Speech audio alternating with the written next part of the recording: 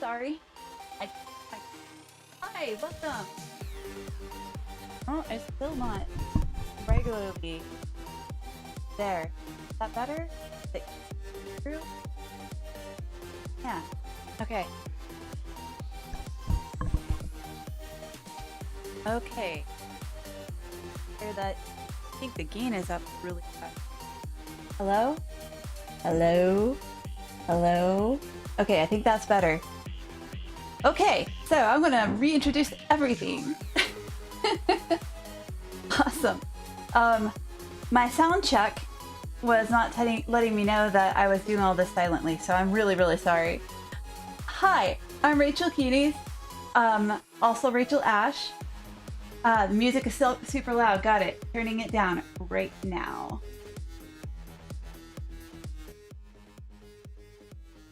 Okay, so, I'm Rachel Keeney, also known as Rachel Ash. This is my first time YouTube live. I've only done it on Twitch live before. And today what I'm doing is I am making a couple of wallets to donate to a Pride event. And I am excited to be working on this because yes, last year I did an event to fundraise for the Trevor Project and raised about $250. And so I'm not sure if I will get the same this year, but I really believe in the Trevor Project. It has been life-saving for many people, and I want to continue to bring money in for them if possible. So far we've had $25 donated, and hopefully we'll get more. And what I'm going to do right now is I'm cutting out the wallet exterior. I guess I'll just give a rundown of the whole thing that I just talked about. All right, so I found this pattern online. I wanted a pattern so I could link it for anybody who does not have experience with leathercraft. A wallet is a very basic type of thing to make out of leather. It's got a really simple type of format. So it's a couple of rectangles, and that's the most base wallet format. And that's the type of thing you just fold and you can put your money in, and then if you want you can add pockets to part of the wallet. And I'm not going to be following this format absolutely, depending on what I feel like. I may add more, I won't add more, I may add less pockets on the inside. You want your thicker leathers to be the outside leather, and thick is relative. You don't want super thick, like armor level leather for this. It's got to fit in somebody's pocket.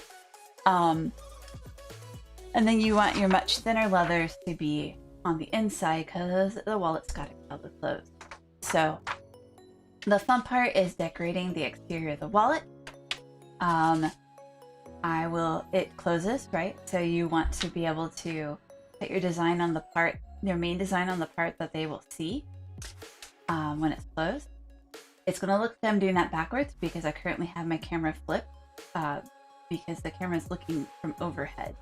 So I will actually be decorating this side, and just like I'm actually left-handed, but it's going to look like I'm right-handed. So, but that said, that's why we're only going to be decorating doing the main decoration on one side of the wallet is because of the fact that you really have a wallet. A wallet is really a bent piece of leather. So we're just doing the exterior at first because that's where all the fun is. I am going to be... So Cave, I am excited to see you. I'm also surprised you're up this early, or are you up this late?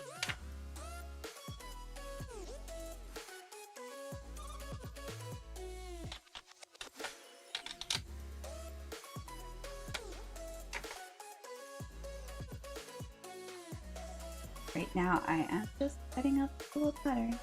Pretty simple.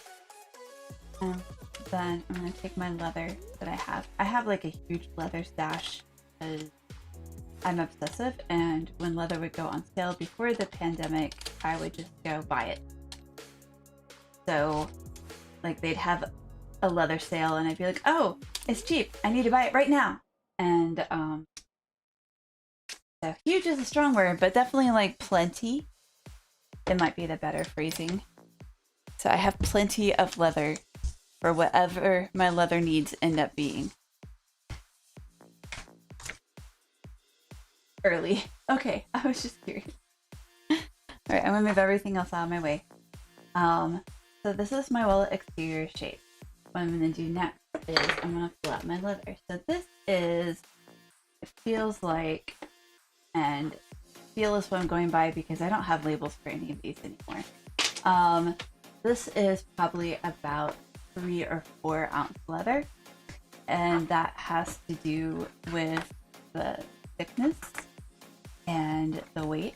And if you want me to get into technical reasons why they do it the way they do, I can't. So you're just gonna have to trust me on that. And but it's a thinner leather, so it's a little more. It'll be a little more supple once I do it.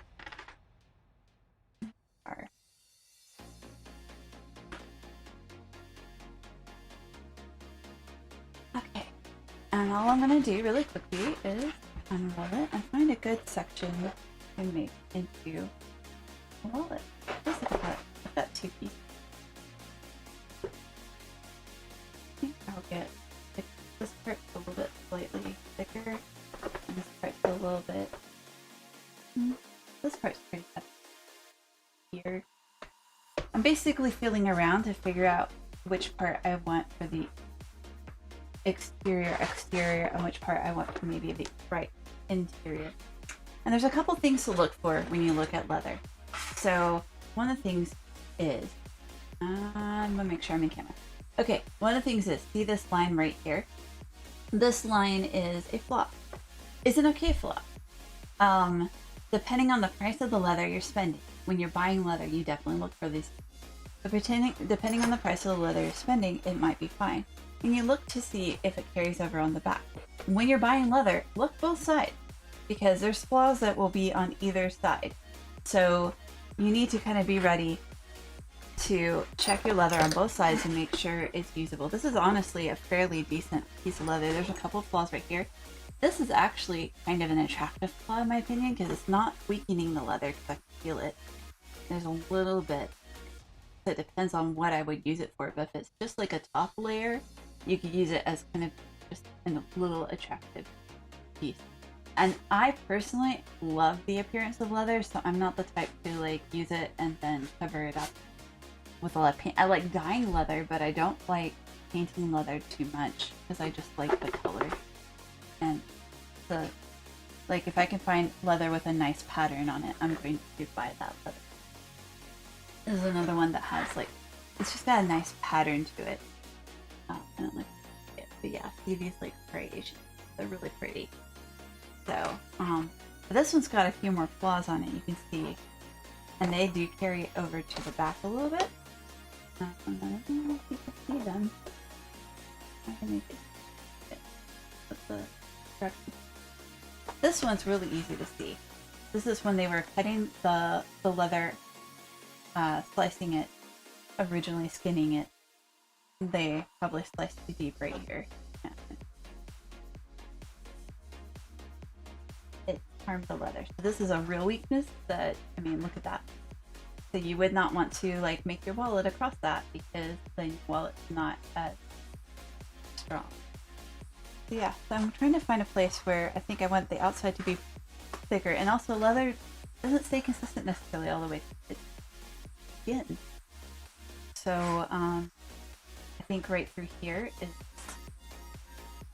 good for outer, and through here would have real stuff. And I'm gonna put stuff on it to make it stay supple, but that's where I'm gonna aim for this. I'm just going to go the spider web. Again, I have a lot of leather and it's been hanging out. I'm moving this up. I'm clipping. Okay, good to know. Let's try this. I also think I can move it a little closer. Sorry, this is gonna be noisy for a second. Okay, is that a little better? Okay, so I am going to put this right up here, and you can't see what I'm doing, so I'm going to move the camera. There we go. I'm putting this, basically I'm going to try to get, I'm going to double check both sides, they're pretty clean, and then I'm going to get this as close to these edges as possible so that I can preserve as much leather as possible in this cup, because that's something you can do with leather. It doesn't really have, I mean, not like grain like you do with fabric, so you can really take advantage of that. And then I'm just going to get my pen, not a fancy one, it's like a Sharpie, and I'm going to trace around my pattern like so.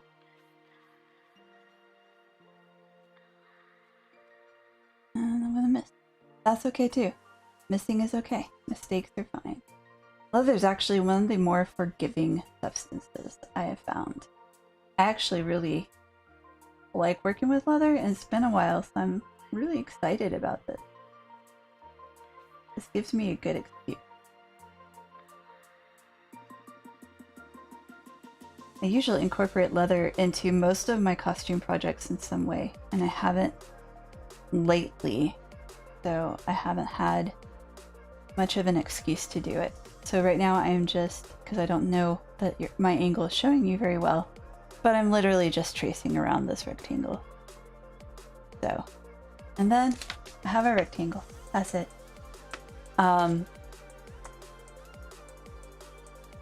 And you don't have to worry about marking this inside part. I mean, this outside part is what's going to show. This is the smooth part of veg tan leather.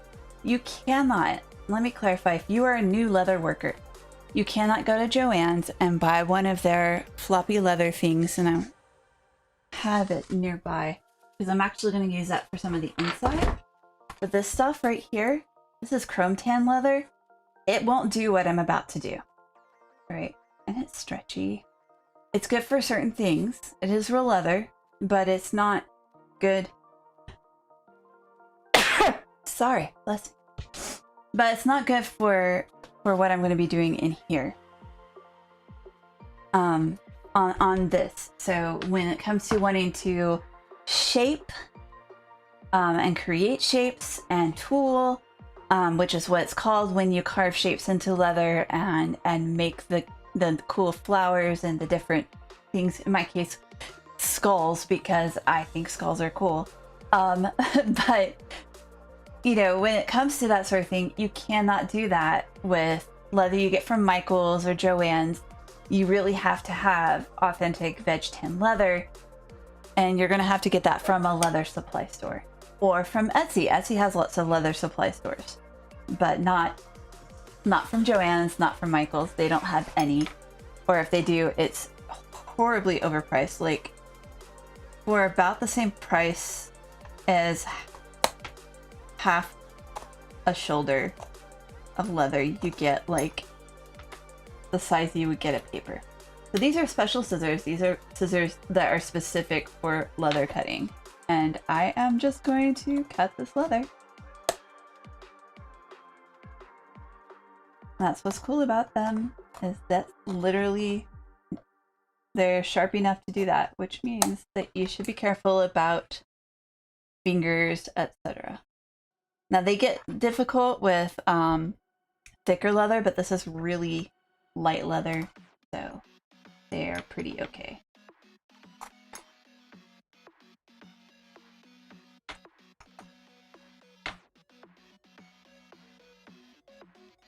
So, cut this guy out.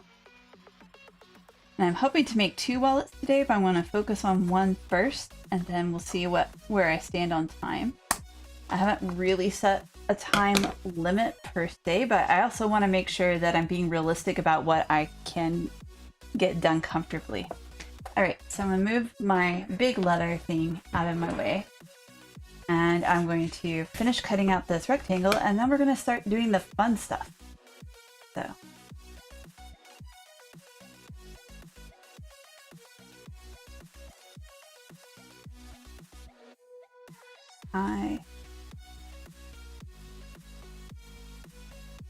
When trying to create a design, last year I did a Rathacorn because that was a cool design, and I tried to contact the creator of it, and I did not get a response directly, but she had posted that it was okay to use it as long as you weren't using it for self-gain. So I felt like using it for a fundraiser was okay. This year, I went ahead and worked on drawing some skulls. And I'm just going to make them rainbow skulls because I thought that would be cool. And I have that little bit of punk in me that likes skulls and thinks they're cool, even when they're probably not. Okay, now I have this.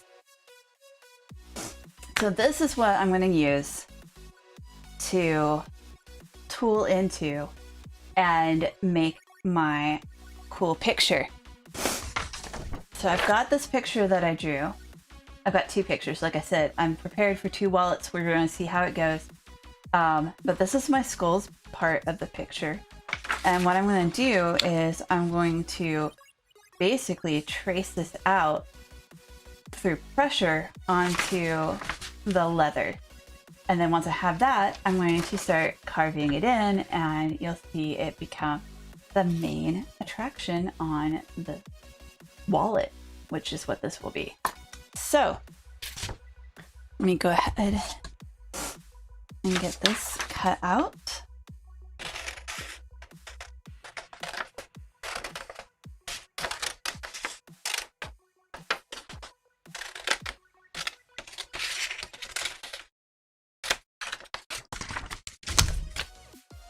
Alright, get these guys placed as best I can on here.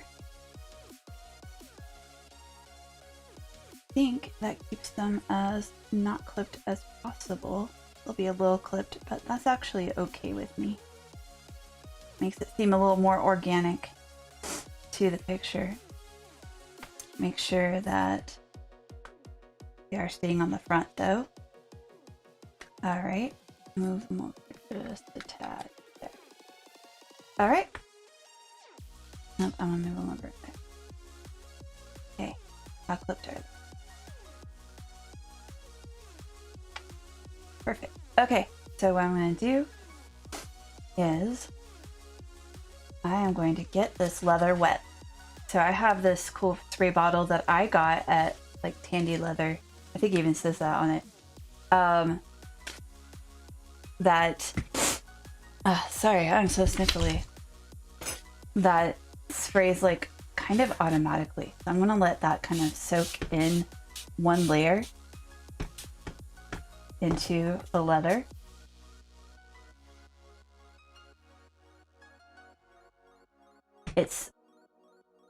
I'll make the leather quit bending so much, and I'll do a little more in a second.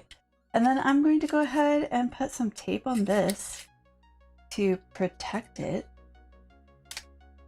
Interesting. Put some tape on this to protect it from the water.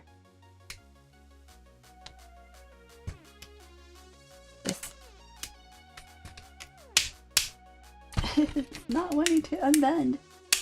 I swear I can use tape, guys.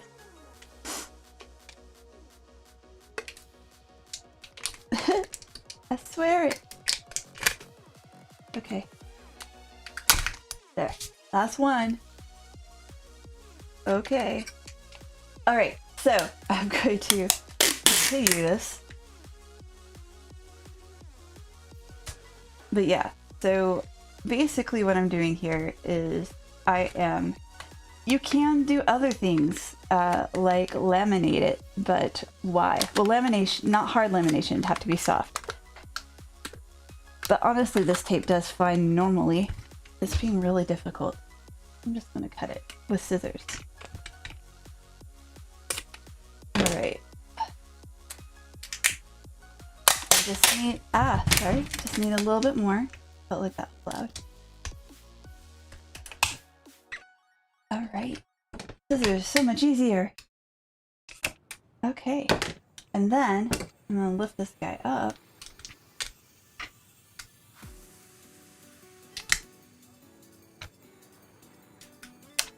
From the table. And flip him over. And we need to tape the other side. And this will protect it from the water. Aha. This will protect it from the water that I'm about to use on the leather. And if you could see, the leather's already soaked up that water, and so I'm going to have to put another layer on it. The point of getting the leather wet right this minute is making it so that it will be impressionable. Like, literally. I want to be able to impress on it. So I need to get it wet, and then when I press these skulls on it, it will hold that picture. I'm almost done with the tape. Aha!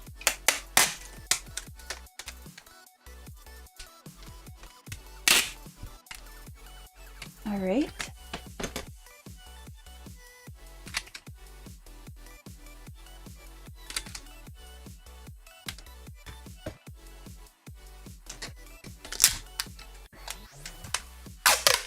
And last bit of tape.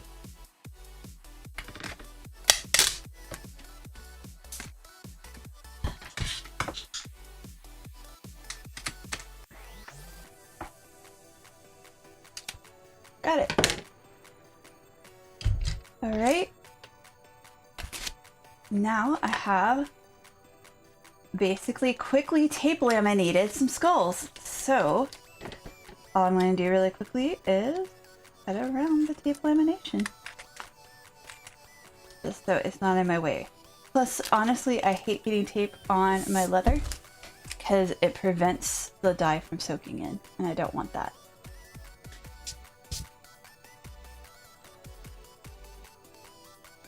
So, get rid of this. So you can, and some people do, tape designs onto leather when they're impressing on it.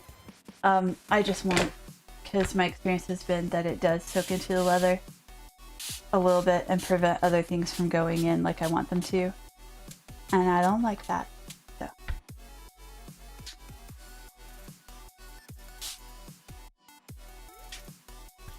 Alright. So, now my wallet is ready to start, and it will bend a lot easier, but not perfectly yet.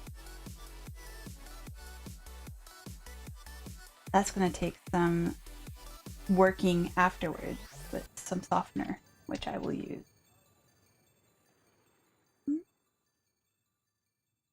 Alright, this is where I want it to be. So now what I'm going to do is I'm going to take a pencil. There's other things. There are actually implements that are specifically made for this, but I don't use it because I'm lazy and because pencils are free. They're not free. They're cheap. I have a bunch in my house though, so kind of free. And I'm just going to trace the main lines, and then I'll fill in the rest with my tools. So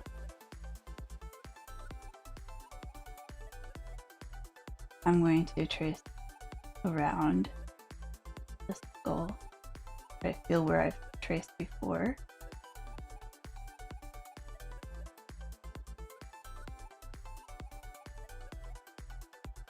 I am hesitant to trace tooth lines because I feel like the detail will be lost. Wonder if I should trace the tooth lines. How should I do that?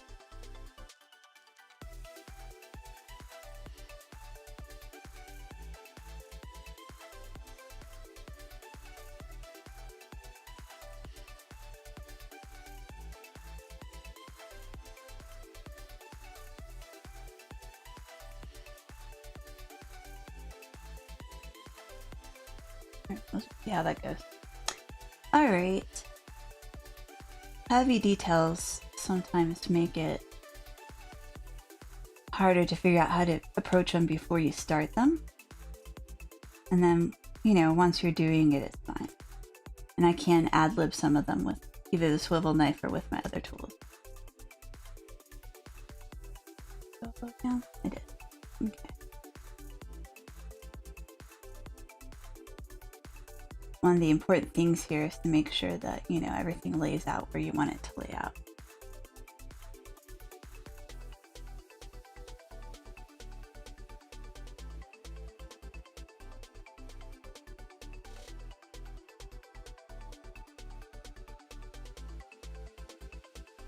All right. Nose opening and some eye sockets.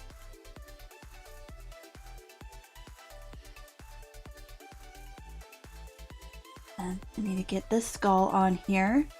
And once I have this skull on here, I am ready to go.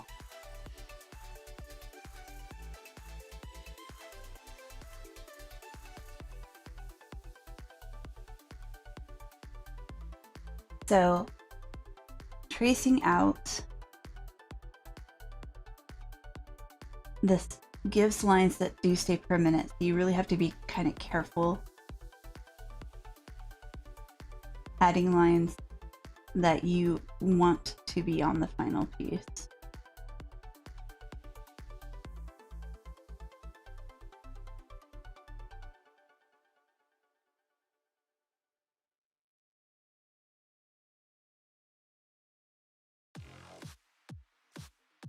Alright, and once I've got that done, I've got my basic skull shapes, as you can see. Maybe. I can do this. There you go. Now you can see my basic skull shapes. And what I'm going to do is I'm going to next approach this with what's called a swivel knife. So a swivel knife is called that because it swivels. And the idea is that you hold it like this.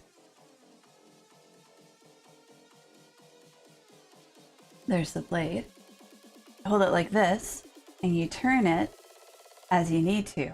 So instead of trying to turn your whole hand as you try to navigate certain things, like look at this curve right here, you can just swivel the knife, and it makes it a lot easier to get some of these details in. So that's basically how that works. So this is a swivel knife. Let me move my stuff down a little bit. This is a swivel knife. I'm actually done with this, so it can move. And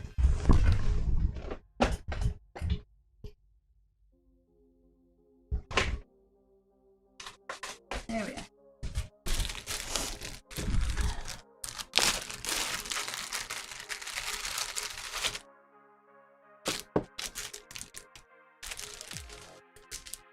This is called a jeweler's rouge, and I use it to keep the swivel knife smooth. So the two things that can get in the way, it's making the table shake. The two things that can get in the way of doing a good job when you're trying to do details is not having your knife smoothed out with the jeweler's rouge,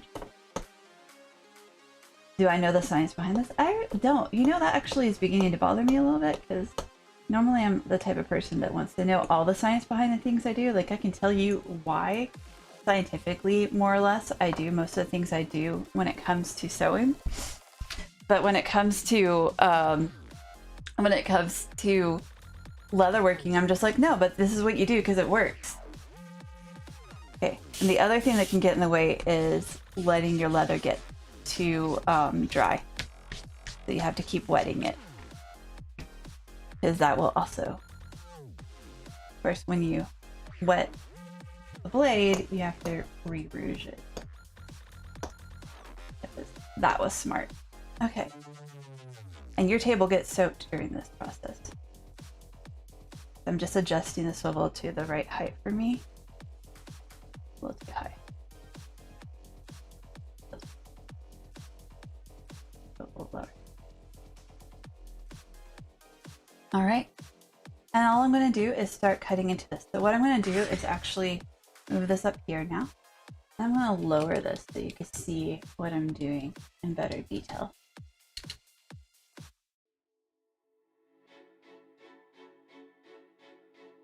There.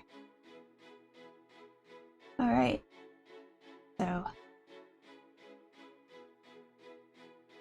think I'll start with this front guy because he's got the least intersection. Start with him up here.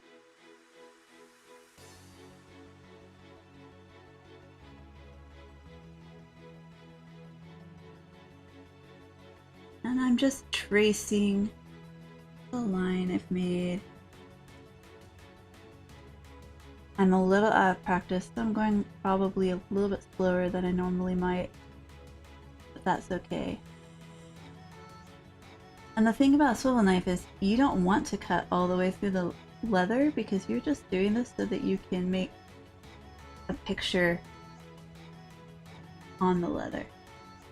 You also don't want to cross any lines, so that weakens the leather. So what I'm going to do is go up to this corner but not quite reach the corner, and then I'm going to go down to his chin, go up to the corner but not reach the corner, and then swivel down here.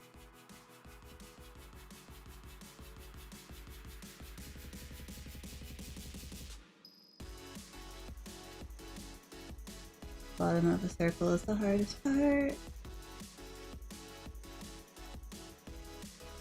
All right, and now I'm gonna go up to the top of the face and come down to where the teeth basically will be. And again, there's this line right here, so I'm gonna do my best not to meet it because I don't want to.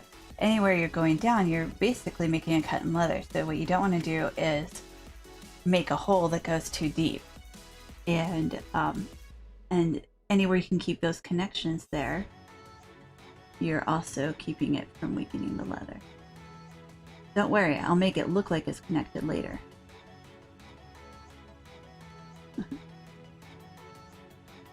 Fingers getting all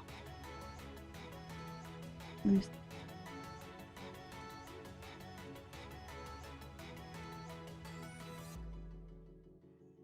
All right. So, as you see, this is kind of bringing out the detail a little bit in this guy. And what will happen is, as I do more of it, there will be more detail. So, I'm just going to...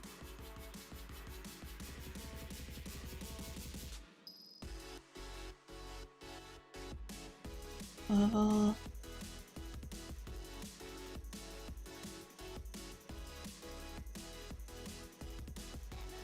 See. All right, and maybe bring this up for reference. Oh, that should be enough.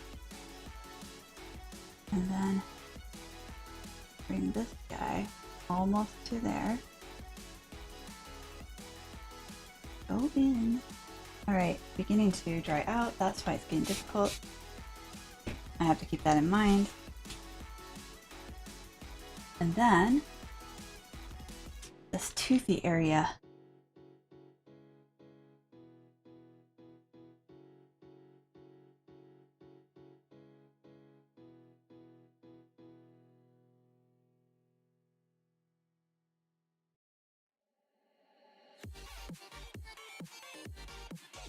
Alright. Now all I have to do is give him some eye holes and give him nostril cavity, and then we move on to the next guy.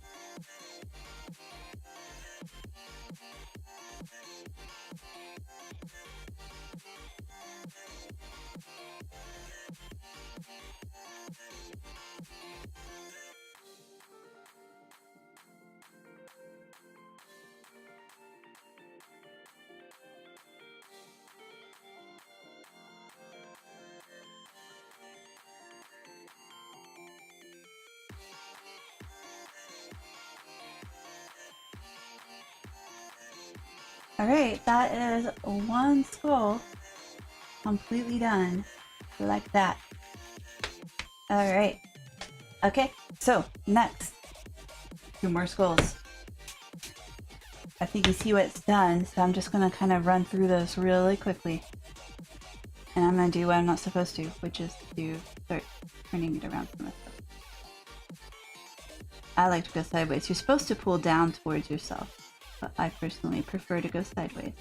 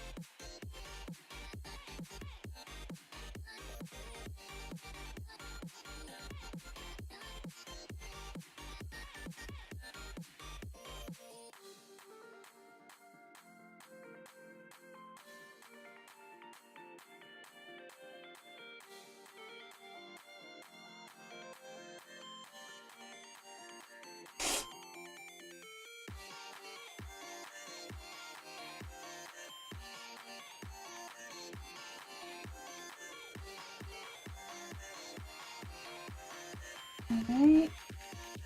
And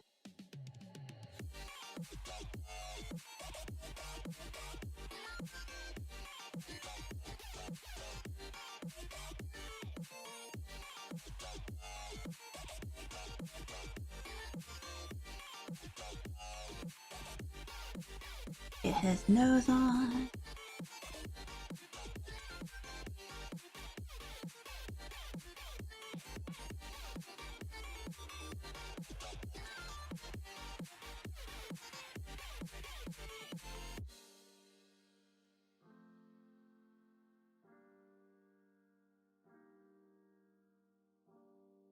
What there?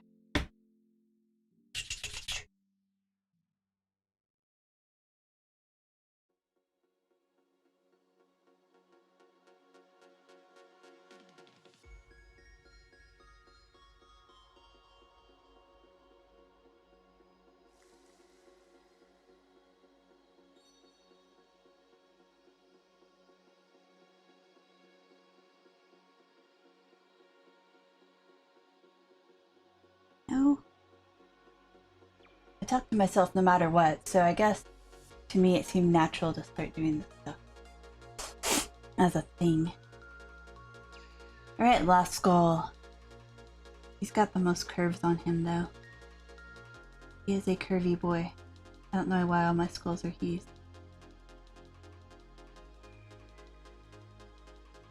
I should turn this. I'm not trying to do it upside down.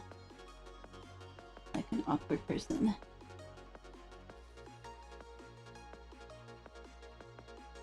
You sure I'm still in frame? There we go.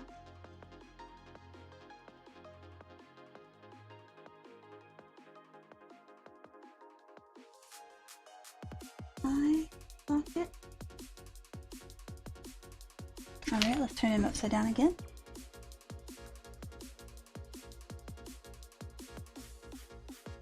Oh, that's fine. Can't see through the shadow. Okay, so that's the outer line. Then he's got an inner line that's really curvy. So let's get part done first. And then go this way.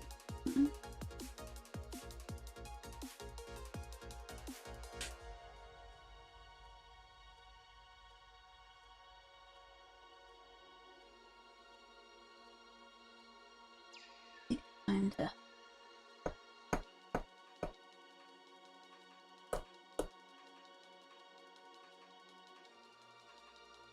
wet this and do that. Getting sticky.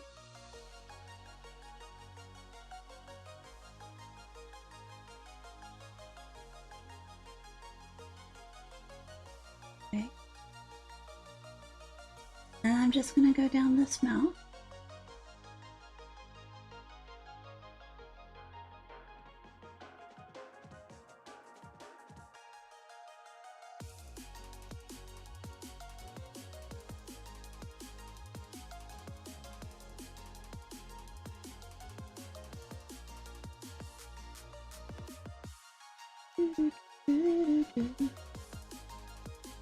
Okay, and then take out his nose.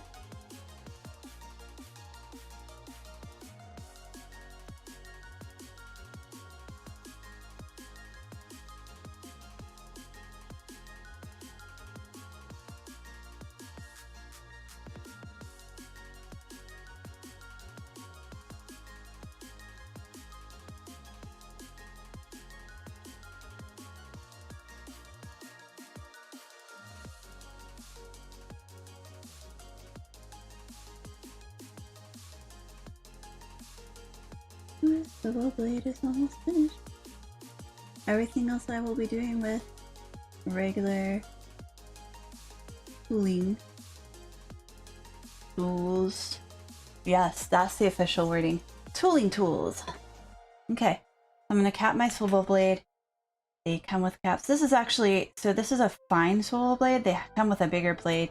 I tend to do a lot of fine details, like all the curves in here, and I didn't to do smaller types of details. So I have a smaller, finer swivel blade on my swivel blade. Yes, there we go. Yeah, and then just to protect it from moisture, I'll go ahead and put my rouge up. And this guy I'm going to keep out for reference so that I know kind of where I was thinking shadows go.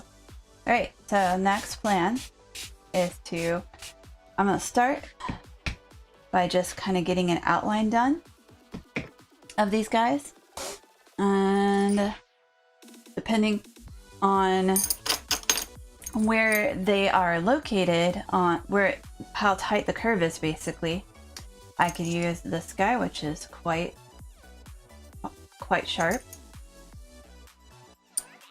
And then it just sort of keeps going up from there, but these are all bevel points, and I use them to kind of get sharp angles in. So I'm going to actually get even a little bit closer because I realize you can't see the detail that well. Alright, so everything's been swiveled. I'm going to start by going around the outer edge with like a medium guy. I'm going to start with a lower end medium. I'm just going to kind of push in. Now, I could hammer, but I don't like to, so I don't. I just don't feel like it gives me the control. So I tend to do it all through my own hand pressure, and that tends to do fine. So everybody has their own way of doing things, is the point of that. So we're going to start with just getting this outside edge separated from the face. I'm actually going to probably go back my initial plan is to go back and kind of make a sketchy, one that makes kind of a sketchy shape, a bubbler that makes a sketchy shape, and do that behind these. But for right now, I just want to make it, see my lines, see my edges, make them what I want them to be, and then I can go back and add kind of fun details. So, right where the teeth are, I don't want to mess with it because I want to use the fine bubbler for that. I want to come up in here and make this curve nicer.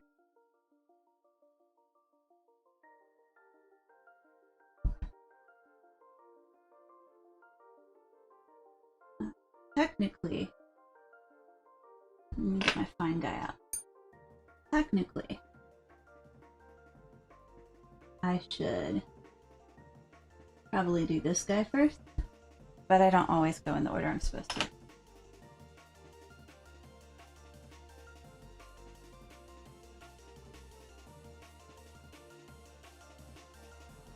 There we go.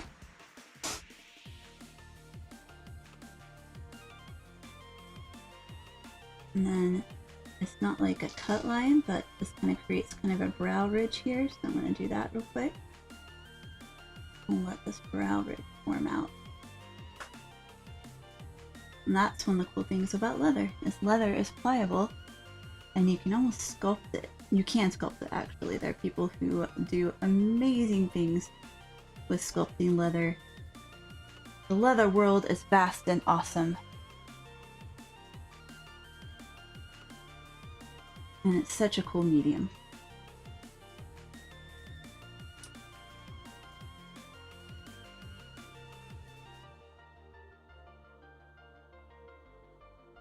And there you go. That is this outer edge on the left here. And I'm just gonna keep going around his head. Poor guy. York, I knew thee well.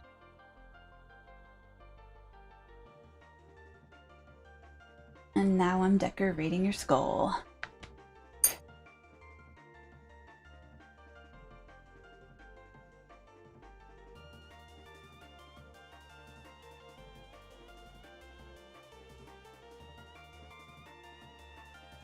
I'd be chill with that if I was York.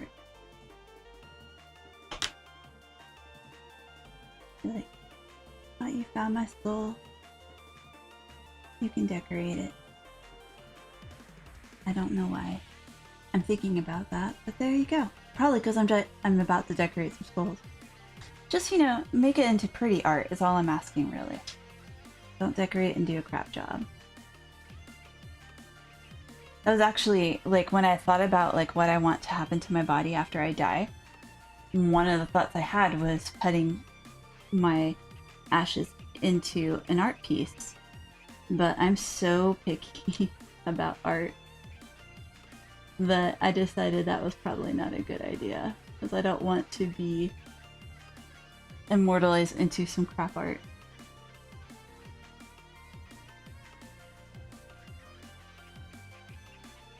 And that was a possibility.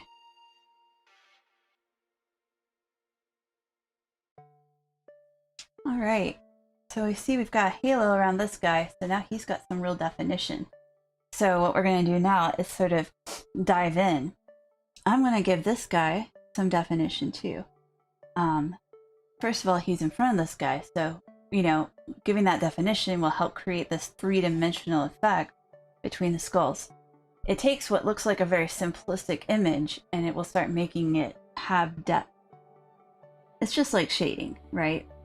So if you're an artist, you shade things, you know that you take a line drawing, and a line drawing is one thing, and then when you add shading, it gives it a different dimension. I need some more water.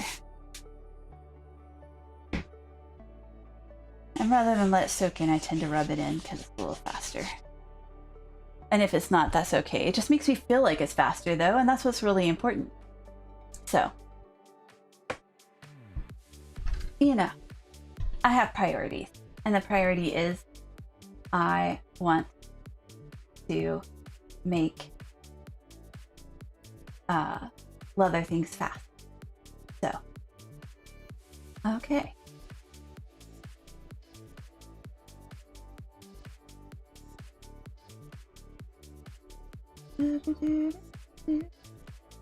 Okay. So, alright, that's in. Now I can keep going.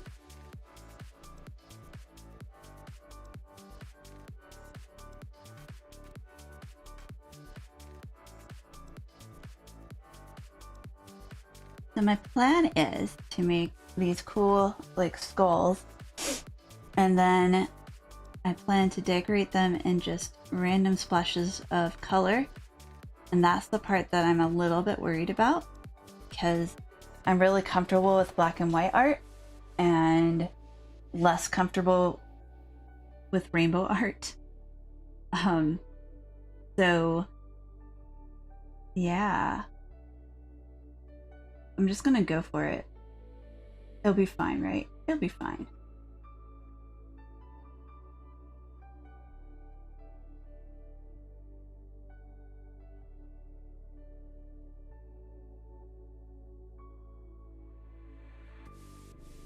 So this guy also needs a line around them. And again, you're already starting to see this three-dimensional effect, right? Now this guy is definitely in front of this guy, whereas before there was just a line there. So it is really a neat. Leather's just cool, guys. I'm a dork. It's so easy to make a difference just by pushing in a little bit of the surface.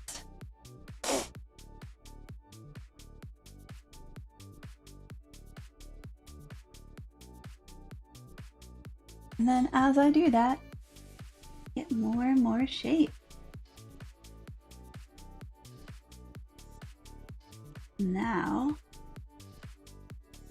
I have this great line right here. And I'm gonna go into this, but I'm gonna wait because that one's gonna overlap it, and I think I do want to wait on that one. So I'm gonna go over here. Nah, so I really want to kind of keep working on this skull for a bit. Yeah, I know. I just...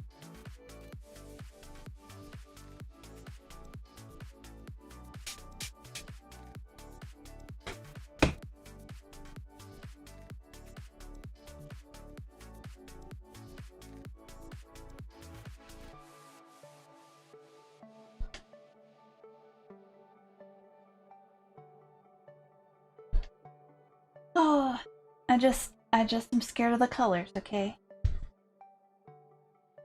I think I'm gonna switch to my smaller guy to get inside here.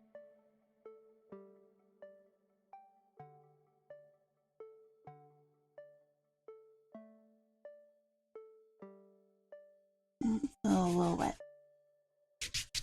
But thank you.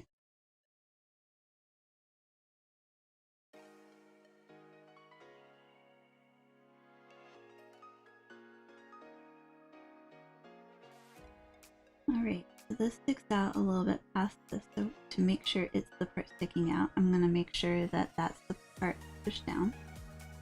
And I'm going to not get too hectic with the way I'm doing it. I almost did.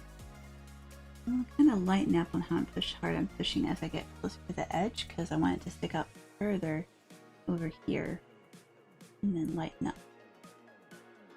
Right, and I'm going to do the same on this edge right here. This is the part that's sticking out. So I want it to stick out pretty heavily.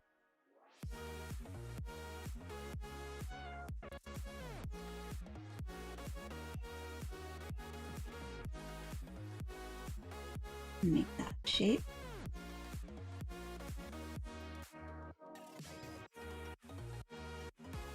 Now I'll show you guys what this comes out like in one second.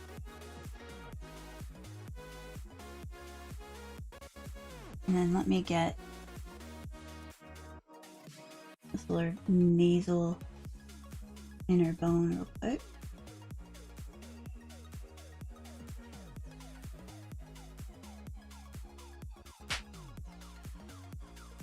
cool, guys. Leather's so cool. You have no idea how neat it is to be able to make it and do these things. I'm gonna turn it upside down for 1 second. So I gotta decide which way I want this to shape. I think I'm gonna make it shape this way. Into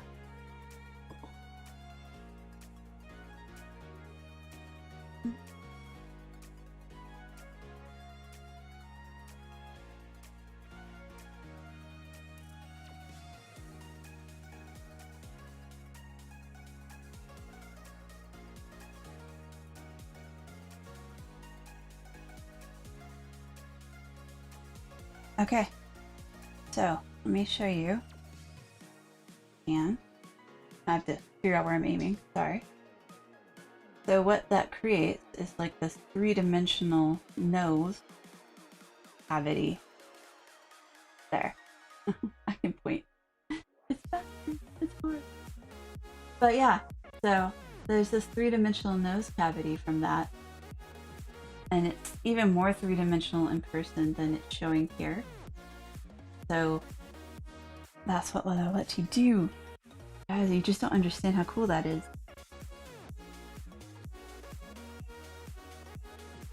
It needs to be wet. I keep the stuff really wet while I work on it. And then when it's time to dry it, I'll just let it dry while I'm cutting out the other pieces for the inside stuff. Great, so now it's time for me to get this eye cavities all carved out.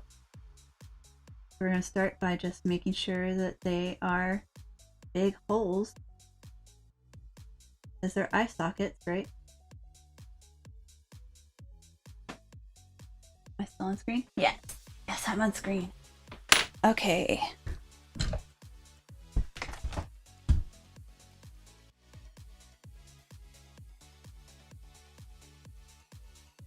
Okay, sorry, my battery was running low. I managed to set everything up and forgot to plug in my computer because I'm smart. So, making an eye socket, that's where we left off. Make sure I'm aiming right.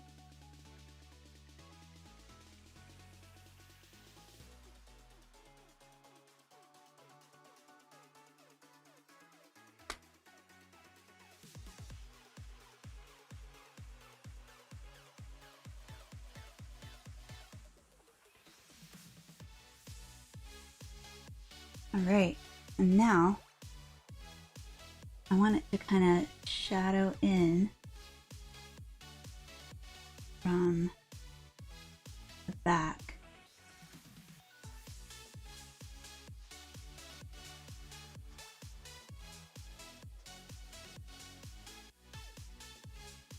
Because we need it to be a hollow eye socket. So I'm going to make it hollow, basically. I'm just going to compress it so it's darker and so it's hollower. It's cool that way.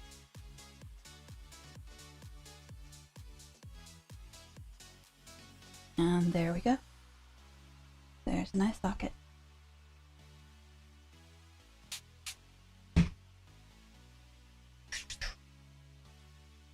Next eye socket. And then I'll just add some shading once I'm done, just to make sure there's some shape to these, not just round. I'll shape the main parts first and then add the shading so that I'm doing it well and consistently.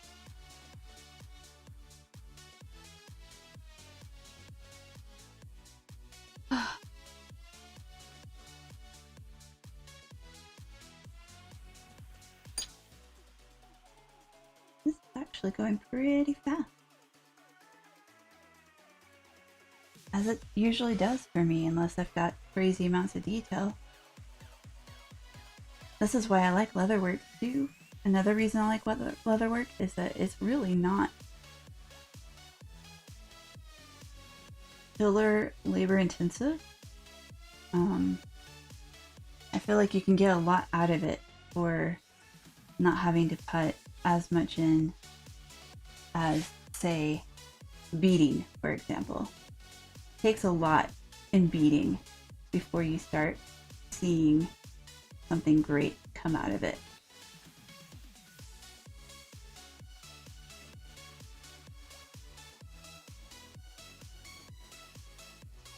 But in leather does not take like that. Okay, let's get that hollow shaded look going. Basically, I'm just creating a deep, sharp darkness coming from the back. And then I'm gonna create a brow ridge. I'll use this other guy because he's a little softer. Brow ridge.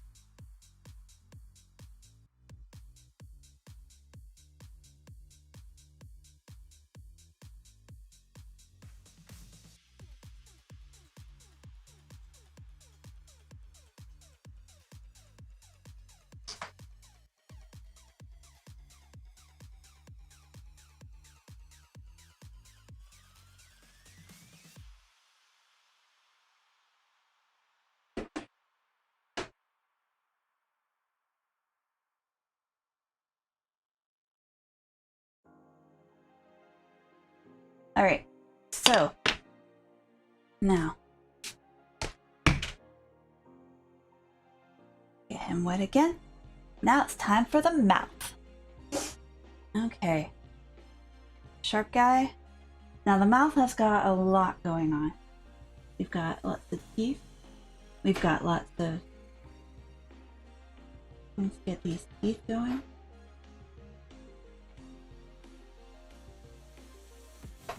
Alright, so we've got this first part right here. And this is going to require me like eyeballing a lot. And then the second part right here. Sorry, I'm shaping it just a little bit. There. Okay. So, I think I actually set that where I don't want it. So I'm going to reshape that a little bit. It'll be fine. Because I'll just use that for the lower part of the teeth. And I'm going to shape this tooth right here. And then so let the teeth cross over that line, and that should help sort of mold it in. Sometimes in these images, skulls, you have teeth that go past the tooth line a little bit in how they're lined into the shape of the jaw. So the shape of the jaw sort of molds around the teeth. And these skulls have honestly, these people obviously did a great job taking care of their teeth, because they have pretty healthy teeth considering that they're dead. I'm just saying. I mean, they seem to have all their teeth almost, if not all their teeth, and that's just really impressive. I know you did not come into this expecting a discussion of dental hygiene. However, I would just like to point out that these dead people have great dental hygiene.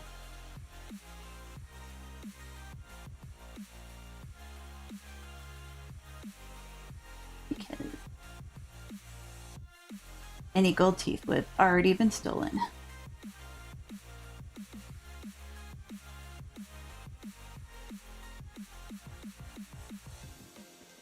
Alright, let's make that a nice hollow part behind the teeth right here. It goes all dark and really deep behind the teeth. Alright, and then I'm going to sort of dig in to make the teeth look a little more natural, I guess is a word that I'm going to use. A little more real. You know, because that's important.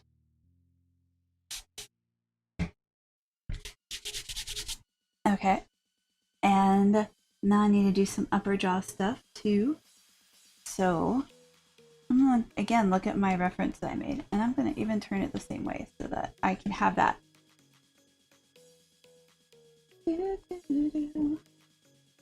Alright. I don't want them to line up perfectly with each other. That makes it too weird and not normal. Although it's getting to be really hard because, again, this tiny leather detail we're talking about. I may have to give in on that. Alright, what I'm going to do is stick my head in basically all the way down there so I can see what I'm doing. There we go.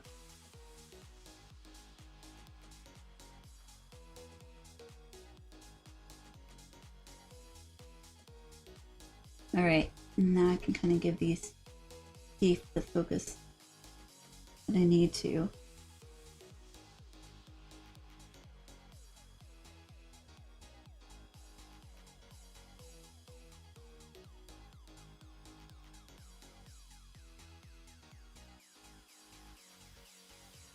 Alright, now let's see if I can't separate them out.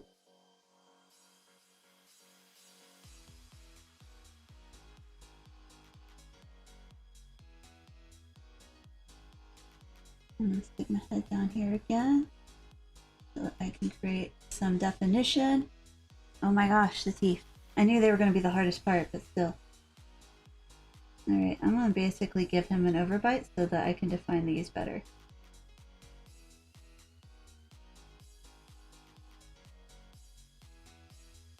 Alright. And then fix these teeth down here.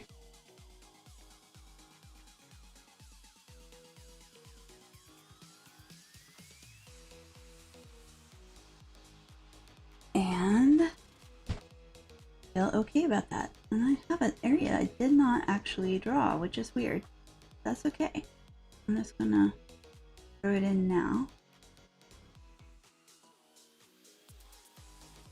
Like that. So I'm gonna wet that.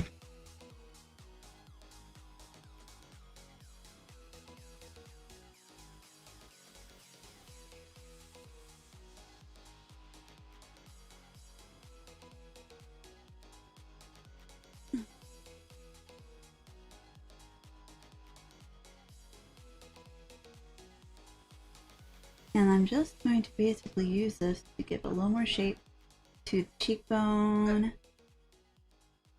a little more emphasis to it, make it feel a little more skull-like also, a little less cartoony.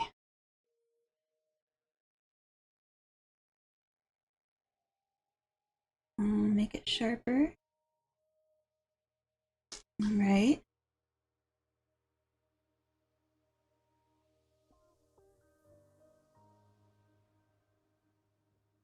And color it a little bit and make it come out. All right.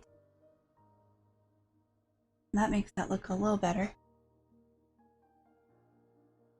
And I'm going to do a little bit of shading around the edge of the skull, which will probably get lost in the color, but that's beside the point.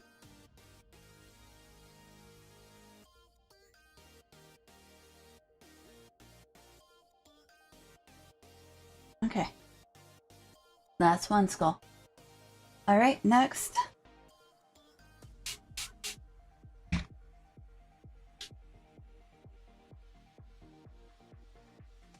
Let's finish going around these edges that are a little sharp.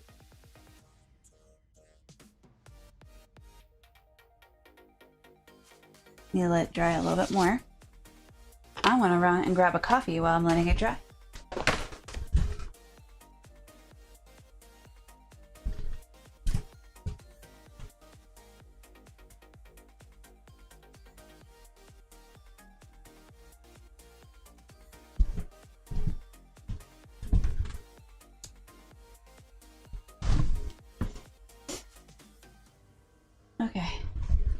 because I left it over there and did not bring it over here with me.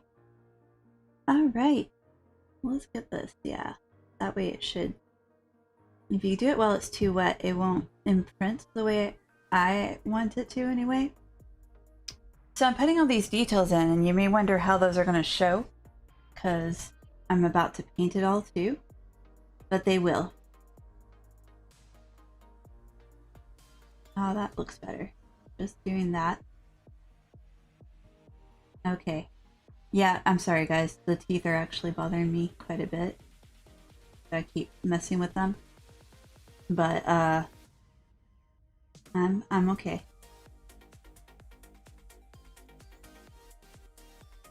Oh, that looks so much better.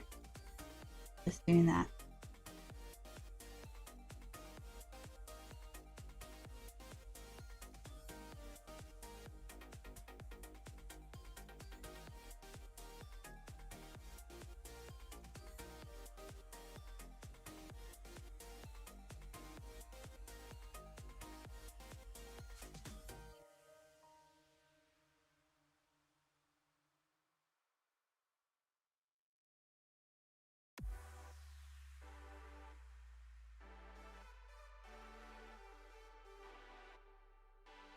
Alright, that actually looks better. I feel better about that. Okay. Sorry. I'm learning as I go on skulls. Haven't done any of those before. I've done Belle and Adam. I've done a Rathicorn. And I have done roses for my Beauty and the Beast thing. But I haven't actually done skulls. It seems like kind of an obvious leather application, but I haven't done it yet.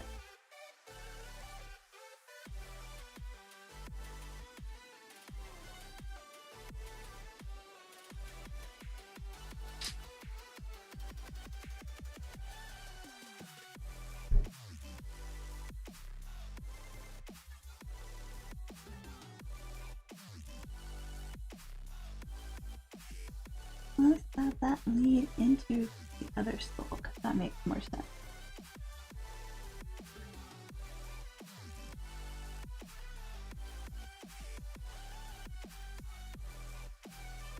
Something there. I like that better.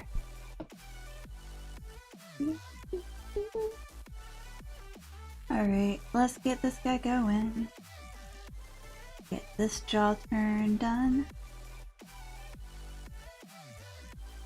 Am I on screen? I am! Yeah! And that's the hardest part, is being on screen. Oh, let me turn in. There it is.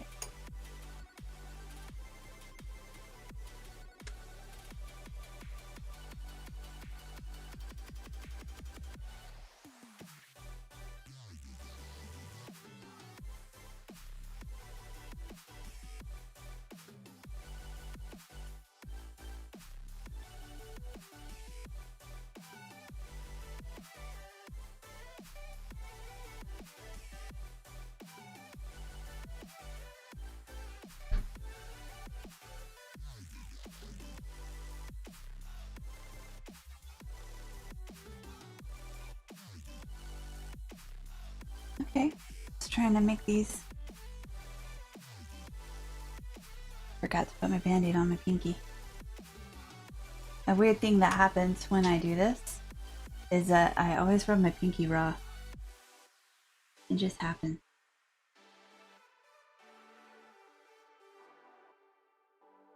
Part of tooling for me. Alright.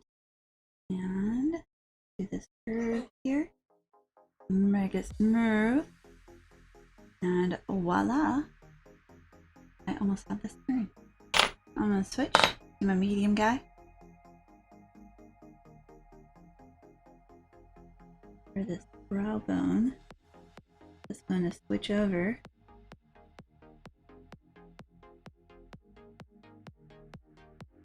And come out.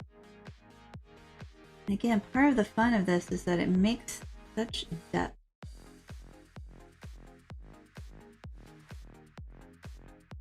All right. So we have that. And then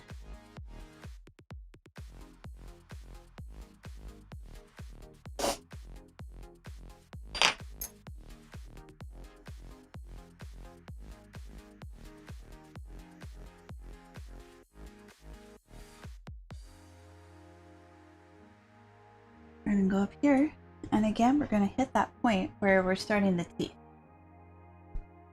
If I'm smart, I'll deal with them first instead of cutting them off because I don't like them. Because I'm intimidated. Which is the truth.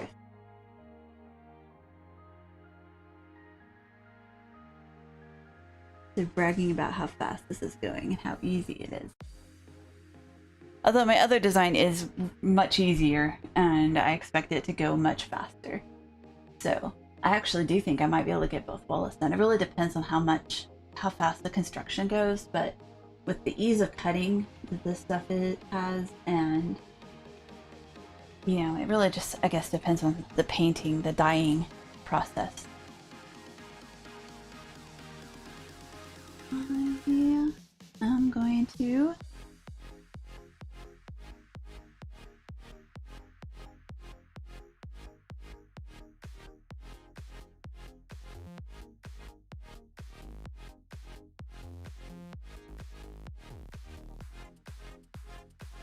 sort of let this kind of go off into the distance, fade off.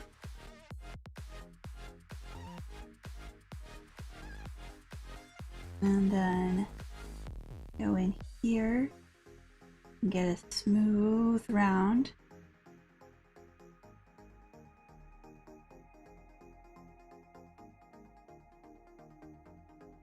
That's basically what we're doing, is creating separation between the jawbone and the upper skull, right? That's basically what this is. And then I'm going to let there be a separate shape to the teeth. And they are going to have some separate shapes. All right.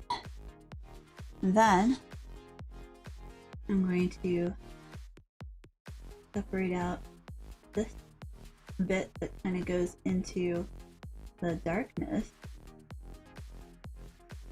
right here. And darken that real nice, because that is majorly in the background. And then I'm going to smooth that over again. All right, so now we have a nice hole.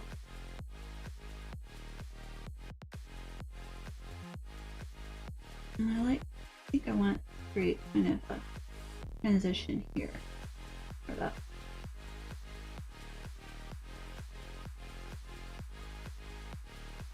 There. Okay, so I've got some jawbone going on, and now spray it again.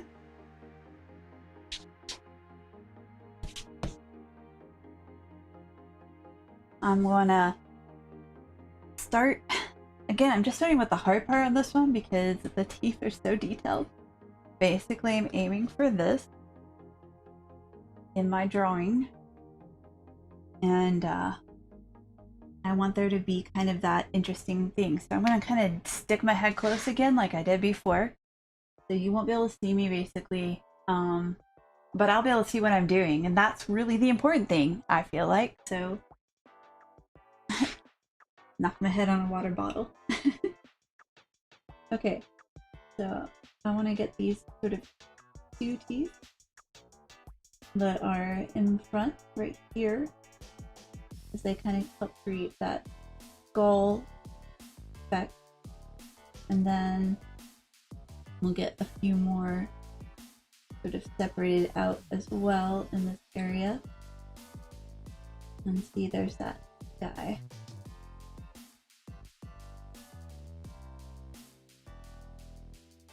All right, and then I want to get couple more guys separated out here, but maybe not quite so thoroughly as those front teeth are.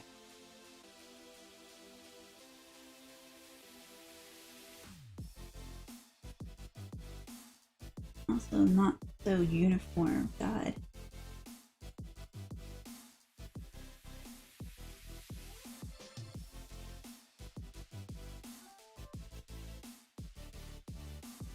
Alright, let's get these ununiformed real quick. They need to not be squares. That's just weird. Nobody's teeth are perfect squares. Alright. Now let's get him some bottom teeth.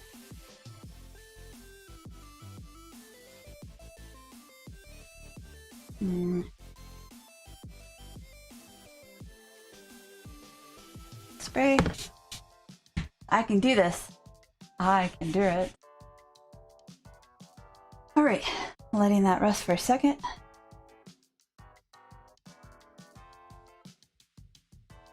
Okay. Now, let's give him some bottom teeth.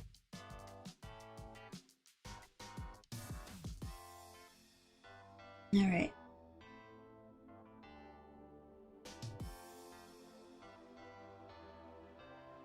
Yeah.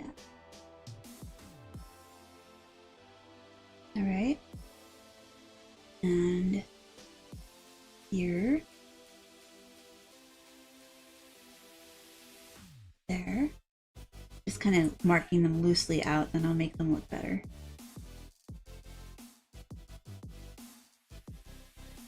Alright, let's see.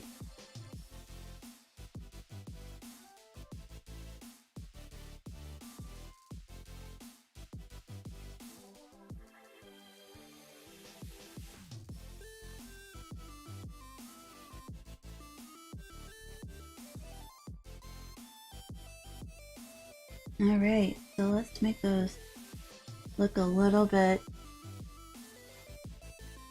Oh no, I'm gonna go back to those actually. I'm gonna wait till I get the rest of him looking less cartoony. And then I'll go back to the teeth. Man.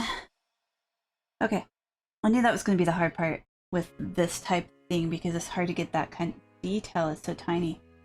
Alright, we're gonna go back and do the nasal cavity. Let's start with that. That's easy enough. This is a hole. I'm gonna make it feel like a hole by making sure that I'm still on screen by literally running this thing along where the hole will be.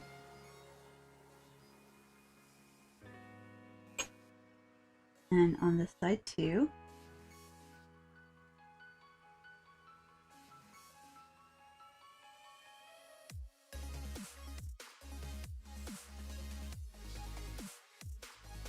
We start by making the nasal cavity.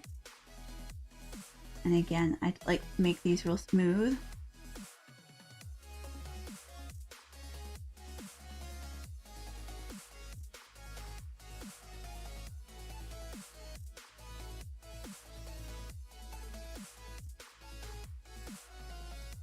Maybe turn out so you can see when I duck. That might help. So while I'm not in the screen regularly, as soon as I start working, I am. Ta-da! There we go. Alright. So.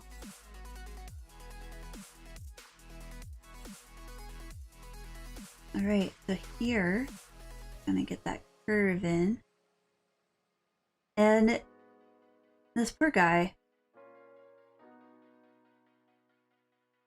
while he's dead, will live on in memory with fabulous teeth-ish. I've kind of done my best to make them less fabulous, but that's okay. With a lot of teeth, though, for a dead guy. Intact still. Let's see, which side? That side's the underside, so we're gonna go under here for the nasal cavity. Right there.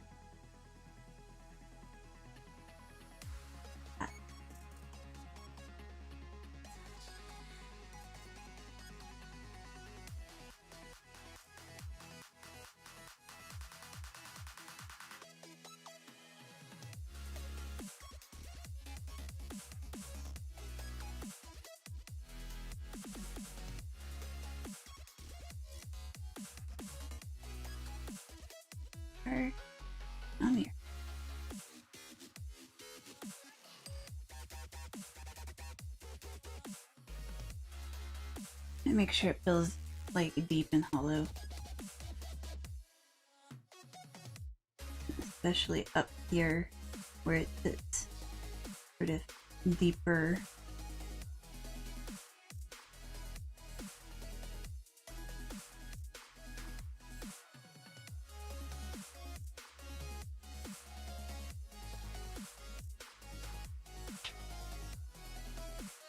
Ooh.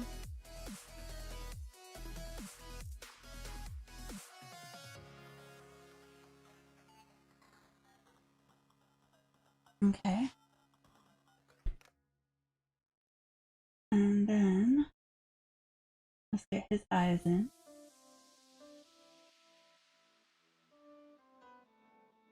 I say as I work on a cheekbone instead.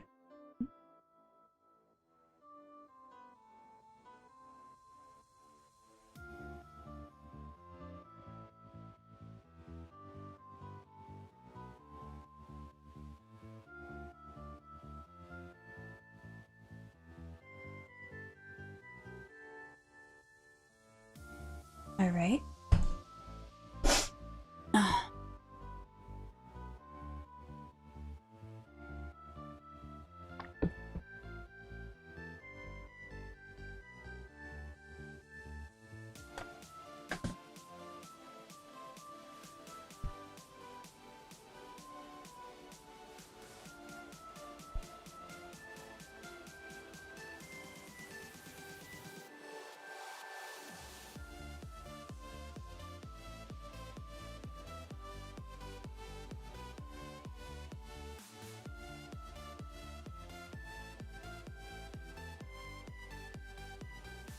Okay, teeth are coming along.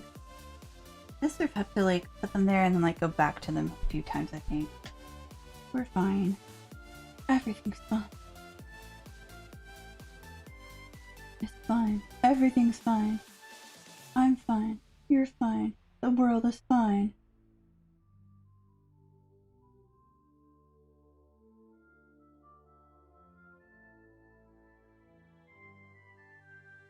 Okay, now let's get this going.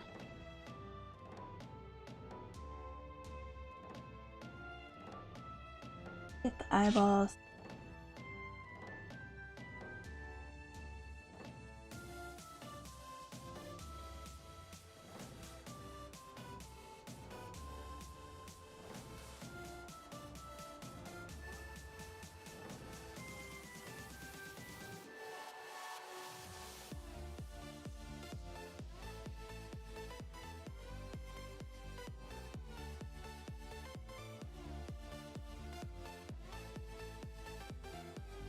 Alright. The second eyeball. The second spell is almost done. And again, fill his eyeball with darkness, as you do with an eye socket that's empty. Make sure that edges are done.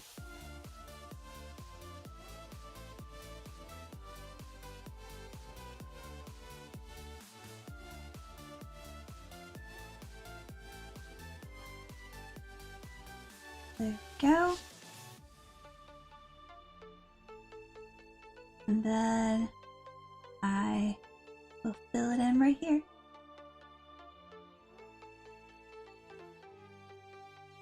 A little deeper. Just right here.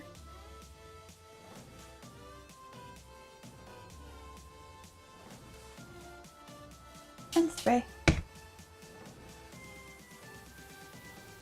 I will say, a lot of these details, like the teeth and stuff, will come out so much better when it's got the slick on it. I'm sorry, I did not mean to hit the microphone. But it will come out so much more effectively when I put the slick on it, because it will just make it shine. So pretty. But yeah, I am just trying to push this in and create a pretty little cavity.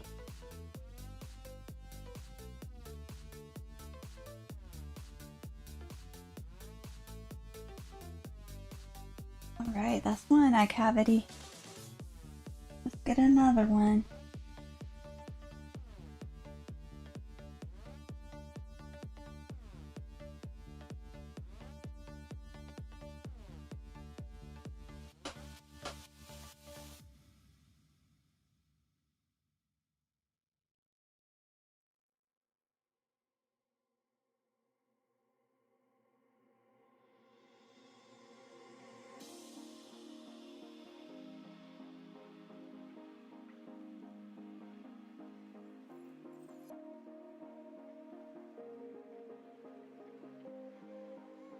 And then I think I'll take a picture of the step before I color in case the coloring goes horrible. Because I'm so scared. Actually, I do that every time I do leather though. I'm always scared I'm going to ruin it. And I actually feel like I did that a little bit with Beauty and the Beast. And Beauty and Adam. Belle and Adam. That's okay.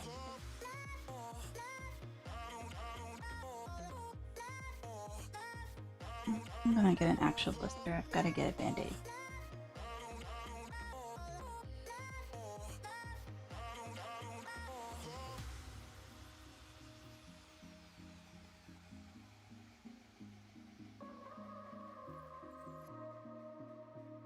Alright. Get through this part right here.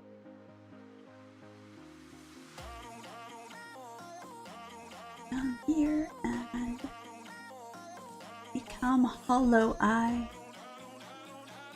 You are a hollow, empty shell of a skull.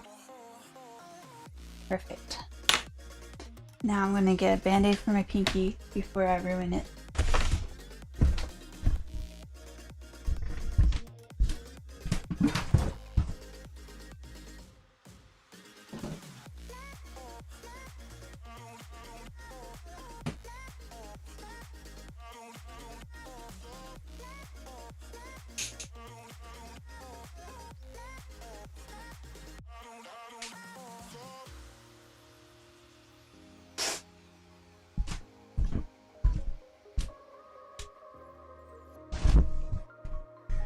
Alright, band-aid acquired, as I keep them nearby because I need them when I work leather.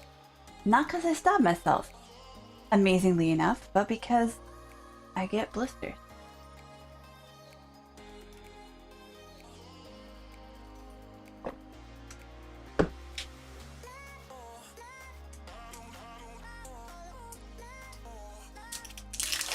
One more. One more skull.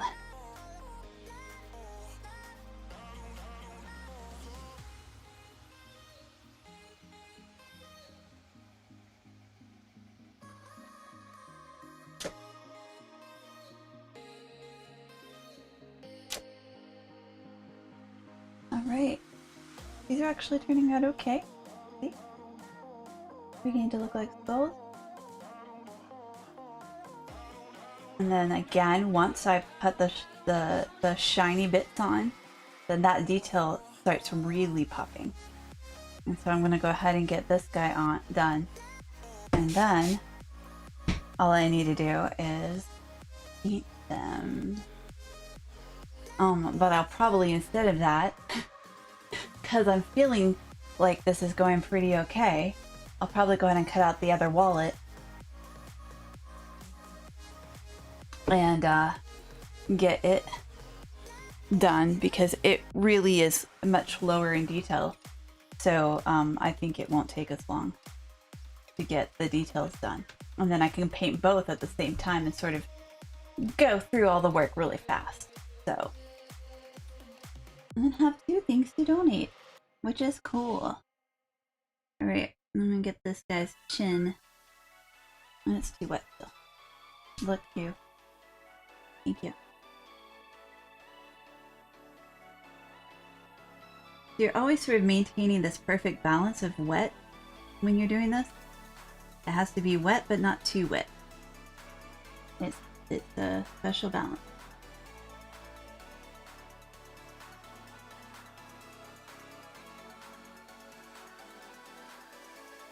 But yeah, perfect balance of wet. Oh gosh, that's so much more comfortable on my pinky. Okay. And I'm doing this guy who is looking up and down at you. He reminds me... you can't see him. He reminds me a little bit of... Let me turn him, so you can see him look down on you.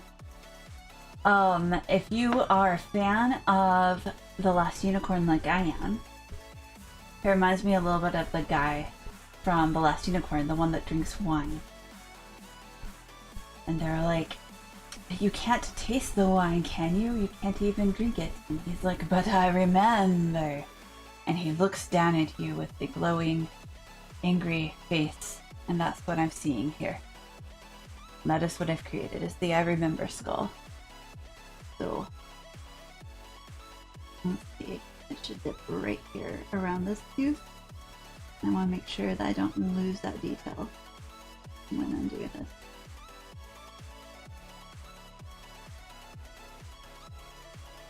That's the kind of detail that makes it look a little cooler, a little more fun, a little more real. Because it's important that rainbow skulls look real. Alright. And then, same thing for this. Should dip around this tooth a little, and then come out.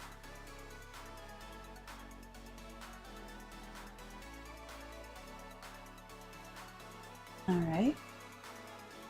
And then we're going to go around these insane cheekbones.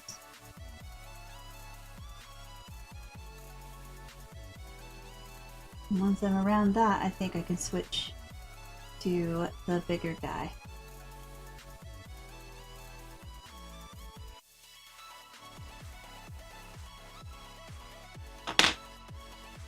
Not that big of a guy. This.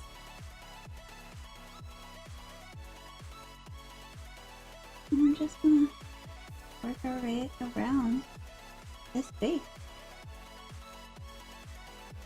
Theoretically. Apparently I'm having some issues, I don't know why. There. Having some transition issues between tools.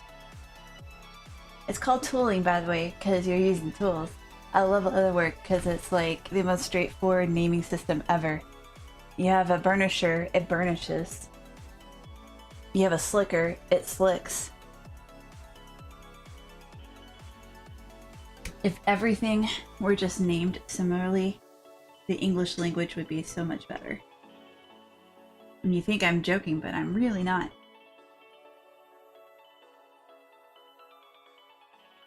And I have a profound love for language in general. I am a Latin teacher.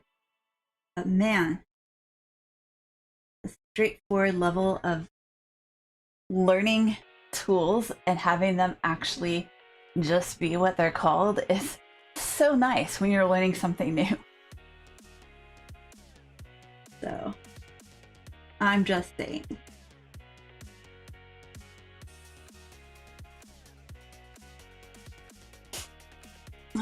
Okay.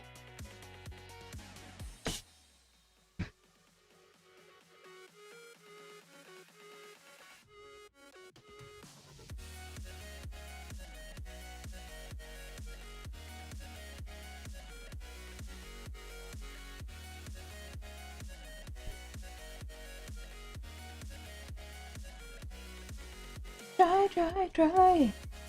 All right.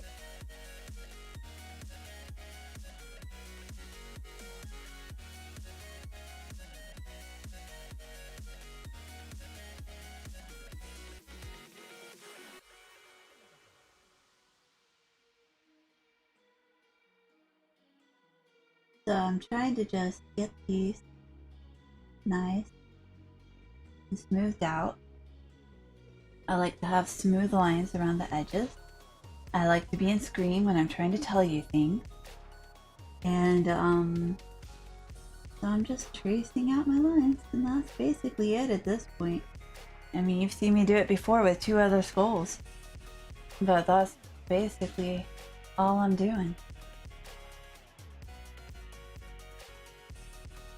I'm excited because I'm getting near the end. And it's going pretty fast. To be fair, this is one of like my smallest projects I've done on leather, because I sort of went all in when I started. So like I didn't just like go, man, I want to learn leather. Let's start with something small. No, I'm like, hey, I want to learn leather. I think I need to make a leather corset and some armor, but not just any armor. Armor with a told depiction of Belle dancing with Adam, because that's reasonable. So yeah, that's literally how I always am. I've actually talked to my mother and she says I've always been this way. When she was teaching me how to sew, she never even tried to do pillowcases with me, which is apparently like the traditional first project. She's like, there's no way she'd be interested, which is true. Why would I want to sew a pillowcase? So instead, she had me sew a frilly apron because I was 7, and the idea of wearing an apron and hanging out with my mom sounded fun. And so she was like, let's sew some aprons. And I was like, yeah. And so we sewed aprons together. And the thing is the reason why that worked is because she introduced lots of different types of difficult or advanced techniques in the middle of this first sewing project. There was ruffles and there were curved lines. I mean, the reason why everybody starts with pillowcases is because there are all straight lines. It's 2 rectangles and maybe a hem. But I was never that person, even as like a kid. So, and I still not. I still tend to be like, okay, I want to do the hardest possible option. What is it? It's not really true. I pick projects that are hard. I'm just like that. It's not that I want to do the hardest possible option. It's that I pick projects based on what interests me. And what interests me is the hardest possible option. It's what interests my son too. We both have that problem. It's just when it came to costuming, that fell on me with when he got interested in it.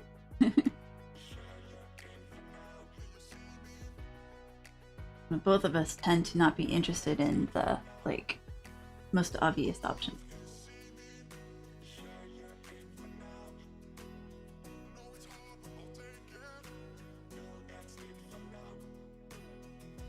A little bit too wet to be doing this, but I'm doing it anyway.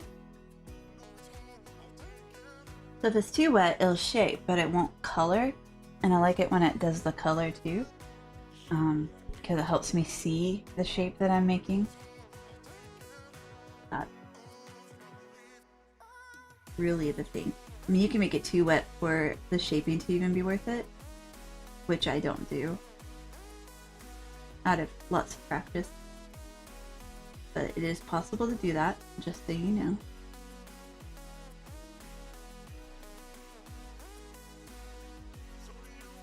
But right now, I just want to see. I want to see what I'm doing. I want to see how much pressure I've applied, and I can't see that. It won't color.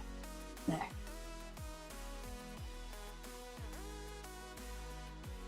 Alright. Start the key.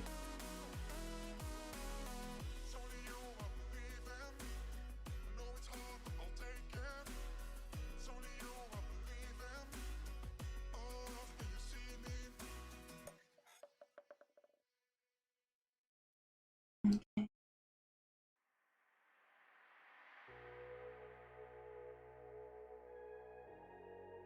Okay.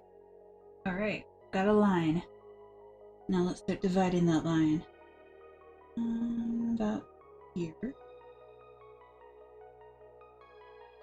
That's not where I'm trying to divide it. Cool. Okay. I'm going to turn you upside down, sir, so that I can shape your teeth better.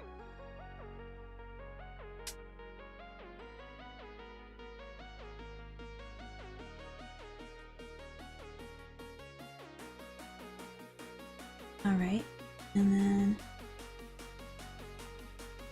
there's that. And then there's one here. I'm gonna actually try to kind of follow the guide I made for myself. We'll see. Let's be honest. It's not easy. Okay. So now we need to shape them from below.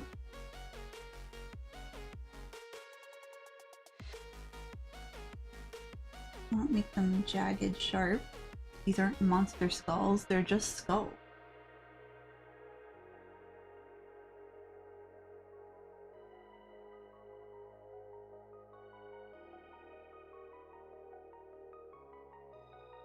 Alright. And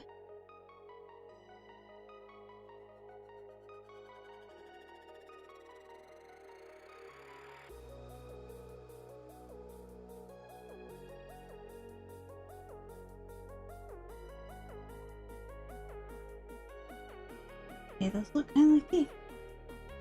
Alright, first go on top row has been successful. Now, let me make it so you can see what I'm doing. Sorry about that. Let's extend just this line up.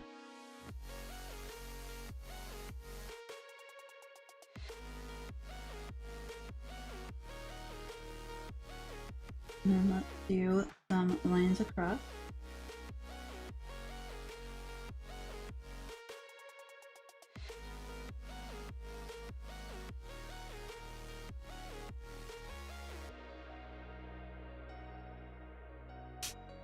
Let's get it wet again.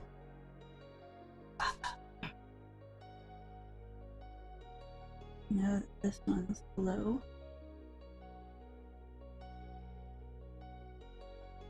And we need to do the lower.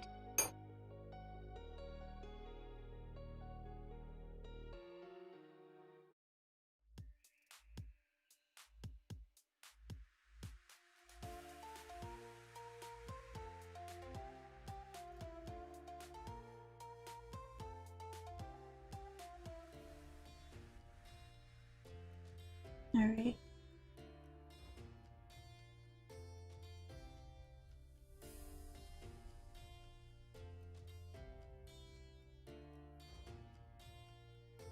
Okay. This could be worse. I'll quickly fill in this line to make it easier to see. Oh my gosh, teeth.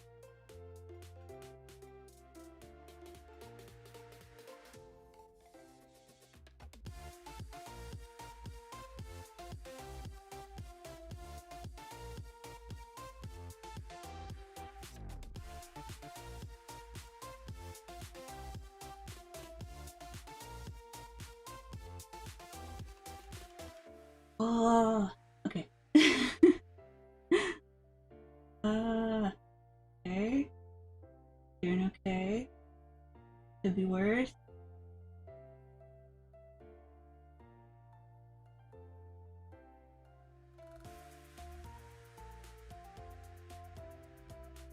Okay, that's the lower teeth. I'm going to reinforce the upper teeth again.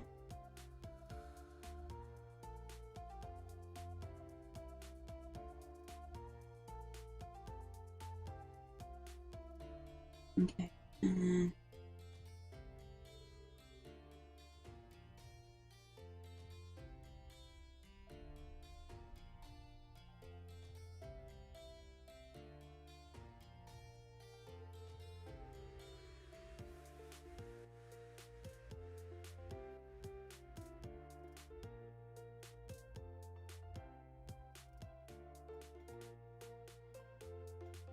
okay, and get this curve in. How that affects the whole area in terms of just overall shape. of the jaw.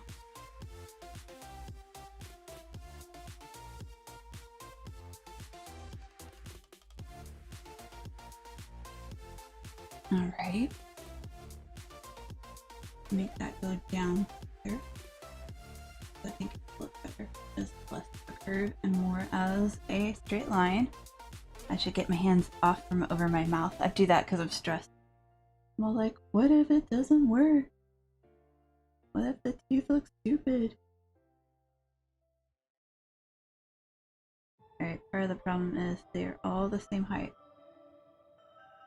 Let's fix that. Again, doesn't make sense. These guys have such good quality dental.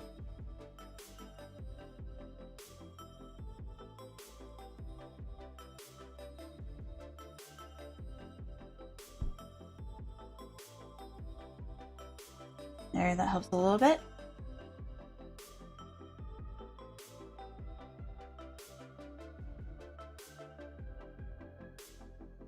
Okay, so now I can just get that.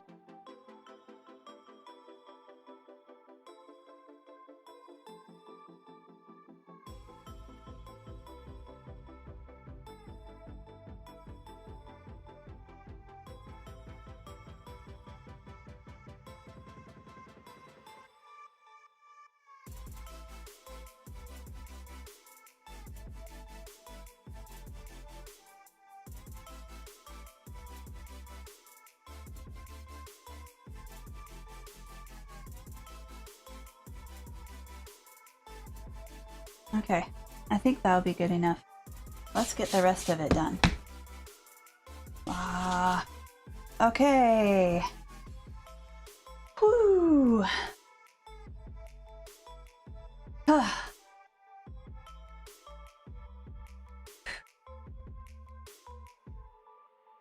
hand's going numb. I'm gripping the thing too tight. Okay. Let's get that nasal cavity. Let's try this out again. Dry. That special balance between dry and wet.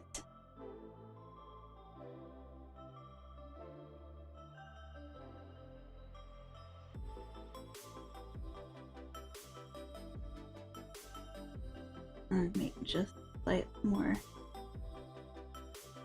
There, like that.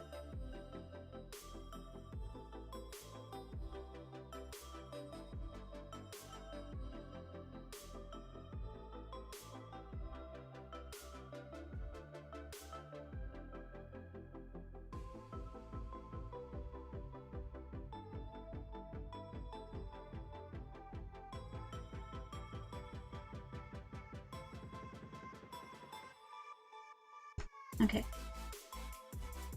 Time for a nasal cavity. Let's give them hole where the nose should be. One side.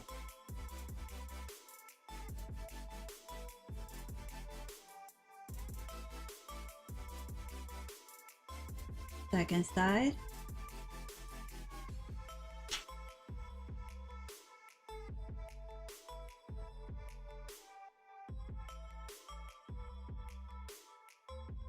Don't get in my own light so that I can't see what I'm doing.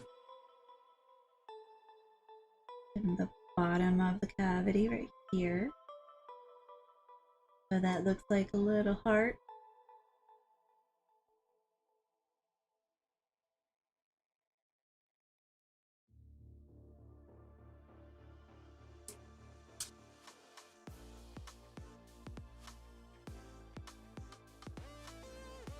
Pronounce this a little bit more. And then I'm gonna say this side is the behind. I'm gonna just emphasize that.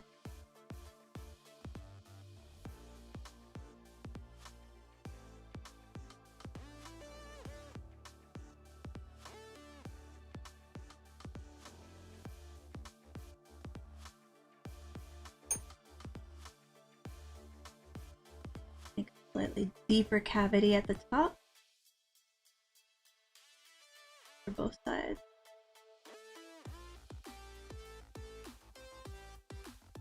Make sure it stays cavity.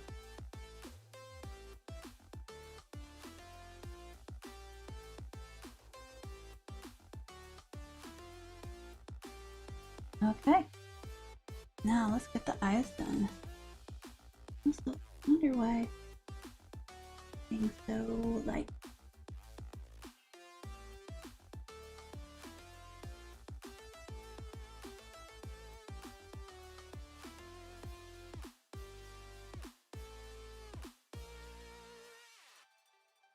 Okay.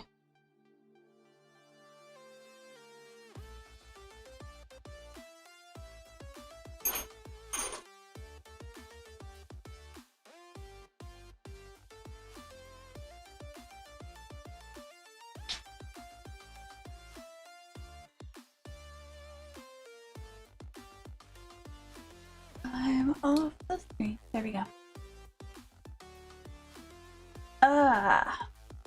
Okay.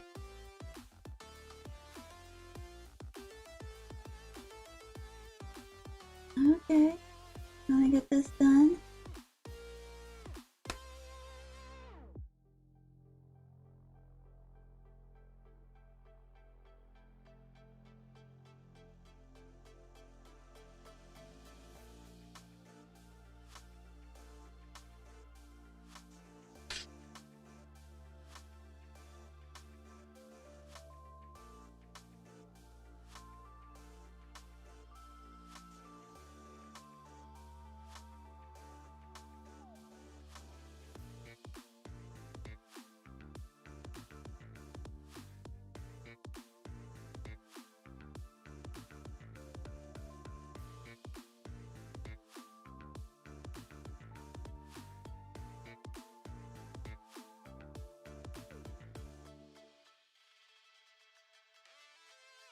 All right, now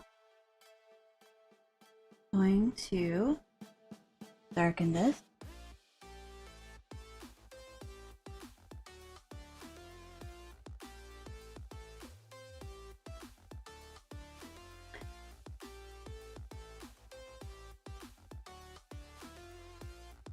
And then I'm gonna do this side. Not gonna do this side yet. I'm going to wet this side. So close, and yet so far away. My road. Ooh. Coffee. Okay.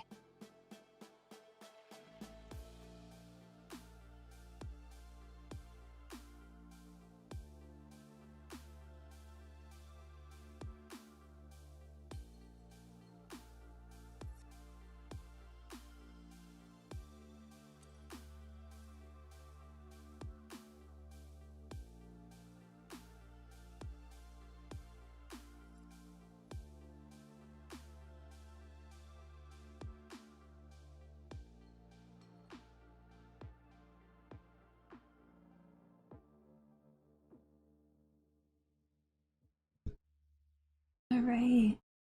I've got the second eye in. I feel good about this.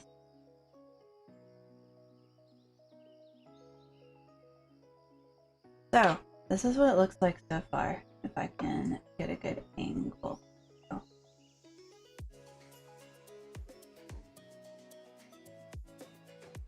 That looks light. I can darken. I mean, it probably depth-wise fine. So I'm going to go ahead and clean it up just a bit, see if that.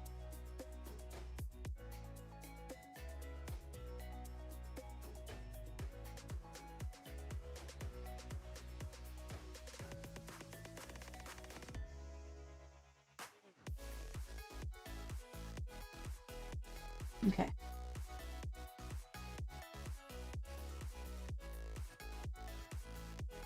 Okay. Let's see if that helps us. I turn this down. Now, I'm gonna up. Focus.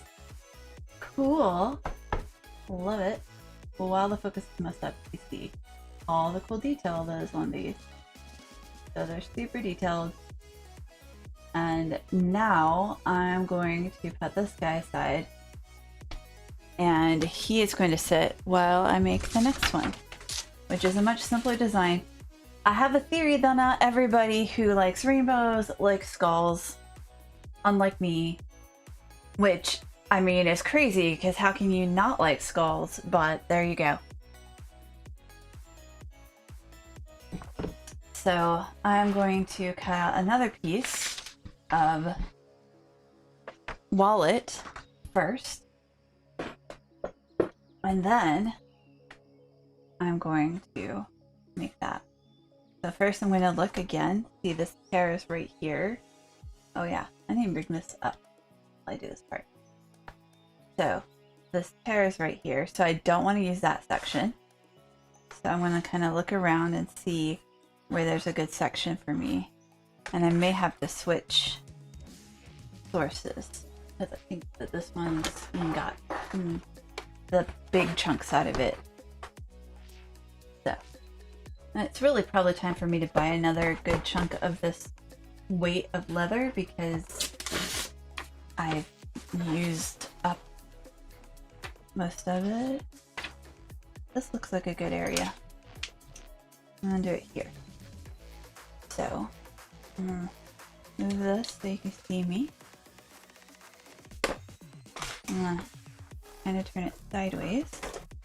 See, you can see it's upside down. Alright, I'm gonna turn it sideways actually, so that I can fit it on my table.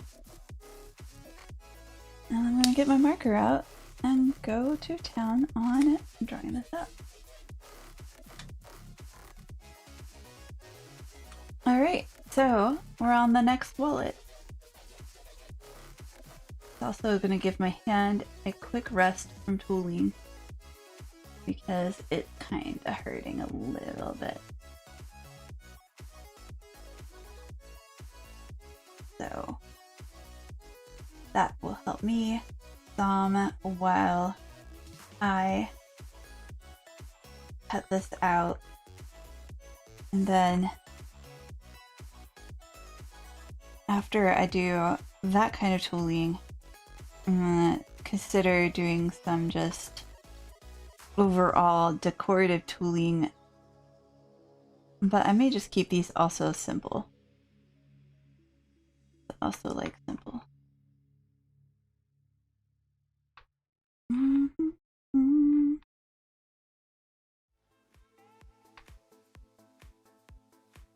Look, you actually get on the leather, not just the paper. I swear I can aim. Okay. Hey! Welcome! I'm so glad you're here. I am currently cutting out my second wallet section, or a section for my second wallet. I did the tooling for a first wallet right here. And the second wallet is going to be not skulls, because I have a theory that not everybody likes skulls like me. And it's going to be a little simpler. So let me know if you have any questions while I'm doing this stuff, because I never know what level people are at, and I literally just start talking about every little step I'm doing. Right now I am going to move it so you can see me do it. I am cutting out the leather using my leather shears, which are extra sharp. So, and the thickness of the leather is around 2 or 3 ounces. Not very heavy.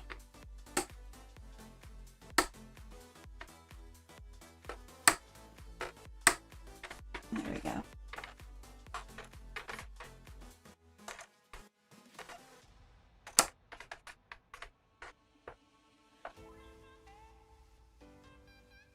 I'm just cutting this line here.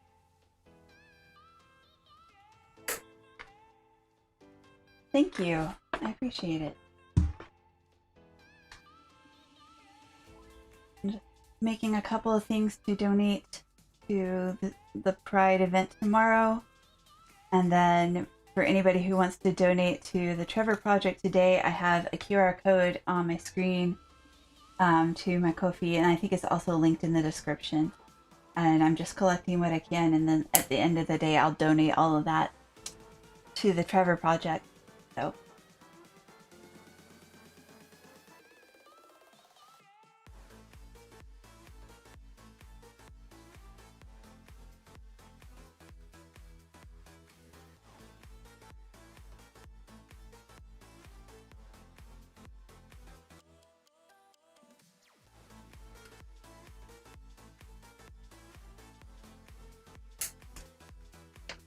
All right.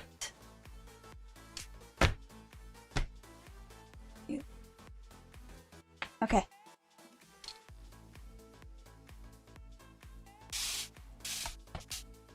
Just gonna get this soaking, and then I'm going to possibly make more noise than I should taping this. So I'm thinking about, so this is the pattern, this is the thing I've got drawn to be on the wallet. And I think I might mute my mic while I do that, just so you guys don't get like the loud tape sound. But basically I'm just doing it to protect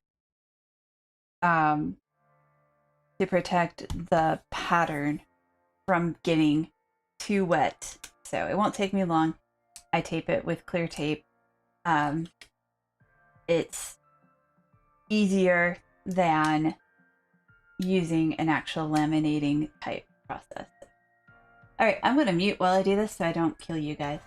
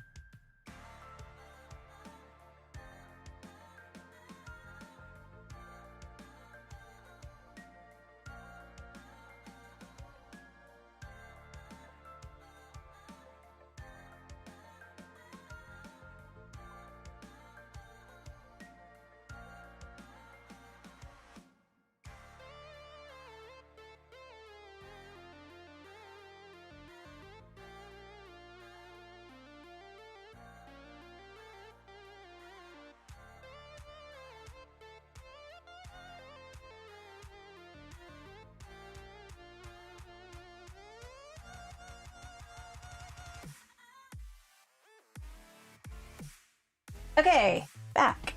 Just wanted to make sure that I didn't make anybody go deaf in the moments. All right, I'm just gonna cut this guy out.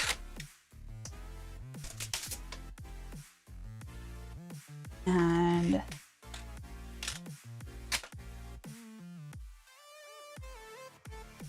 he will be ready to put on and trace.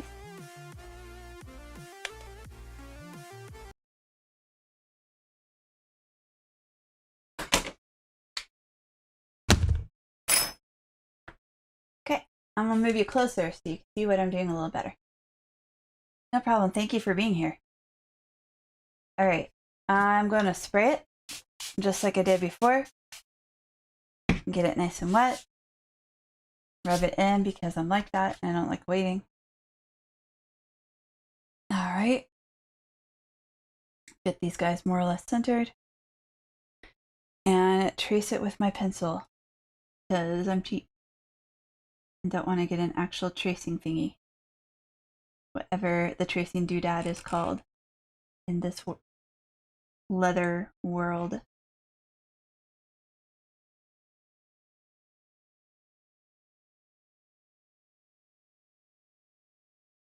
I think the hardest part of this particular one will be the swivel cutting, because there's a lot of curve and a lot of tight angles. but the overall design is fairly simple.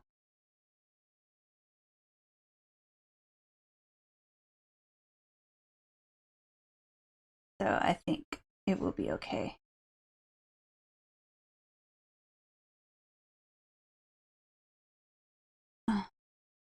I originally wanted to carve the Love Winds, but I just don't think that's a realistic goal. I'll think about that while I do this other hand. I don't have letters. What I could do is imprint it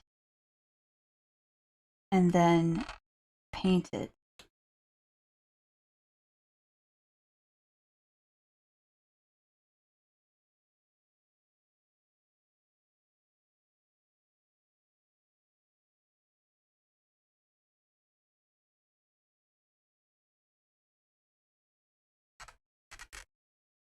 I actually looked at an alphabet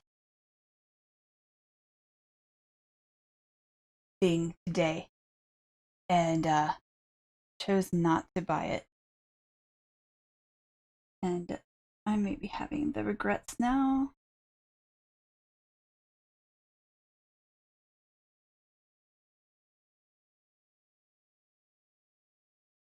Just let me know where to start pop colors.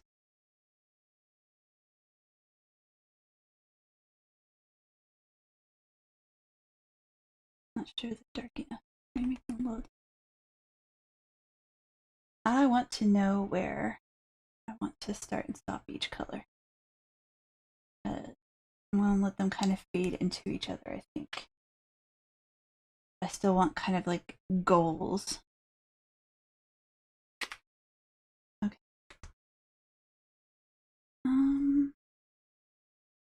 What if I just carve it in and then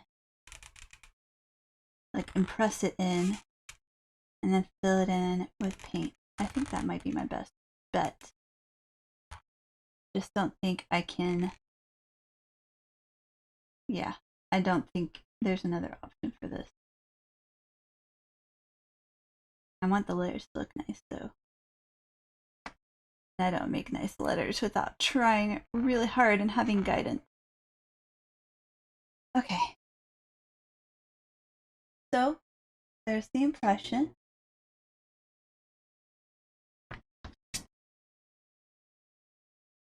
And this one doesn't need extra guidance after I've got the impression because there's no details that are left out. So I'm just gonna do this. Re-wet.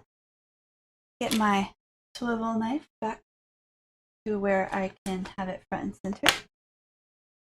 And get out my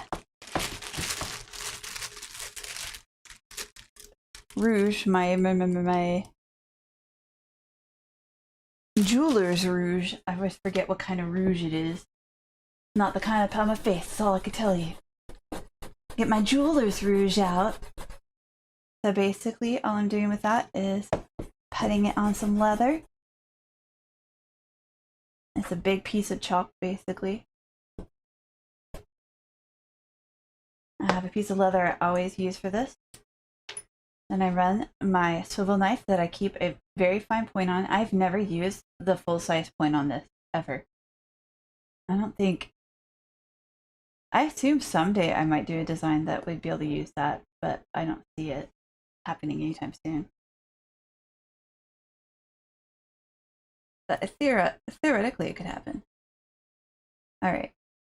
Now, I just need to trace out these shapes. So, I'll start with the tip of this finger. I like going sideways. So I'm going to break all the rules and go sideways instead of down.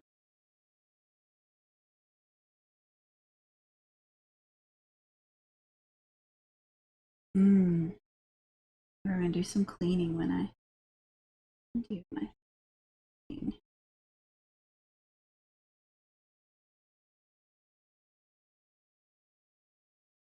So sometimes I can do really good swivel knife work. I feel like right now, maybe it's because this entire picture feels like it hinges on really good swivel knife work. So I'm like, I don't know that I can do really good swivel knife work right now. I feel very insecure about my swivel knife work. It's okay swivel knife work. I'm not gonna call it really good at all. Actually, it's pretty meh swivel knife work right now. Sometimes I can do much better than this. This is not great. It's definitely not my best. My only excuse is that I am very out of practice.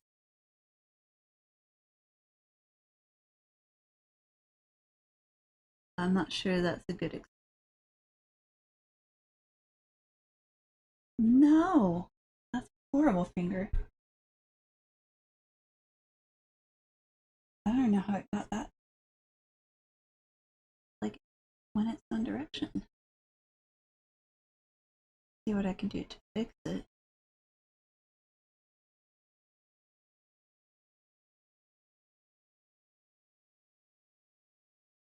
Yeah. That one's better. I don't know what happened with that one finger. Oh my gosh. Man, I'm not a low details person. This is not my type of art. I'm doing this because I felt like other people might like stuff that's not my style.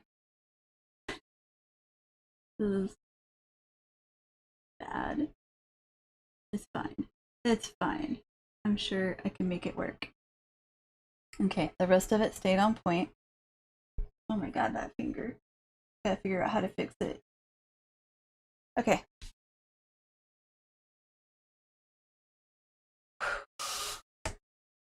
Man, stylized stuff is not my thing. So this is the original, by the way. Is not my thing. I'm trying to do this because I feel like other people like stuff like this. And I can appreciate it. I can think it's cute. I just don't do stuff like this.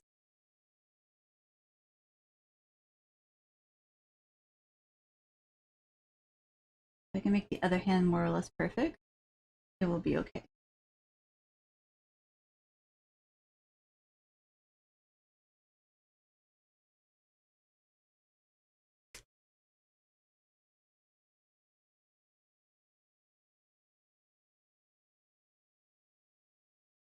Then it won't look like this. Well, it was designed by a third grader.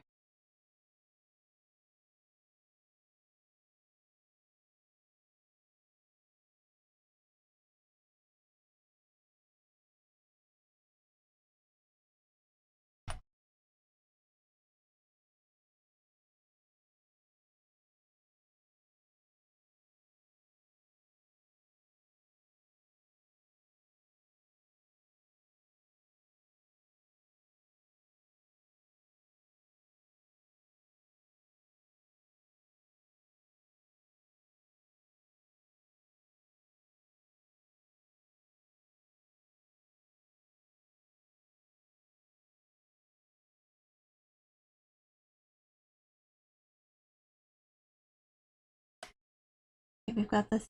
I've got this. I'm gonna go down this line and not mess up.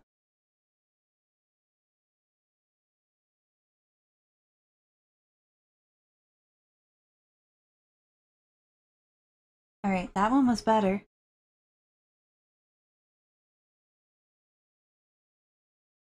Oh god. Okay.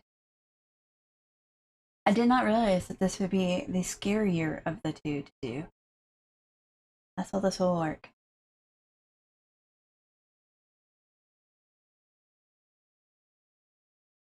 Put my rouge up. Okay, I have to now fix everything I just... That's cool. I like fixing my mistakes. Ah, okay. Let that soak in.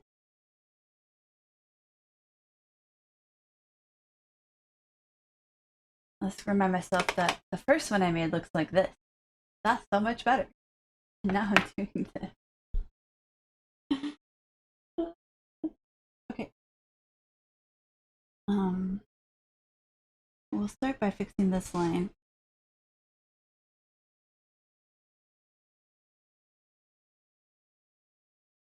I can make it look like a smooth line. And that will.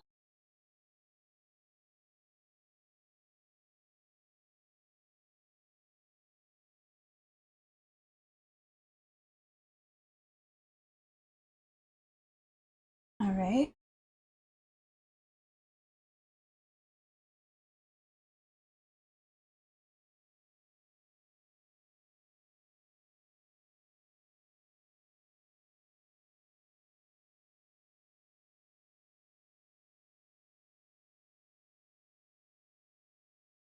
All right.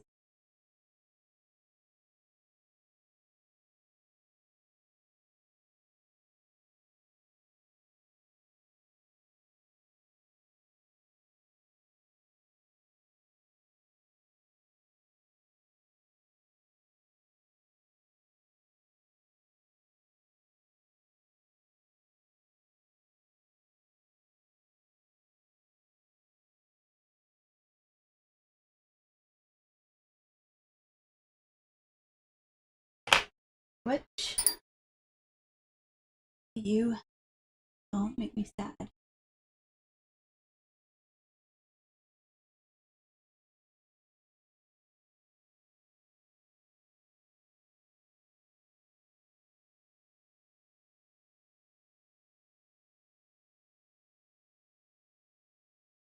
Curve out a little.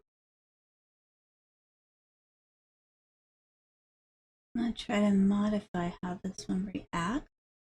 And that should give it a little more curve and a little less straight as a stick. Feel to that finger.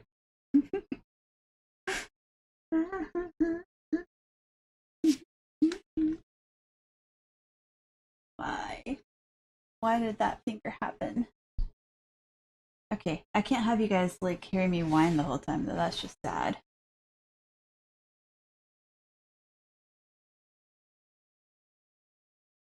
Almost got this finger solved.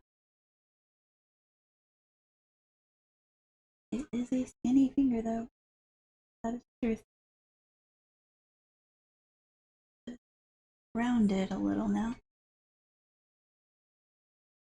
That's better. Good guy. You got.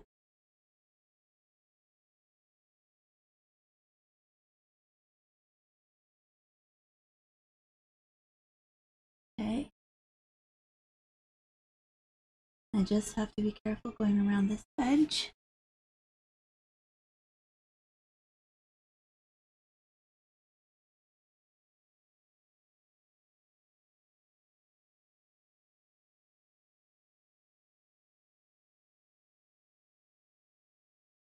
That one's just a little pointy. There. Done. Okay. Now.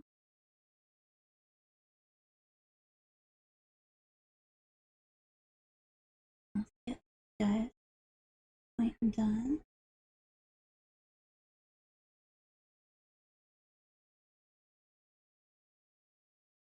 Alright, I rescued it enough that it's livable. Especially once it's painted. I think it will be okay. Man.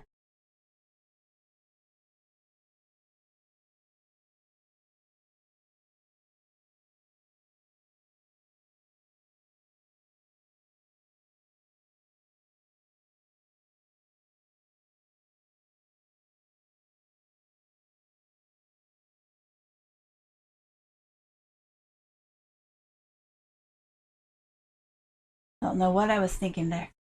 Except that I went crazy. I'm off screen. And there. You can get a little close.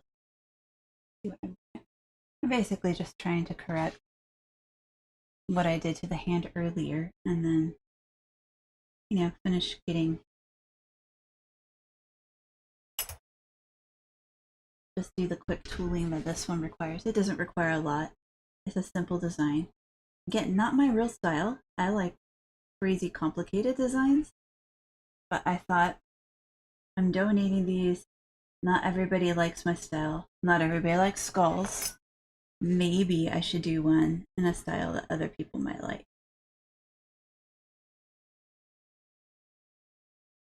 So that's what I'm doing.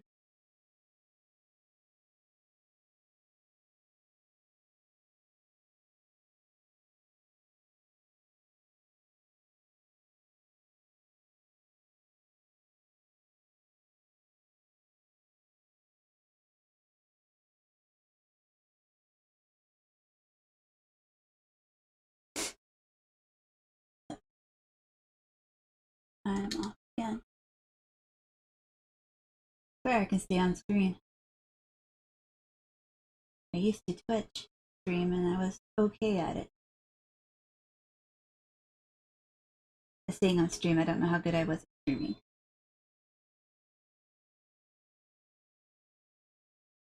I want to stream again. It's just been harder.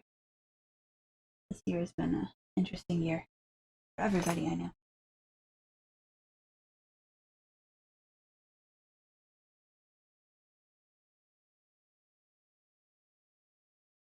All right.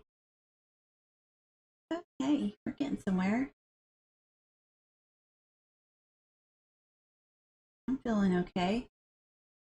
Going off the screen again. I'm feeling okay. We're making a hand that looks like a hand.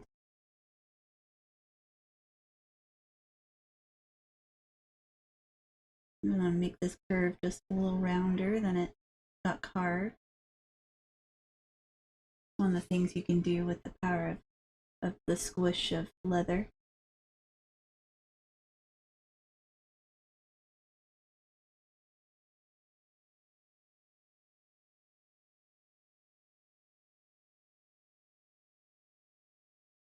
All right.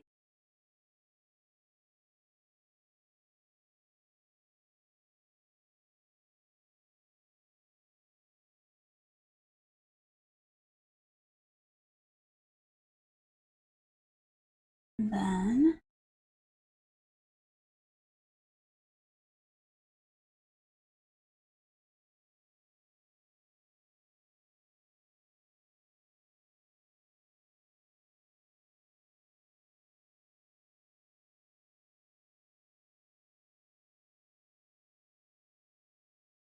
ta-da! It's off. Ta-da! That's one hand. Already done. That fast. Spray, spray, spray. Rub the water in because I'm impatient. And I'll get the other side done, and then I have two hands making a heart because it's the design. Two hands making a heart, which will be a rainbow heart, and the word love wins, which will probably be rainbow as well.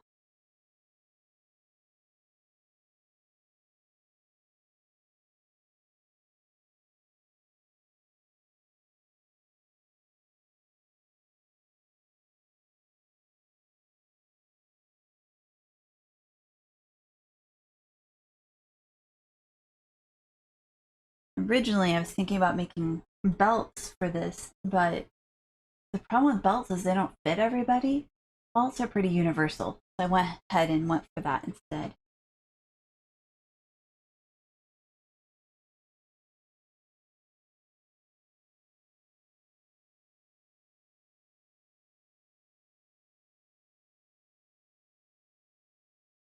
Okay, making this smooth.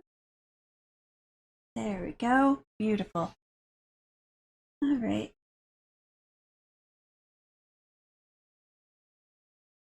Time for me to practice swivel knife again. It's okay. I actually have an armor. I have an armor project planned. It's just gonna have to wait for me to finish Rococo Peach. So she's got lots of pieces. But my next armor project is in my head. It's there. It's planned. I'll be doing some leather armor. Okay. Duh. part is put together.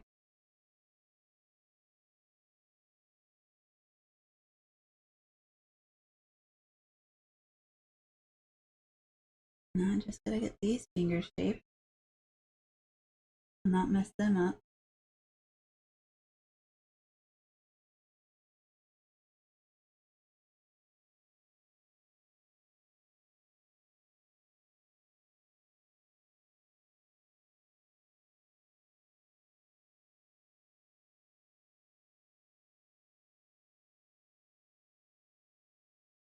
All right. One. I don't know why I decided to start counting the fingers. You did not know you were on Sesame Street, but you are.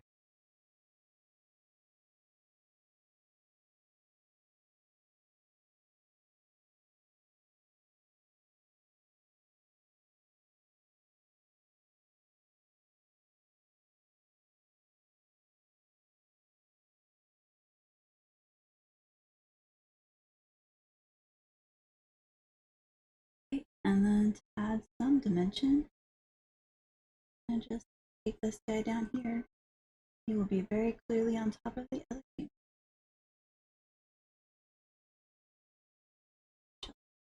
Why are you doing?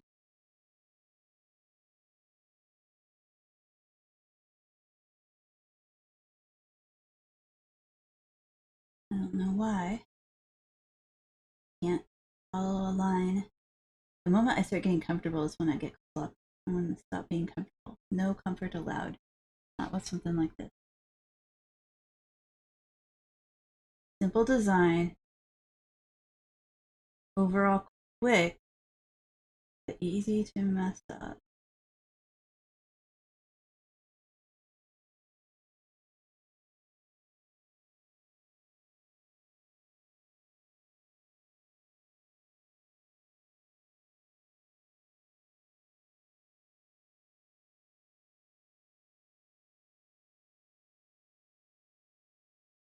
So, hey, welcome!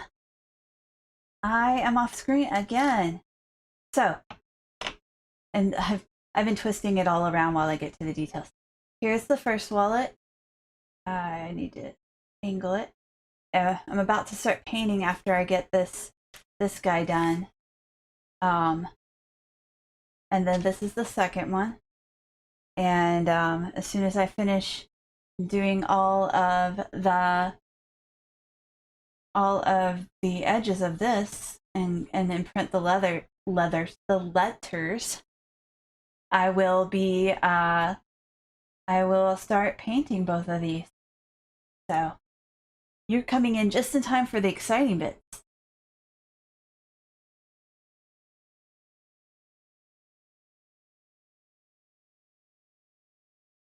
All right, I'm gonna switch over to my bigger guy and go down this edge. How are your days? I keep forgetting to ask because I'm so like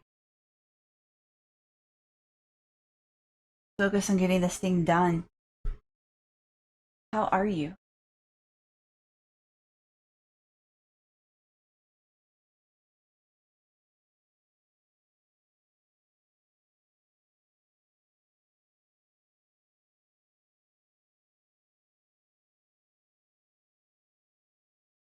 Good.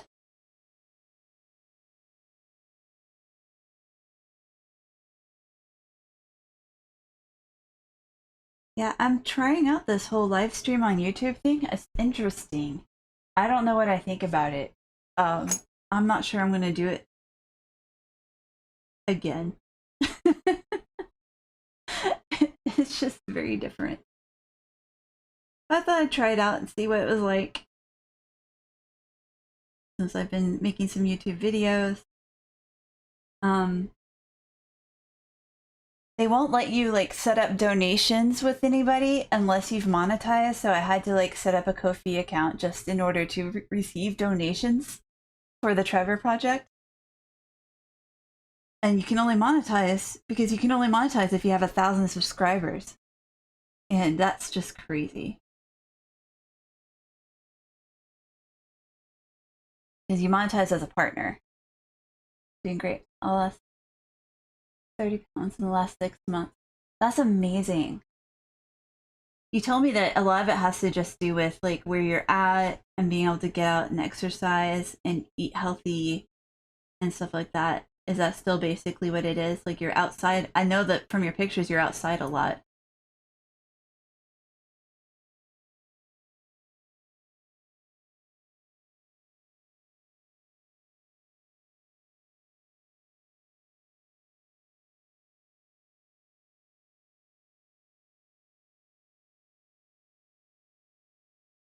Also, by the way,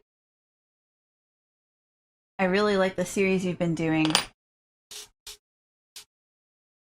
on the pride flag themed tours. They're awesome.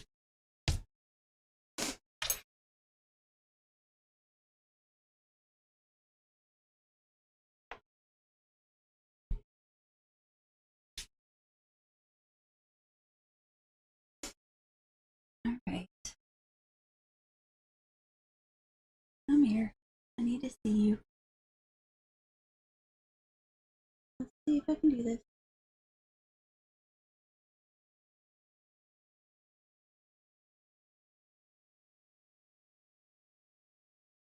I'm all in now. Whether or not I feel like I can do this.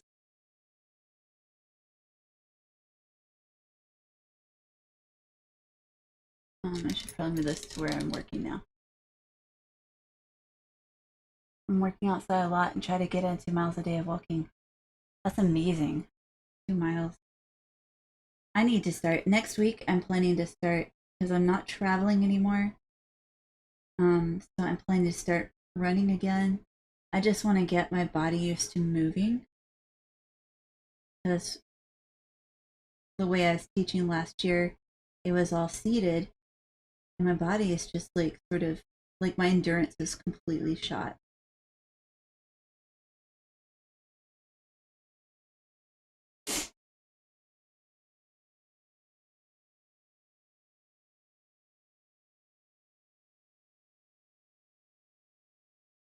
Working. I like.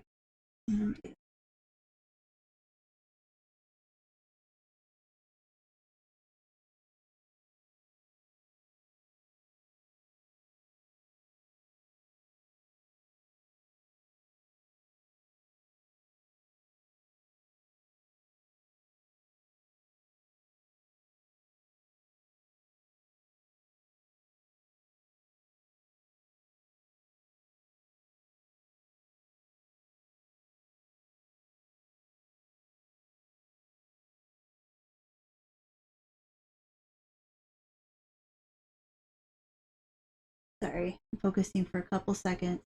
I basically am just sort of calligraphying it in some ways. I've angled my thing and I'm just letting it sort of press in at whatever angle it's at to create its own little direction.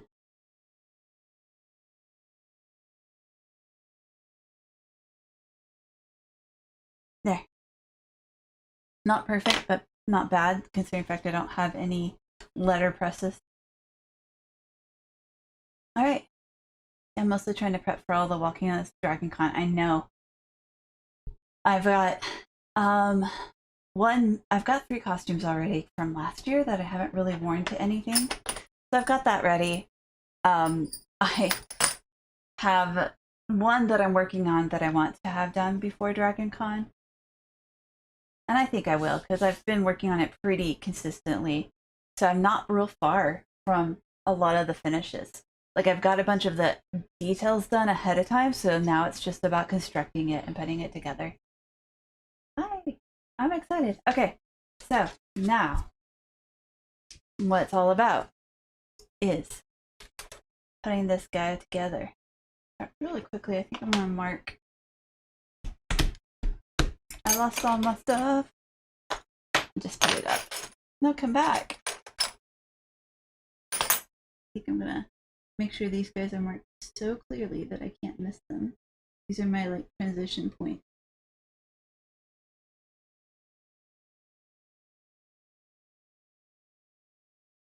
All right.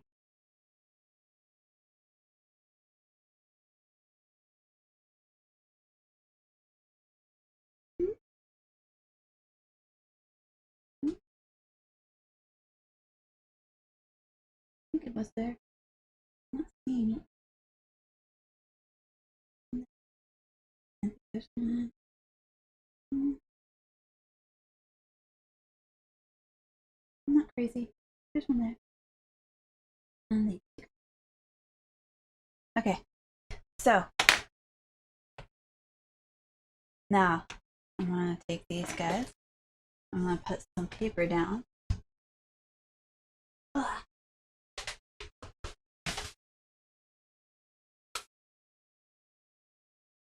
Theoretically, I'm gonna put some paper down. My paper is rolled away from me. Ha! Fun! So, I'm gonna put some paper down and then I'm gonna paint.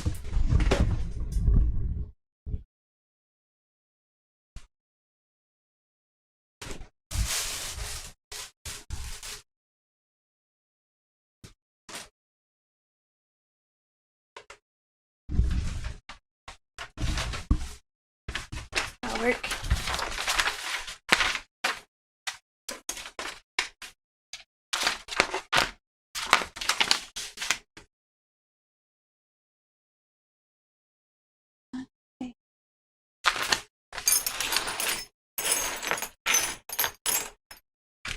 Okay, now I'm gonna let that refocus itself for a second. I'm gonna put my stuff up so that I have more space. Tooling supplies are no longer needed, so.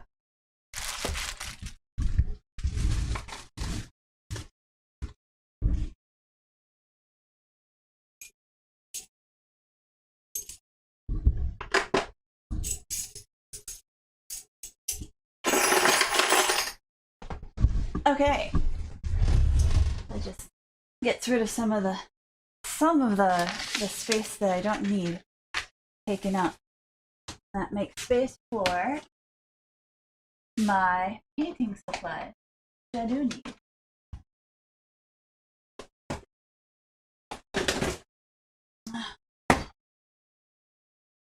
All right. While Love Wins is drying.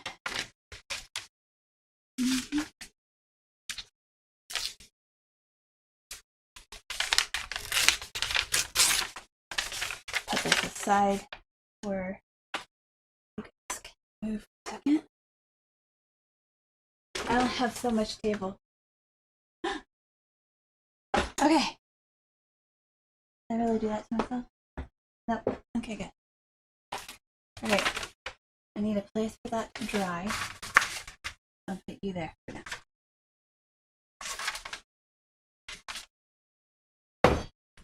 Okay. I'm gonna start with the skulls because I'm most scared of them.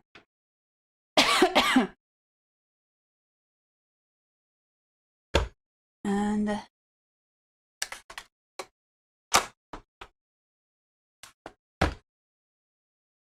yeah, so I want these to be rainbowy.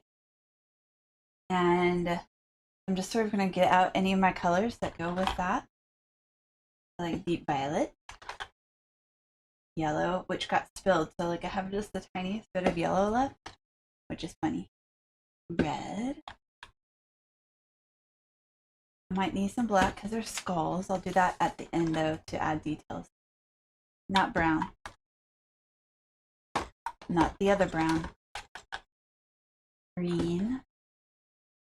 Blue. Okay. And now I hit the wall of feeling really insecure about how to splotch. Because my thought is, I would like to sort of, let's see if we can arrange so you can see better. I want to sort of flow the colors onto the skulls. And this is not my strong point. I'm actually very much a planner with color and everything else. And I'm afraid it's going to look bad.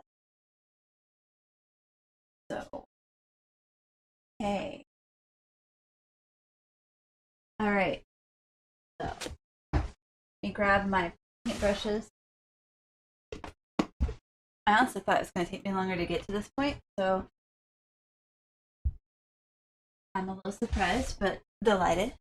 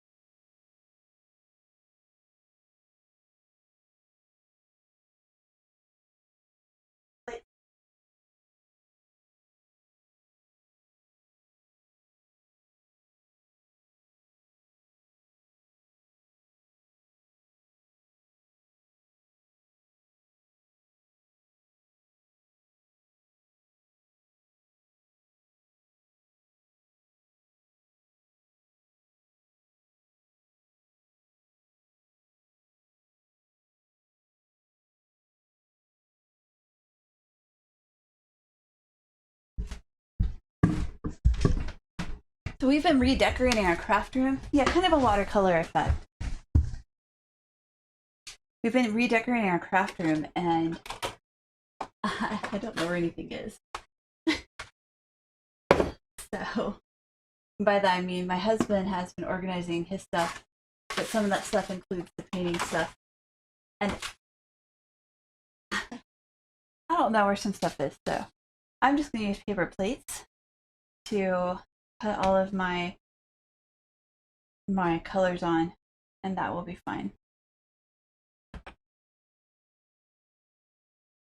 And probably need my cup.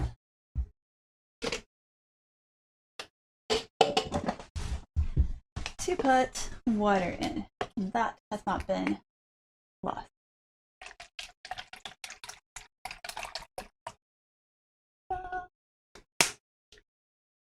And a paper towel. I have all my supplies in one spot.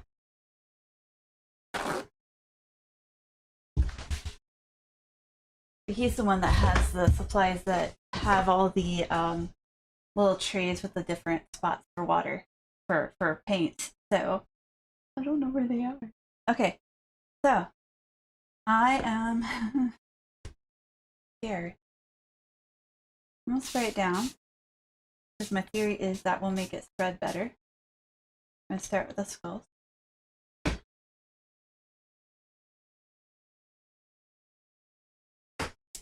Maybe if I also water it down a little.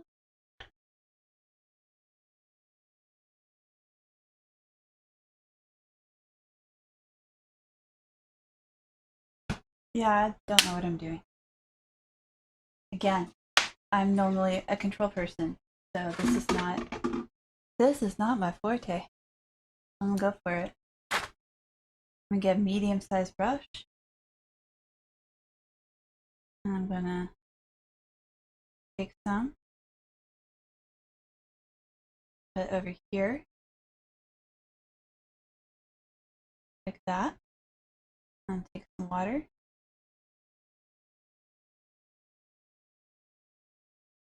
And make sure that's most thing into it.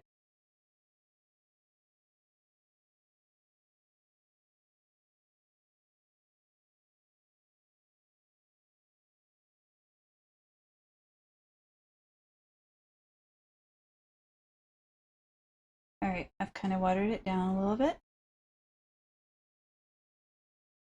Spray it again. Oh, sorry. Yeah, I'm not on Twitch. I apologize. I'm trying it. What happened when I did that? Not great. Okay. I'm trying it with I'm trying YouTube this time. So what I've done so far is this is the outside of each wallet. I've tooled them. So this one's skulls. They're going to be rainbow skulls theoretically. And then I've tooled this one, which is a much simpler design, and it's literally just going to have a rainbow heart in between with some rainbow letters, which will be much easier. And right now, I'm going to attempt to make a watercolor effect, and I'm terrified. This is not my style. So yeah, I appreciate that suggestion. So I've wet this down so it should spread. I've wet the blue down. I don't know where to start.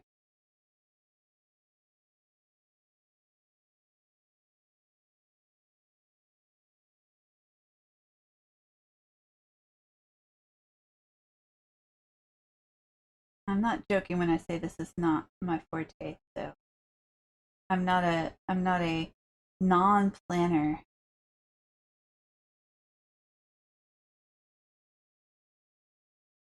All right, there's blue. Next color.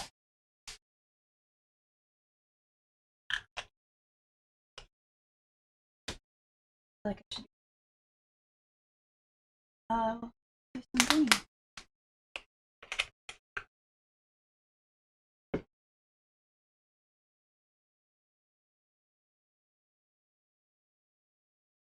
Kind of cool. It's sinking into some of the deeper places. I like that. So, not really a test piece. I'm just sort of going for it. This will eventually, and it backwards to you because I've got it upside down, but it will eventually be a wallet. This looks like a test piece, but I have other pieces also to it and make it into a wallet. As weird as I'm being about all this, I know kind of what I'm doing. Except for the painting like a watercolor thing. I don't know how to do that because it's not my thing. I like to plan. I appreciate people who don't. Because I am a control freak. Alright, so I'm going to do the same thing again. I feel like I need a second glass for the warm colors. So they don't get mixed up.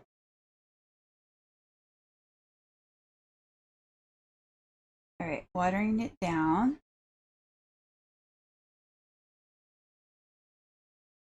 I'm just going to throw a little in. I have mossy and have green on the bed. And just a little bit near your eye.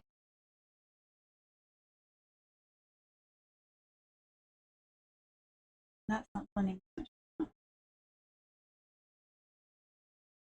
Okay. Blend.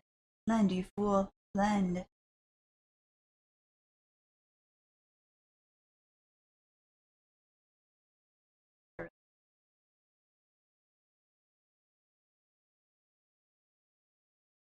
Wish I'd pay more attention when Bad Mood does this. Yeah, me too. Um, I, I, I've seen her do it once. She's just so good at color and paint and this type of stuff with leather. And I don't have a lot of trust in myself with maybe alcohol that's in it. Theory should make it dry faster. See, yeah, it's okay. I mean, it's. I don't think it will look bad. I'm just really. Let's just stay with the. Oh, that's black. The cool colors for now. Man, I hate opening this because it gets. I don't know what it does. But yeah, no, I know you do like awesome stuff with the miniatures, and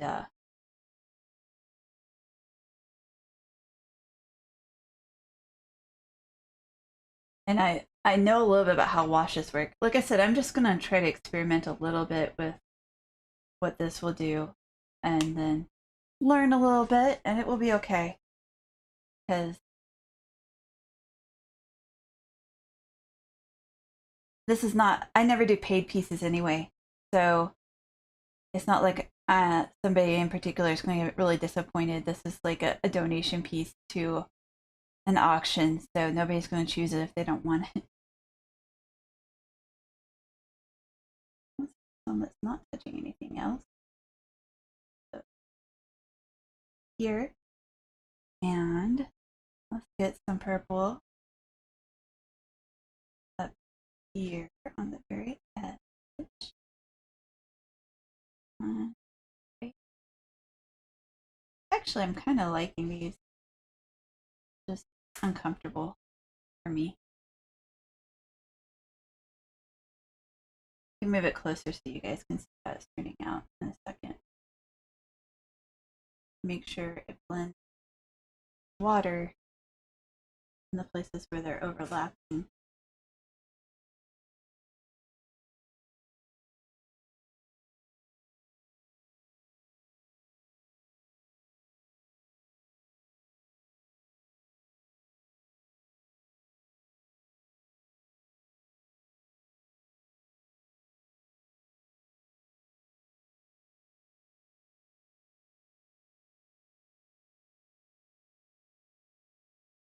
Almost put that in my coffee.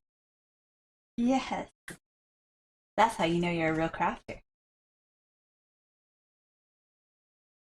Yeah. Well, I don't know a whole lot myself. I've only done certain things. Yeah, stuff everywhere.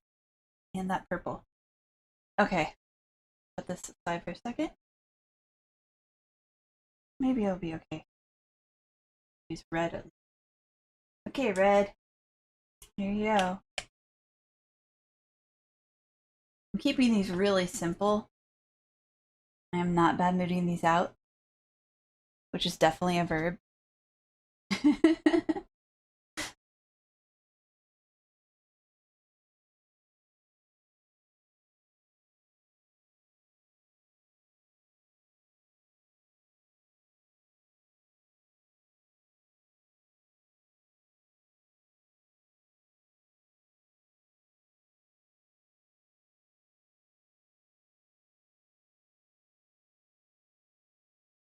Let's let you have like red thing going right down your face. Right there.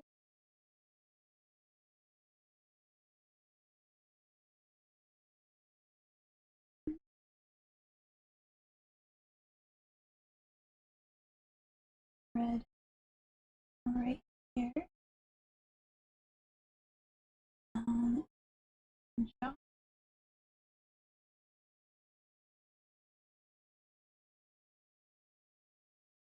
Up,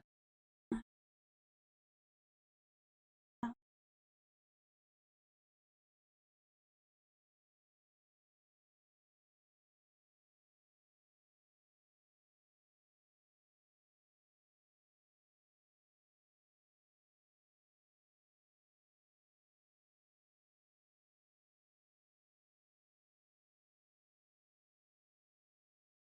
okay, I think I'm feeling better about it. I think it will be okay. They'll look okay. Will they be the best thing I've ever done? I don't know. That's true. I think they'll look.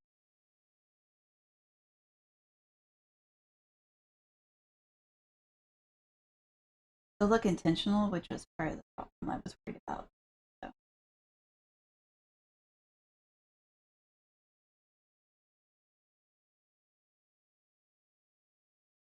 And I'm kind of getting a pattern for myself on how to do it, so I can do it again in the future better.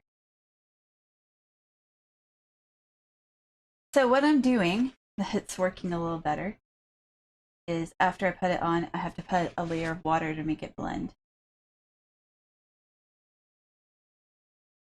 And that seems to make it do better.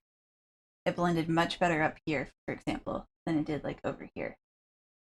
So, all right, I'm learning. Sorry, I'm muttering to myself while I do this, but here, I'm gonna move you closer and try not to get the wire in my paint. That would be dumb.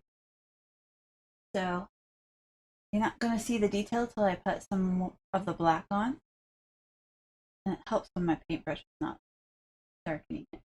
But it's actually turning out okay. And I will be doing some black to help bring the detail out. All right, let's do a little yellow.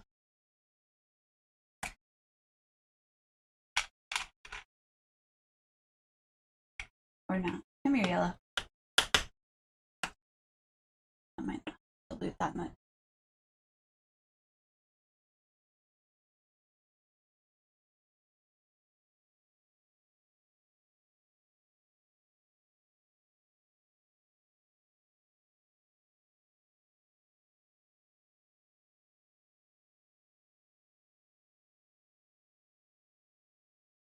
yellow is already pretty light. So then I'll just make sure the edge is not done. And that should be fine. Okay, I'm getting this. Great. And again, make sure I delete edges.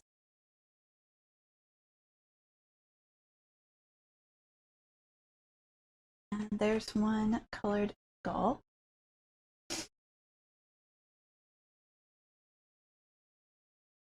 I'm gonna go back over this green in the middle.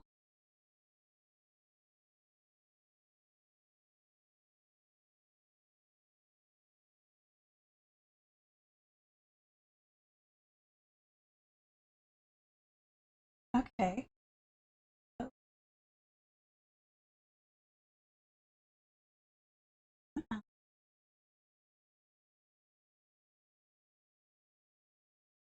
And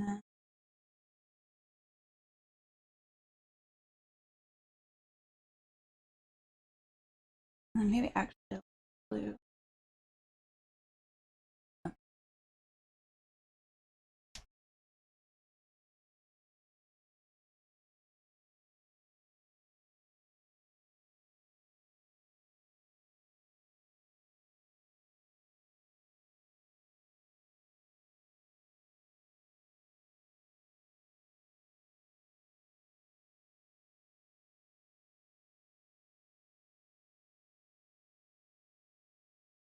Okay.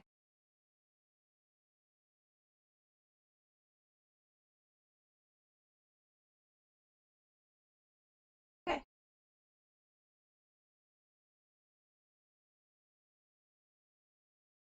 And then more yellow. Oh, rinse the brush off first. Okay, and then more yellow. I haven't done yellow up here.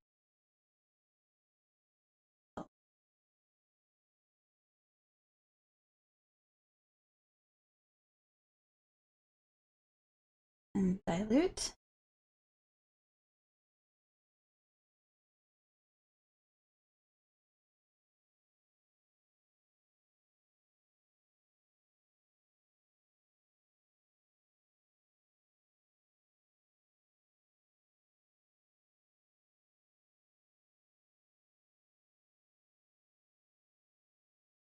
Okay.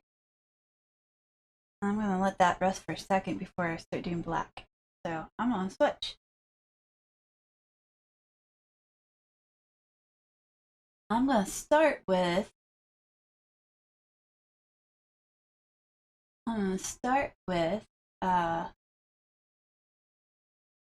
I think, oh, what color should I mean, red's at the top,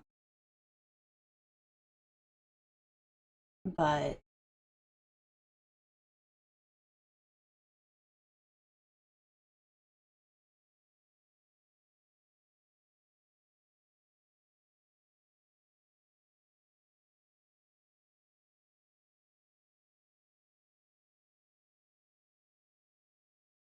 if I start with yellow in the middle, that's like safe. It won't be bleeding blood onto.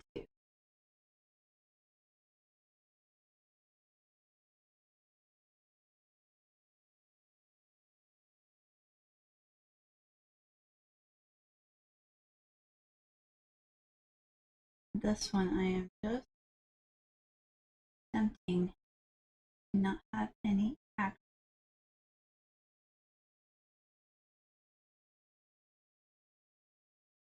When it's certain neck.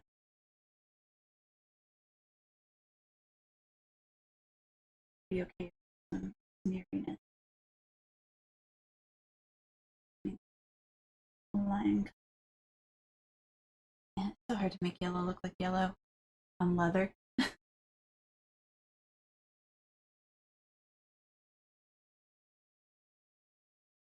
Yeah, that's the well, yeah, the idea is actually, oh, I see what you're saying.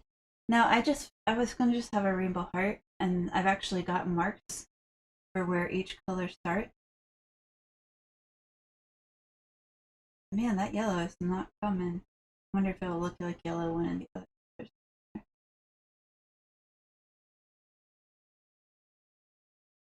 colors. Yeah, color. Yeah, color.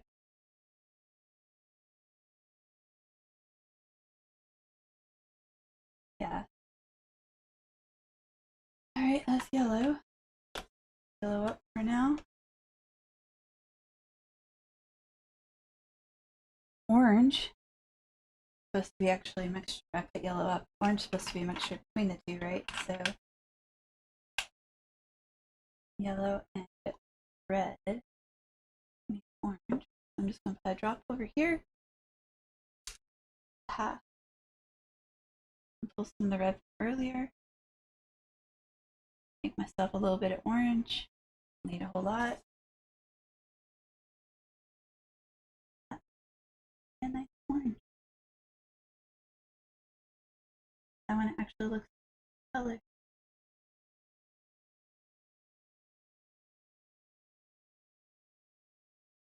Okay, that one's done.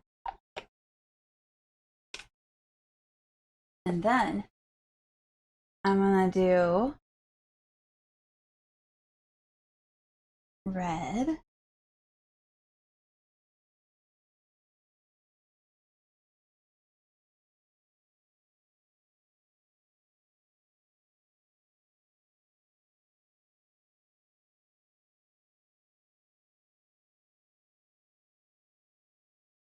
Interesting how soft the color is on.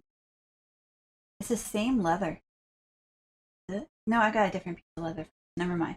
I feel better. But it's just not coming out real strong.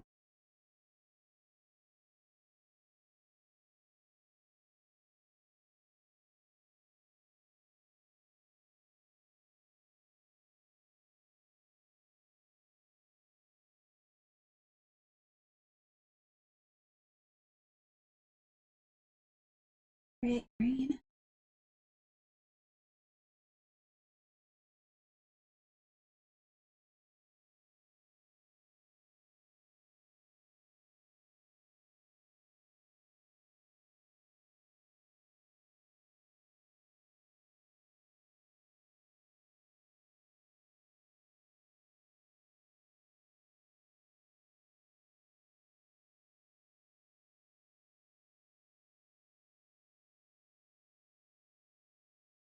Uh,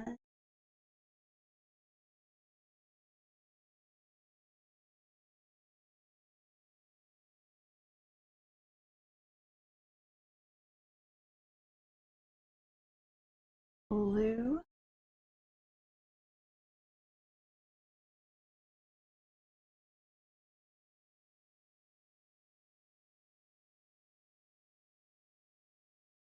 It's starting to show this rainbow.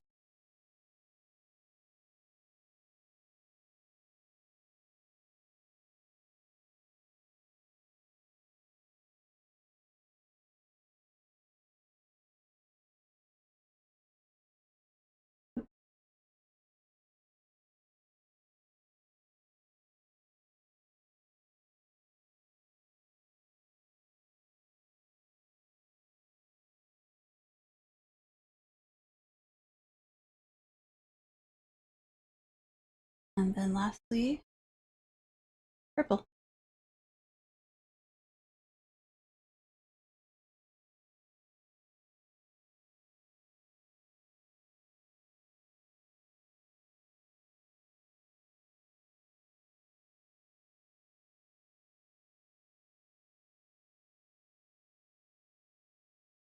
That blue kind of went a little crazy.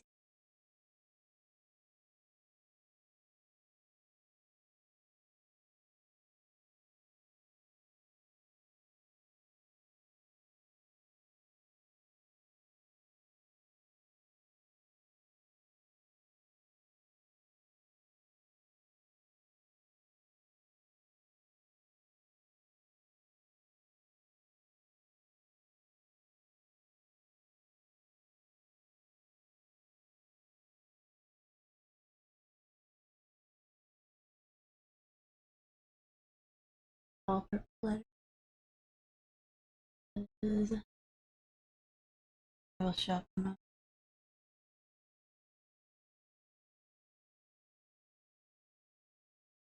Because I like.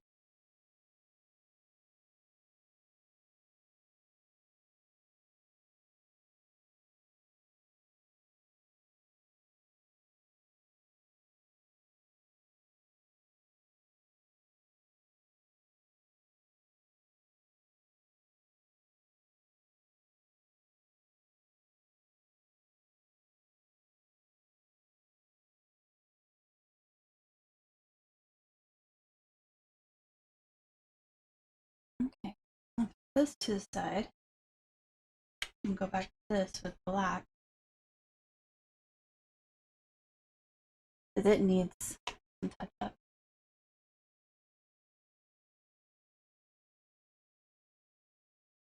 To bring out some of the darker features in the background.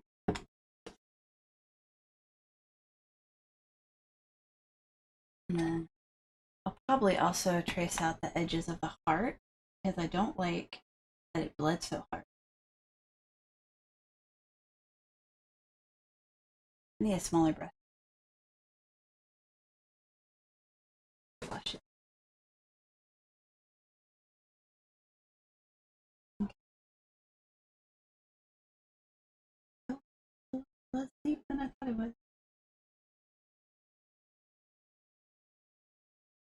Huh. Ooh. Here's a piece of leather. Okay. Mm-hmm.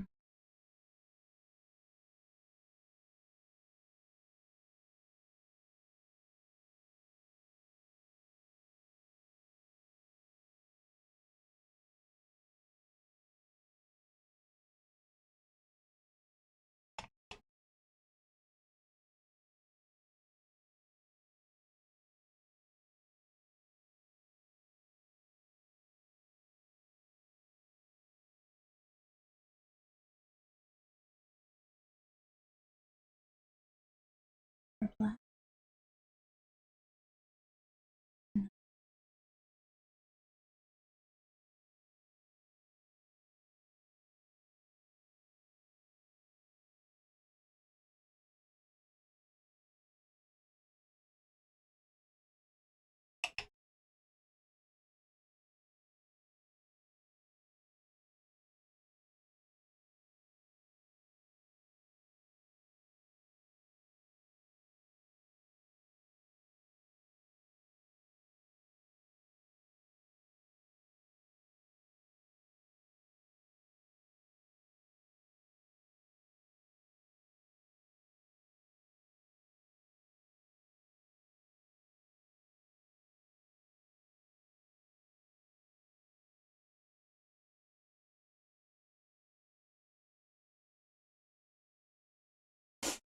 Alright.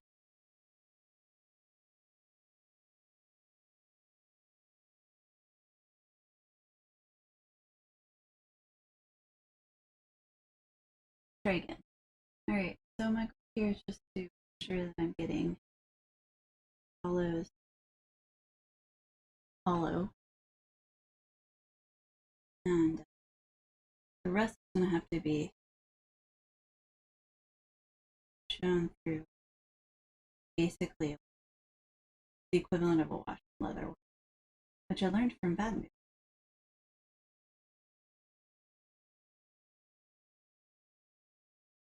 Because she's also really great at sharing.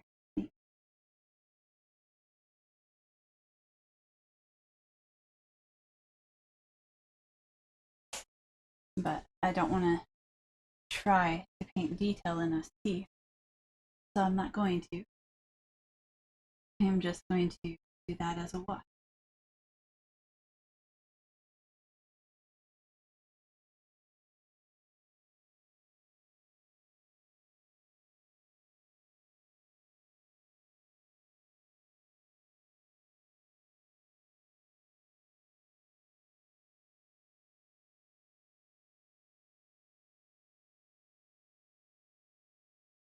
But for now, I'm going to try to make these cavities look a bit less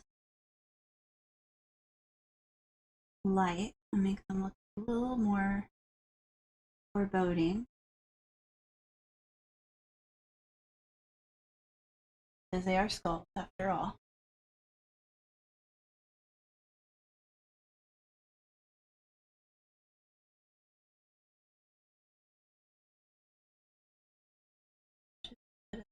Right.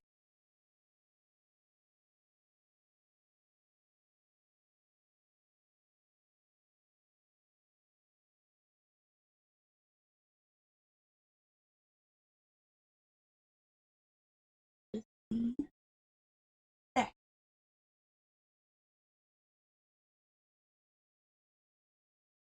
Right. I cut it out.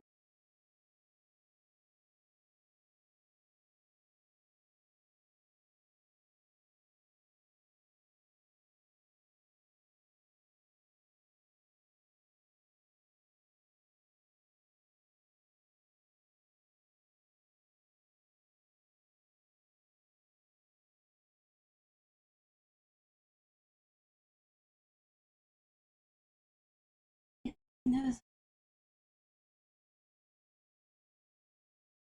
and the teeth will come in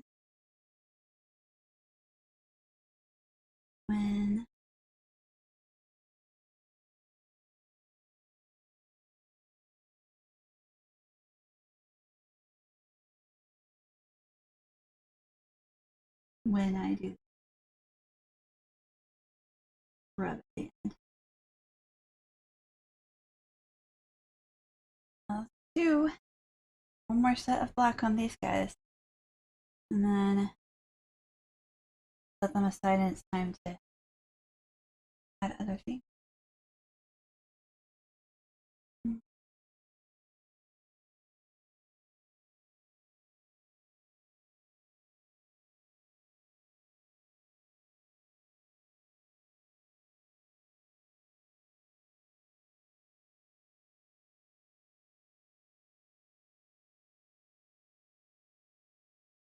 I'm actually pretty excited.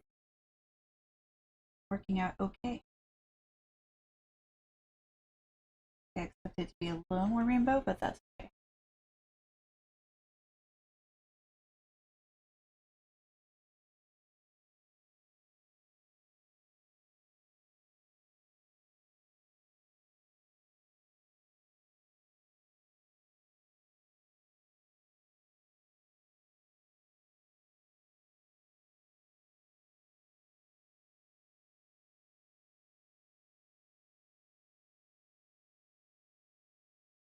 I muttered to myself, don't let me get by with that. That was a lot of black. I need to soak some of it up.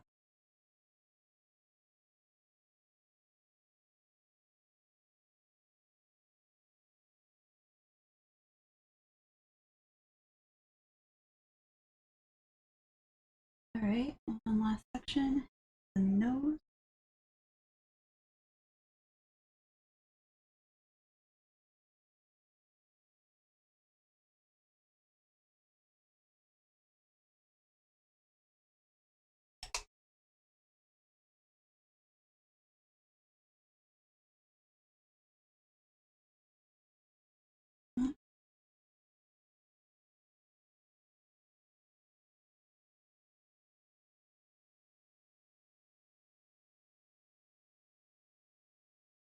Right.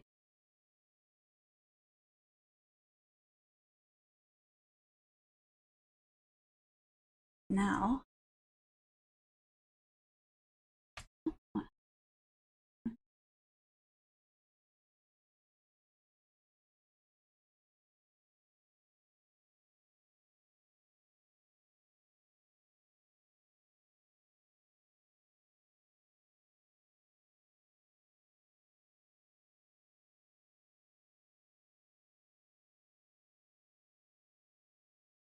don't know why that said leave did, and I can't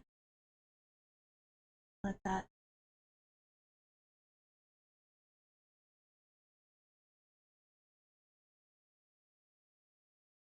Okay.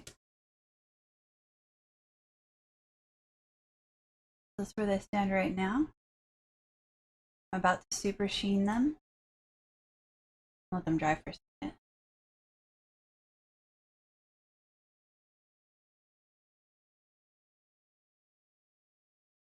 It's blue.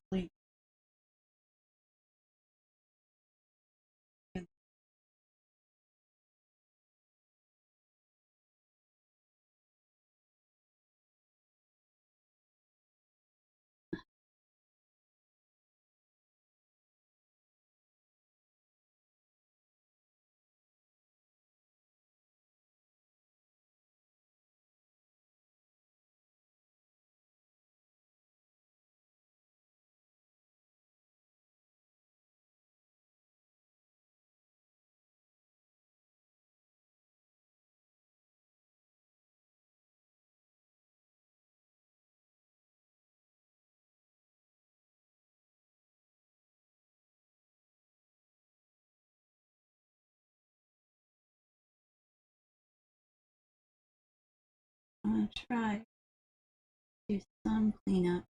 Just painting black around the edge. Probably not gonna be enough.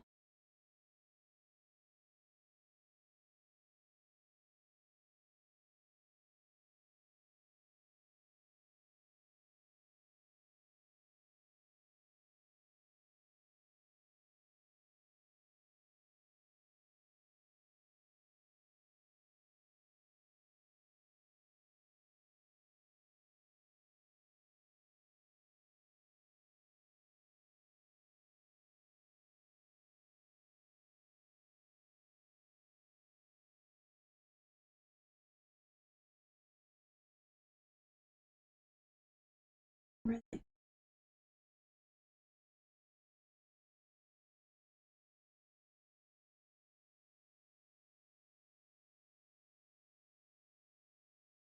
Like I'm putting on eyeliner to cover that night out.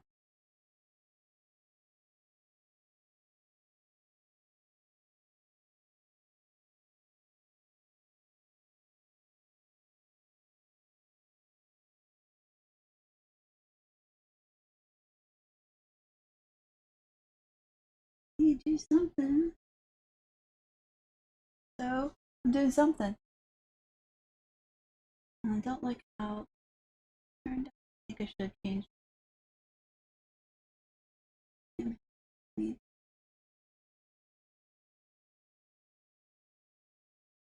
brush. Just better.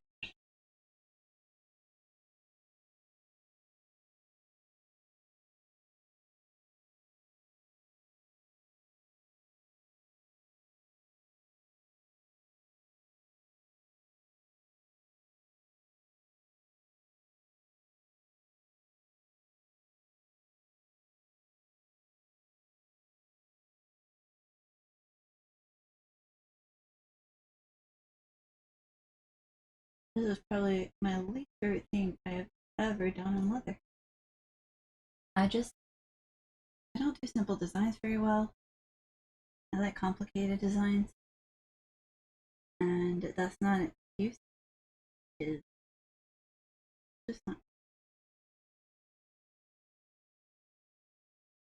Well, it should be functional.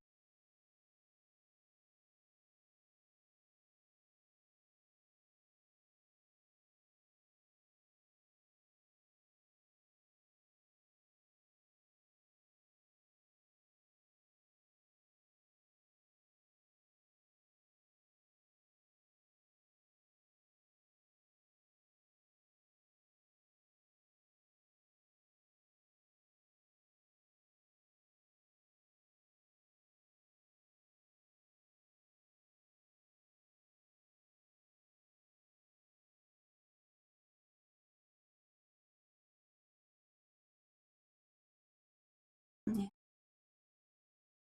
it's there.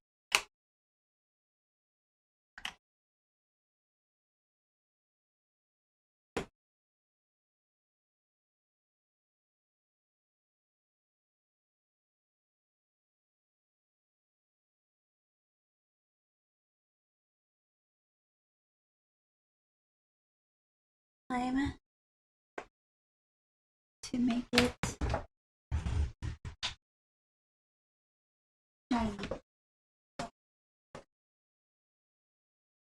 Super Sheen. Should probably rinse out my thing real quick. I will be right back. Give me 2 minutes at most.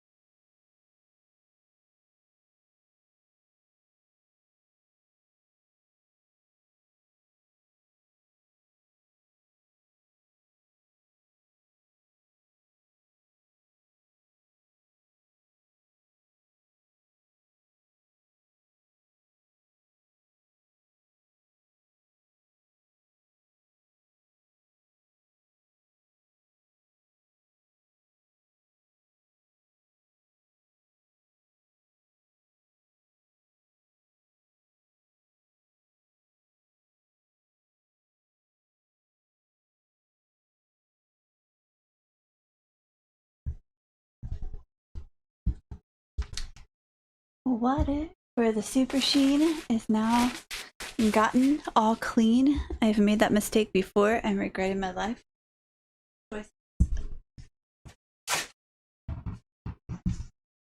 I've cleared out the paint. I mean, I'll still need to clean, but at least that's cleared out. Okay. I'm gonna start by dabbing with Sheen. I will not start by dabbing with Sheen, apparently. Oh my god. Come here. Open. Why? 1 sec.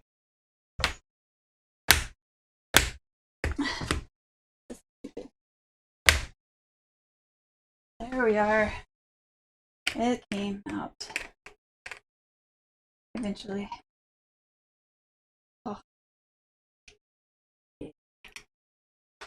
I mean, it's basically a watered down glue. And it shows every so often.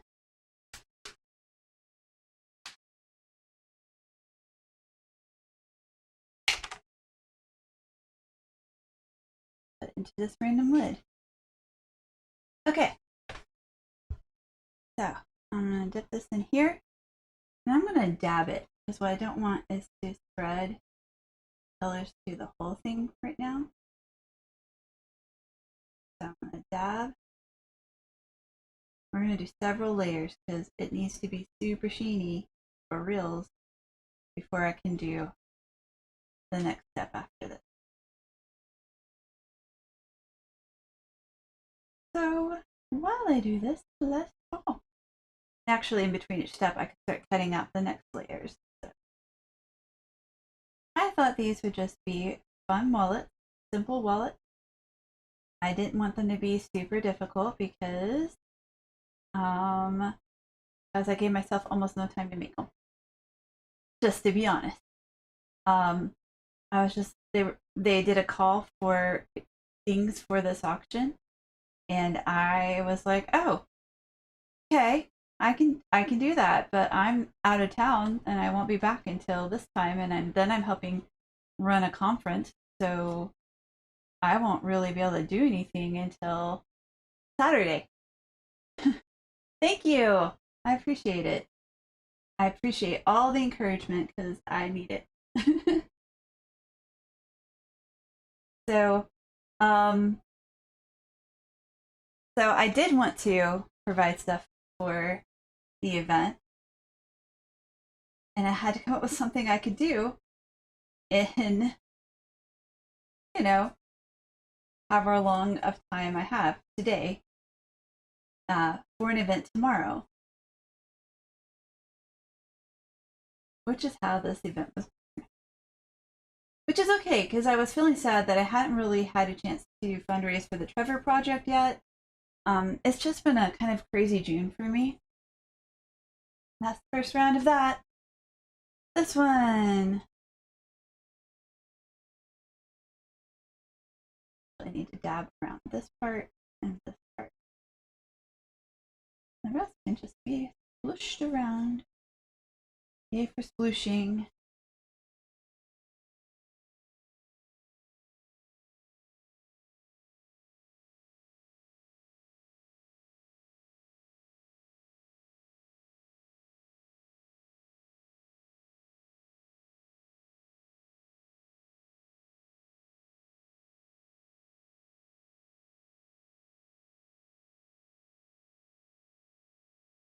No. What are you? You picked up something from my paper. No. No spreading purple. So the purple dye is insidious and it will get all over everything. It gets into the crack of the bottle and then it just sort of sprays crumbs everywhere. And I hate it. I use it because I need purple, but I hate the purple dye. I don't have it. None of the other dyes do that. It's just the purple. I don't know why.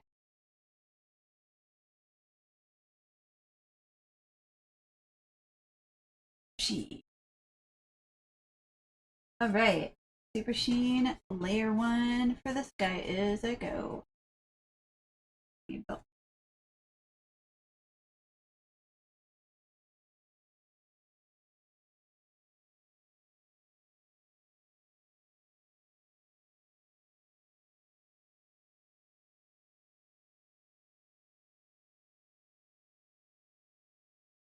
Alright. Super Sheen for you. Layer 1. Not quite dry. Let's go ahead and start packing up stuff and make some space, and then I can start cutting out some of the other parts. These guys are actually done. Need this, I will need this done. You guys are all done.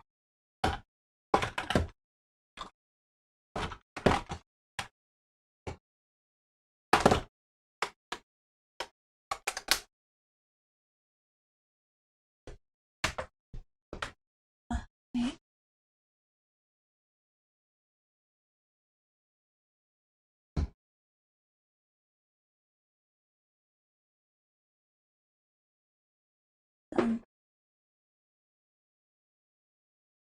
So while I clean up, let's see. I hope everybody is coming out of the insanity of this year at least a little bit. I can't promise we'll stay there, but it looks promising that we'll at least get a break. Okay.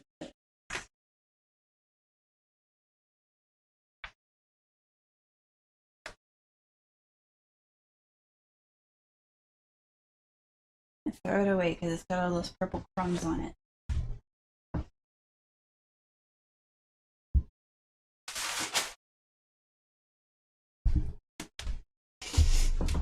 Okay, I'm back to feel the Super Sheen. I could probably deal with another one. I can probably pull this back.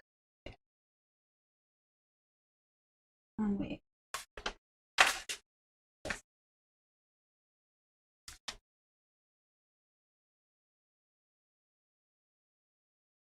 Move my stuff around. And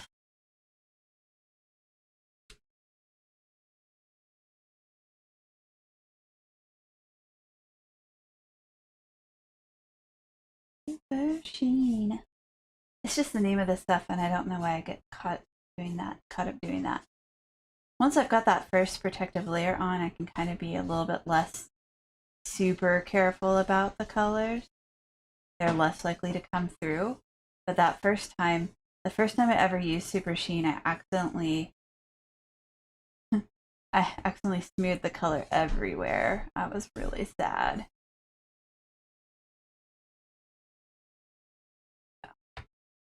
Alright, these guys are gonna get really shiny. You need them to be really resistant to things before you can put in, I don't remember what it's officially called, but basically a rub that will go into the frac.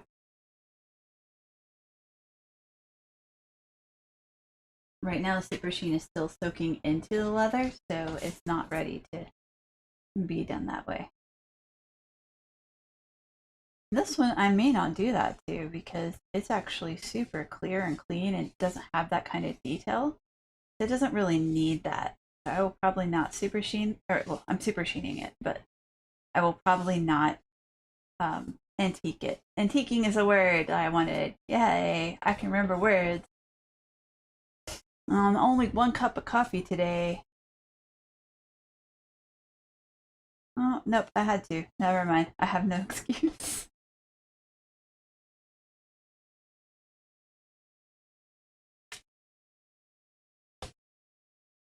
Yeah, antiquing.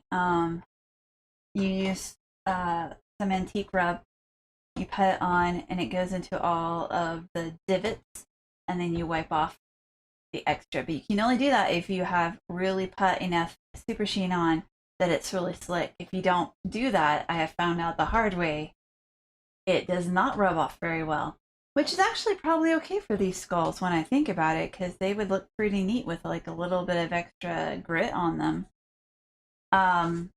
But it's not okay when you've made, say, a ball dancing bell with her Prince Adam, at which point it's just really depressing, and then you put it away for 6 months because you can't stand to look at it. I mean, that I would guess that would be the result. All right, so I'm going to cut out the interior, and again, after this is over, I'll link this in case you want to make your own wallet. The interior is just a little bit smaller than the exterior. And I'm going to make it out of the same stuff.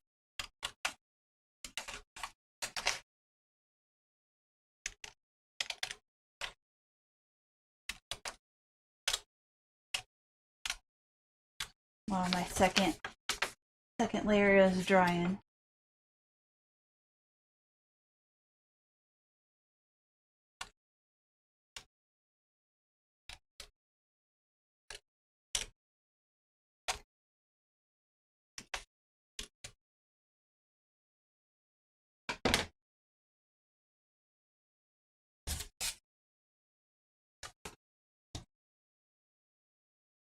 Alright, so this is the interior. Okay.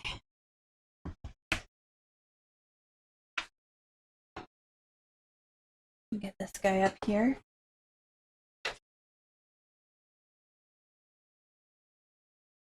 Actually, I want a less stiff section for the interior because I want it to be a little softer. I'm gonna move this so I don't knock it over, because if I knock over the Super Sheen, I will be sad. Alright. I'm gonna move it, take it from right here where it's pretty soft.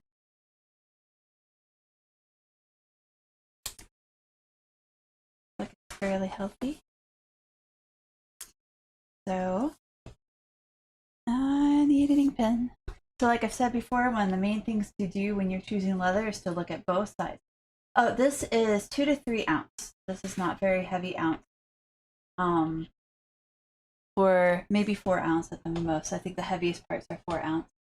And then for the inside, I went and got like real light stuff. I wanted 1 ounce, but I actually don't have like open tandy leathers around me right now because of some things that happened, like a pandemic. So I can't just like stop at the leather store like I used to be able to do. Things have gotten a little complicated when it comes to supplies. So in the future, I'm going to have to start like ordering them online, I think.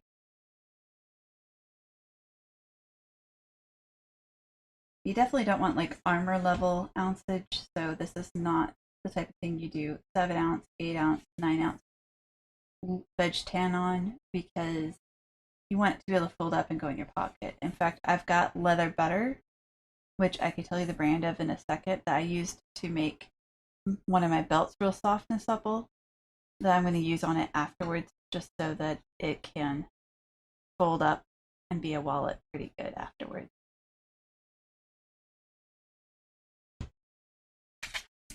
So there's one inside, and I'm going to do another one right next to it. Oh, actually, I might not be able to. It looks like there's a cut. See this cut right here? I don't want that on it. So we'll start with this guy.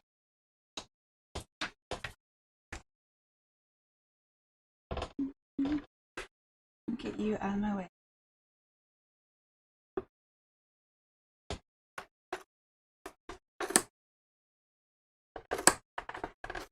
Usually I actually cut exactly on my lines, but this guy's rolling up on me and being annoying, so I'm actually usually pretty careful about how I use my leather.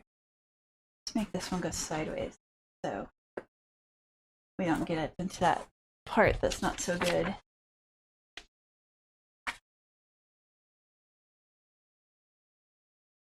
Alright, this will fit in here pretty good.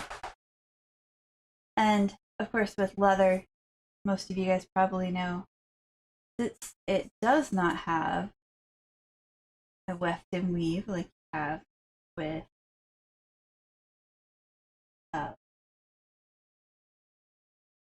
fabric. You can actually sort of make stuff fit, which is like such a nice break. Let me tell you.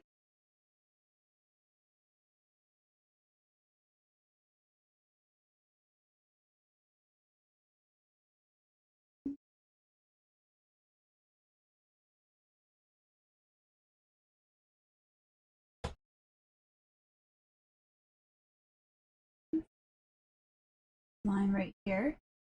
Can't tell if I'm even on screen anymore. I'm not. Sorry about that. Been about trying to get things to fit in the space that I have right here on the table. Alright.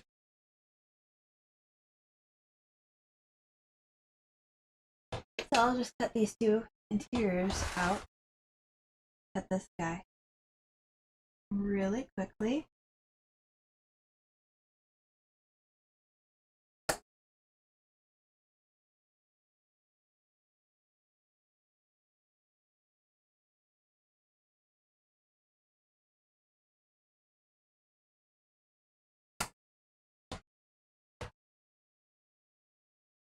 And I'm gonna drop them on the floor. Fun. Okay, so I am done with these leathers. I'm gonna check my guys, see if it's time for another layer, and it is. Let's just move you. There you go. I'm trying to make it easier to line everything up. Okay. That's what I was trying to avoid, but didn't quite avoid it.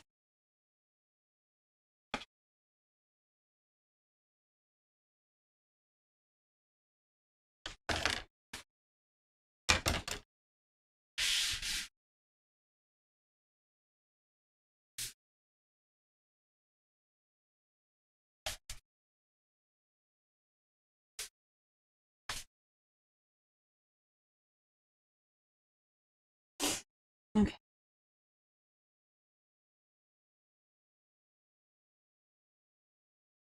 Let's put another layer on the skull.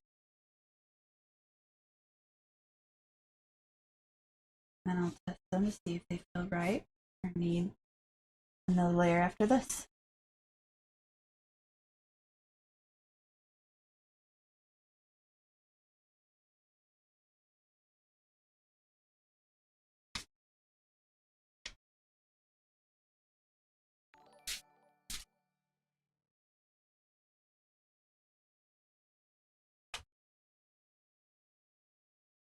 My nails attacked it. And they're cut off too.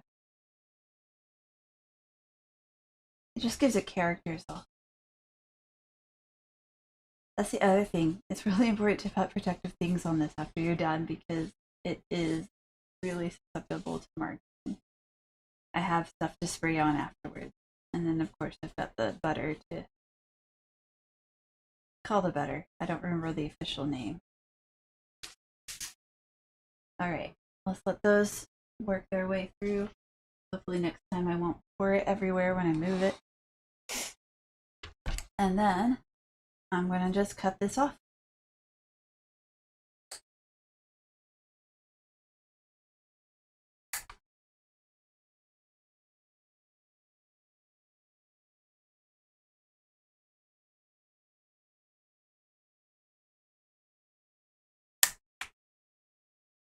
The one thing that can be said about shears over a knife is that they are a little bit more mobile.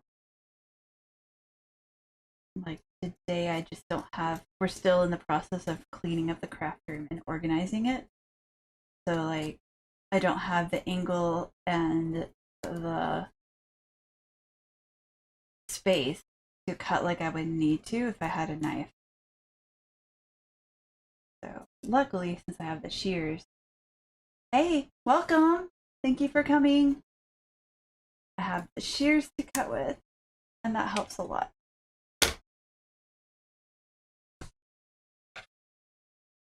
Alright, that is one of the inside wallet pieces.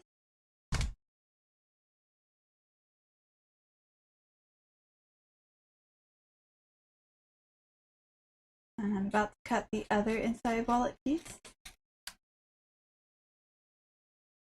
Just for your knowledge, I am making a couple of wallets. I have already decorated them. I'm doing it quick and simple, basically, because I had very limited time to do this in. So, but I wanted to be able to donate things, so I'm doing this.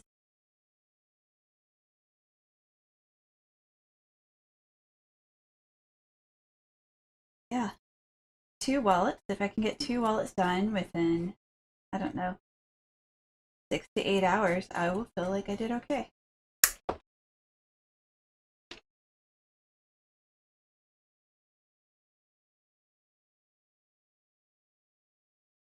Right now I'm in the process of cutting out the insides, and then I'm going to start cutting out the pockets for the insides.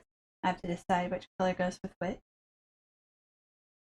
I should probably do some finishing on the insides, at least just super sheen them a little bit so they match the outside.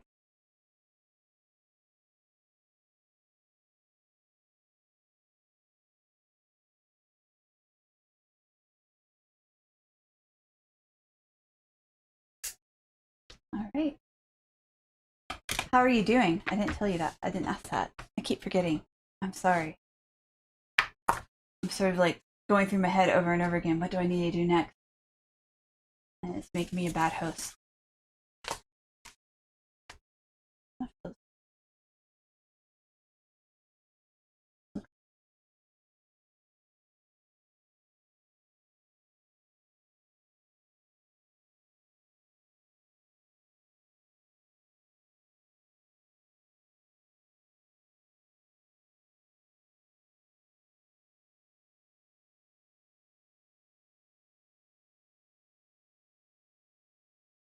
Don't accidentally pour all the paper sheen onto the desk.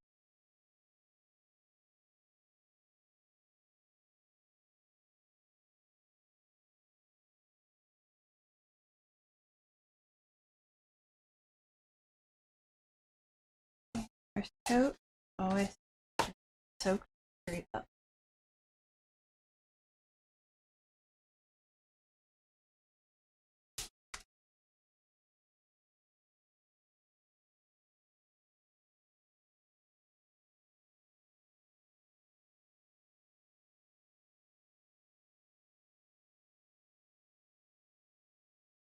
So I am just super sheening right now to match the outsides of the wallets so that they don't look too different, I guess the phrasing I'll use.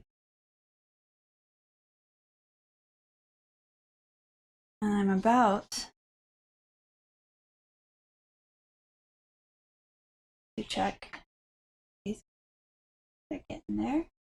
I'm gonna let them dry more before I do the next round. So it's time to cut the inside. So you're gonna do one in gray and one in brown, because that's what they had. And I'm going to order myself some really thin leather for my future use. Because I don't love, in fact, actively don't love stuff like this.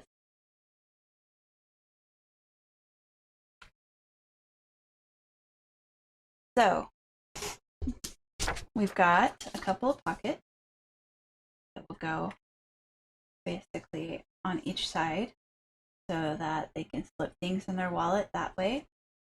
And then we have the card pocket that goes on top of that, and I can have a couple of those. It suggests having a lot of those, like a lot. I'm thinking about cutting it down because, and I'm physically cutting it down too, because we don't need that seam allowance. I checked.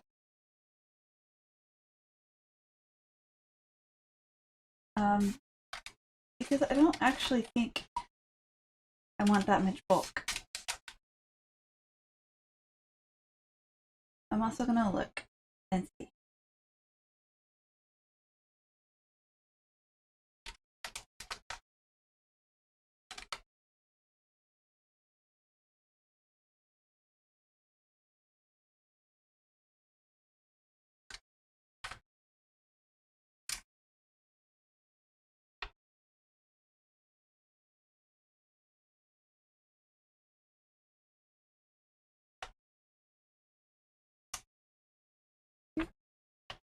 All right.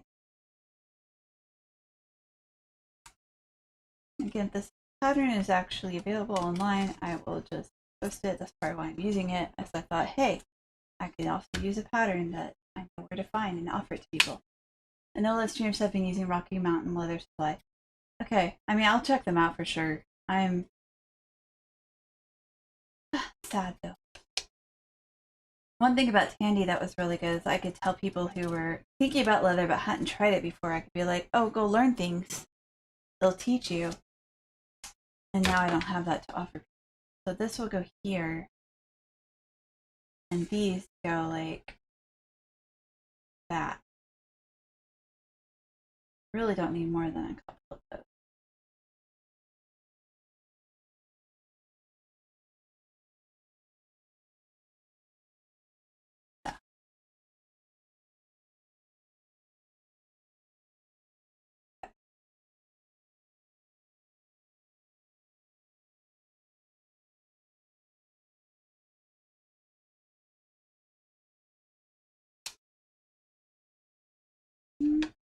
Your pocket C real quick.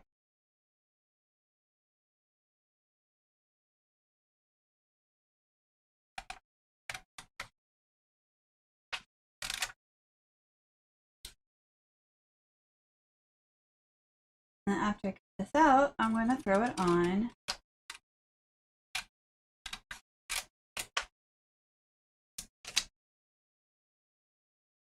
this, and we'll trace everything out.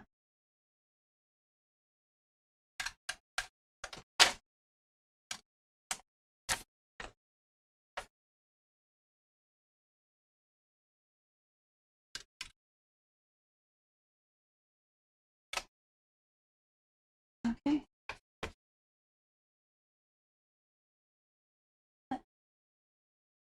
Getting there. That might be done. So I think this guy's done. How it looks. I like it now, a lot better now that it's all like shined out. So he's ready to go because I'm not antiquing him. So that's the Chinese he needs to get. that part is put aside until I'm ready to attach him to the rest of his wallet. Let's see. This guy might be okay, because I think even if it sticks to a couple of extra places, it would look good on the bones. This is how it's looking now.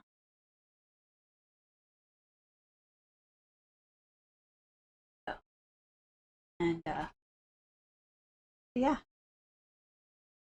So this one's also ready to get its next step, which is kind of a messy next step, so I'm gonna hold off. And I'm gonna go ahead and put stuff on this guy. Move these guys aside.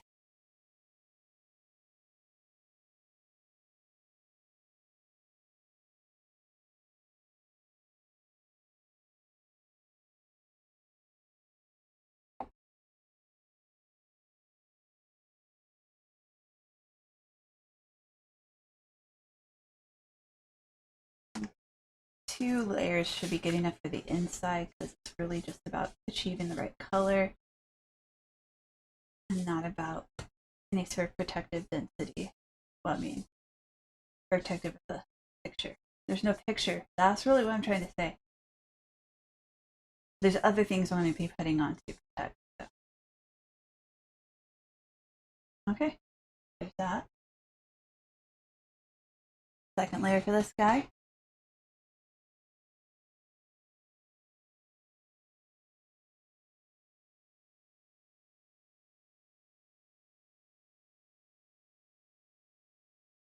Honestly, I just like the texture of this leather so much.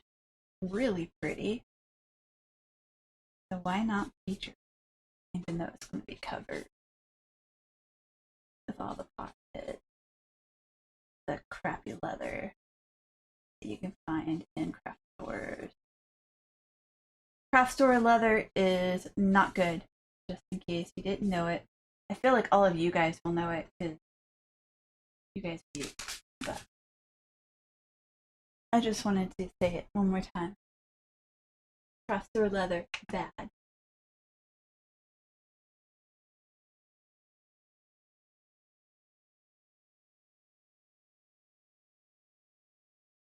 Okay. Put this on this. I'm done with Super Sheen.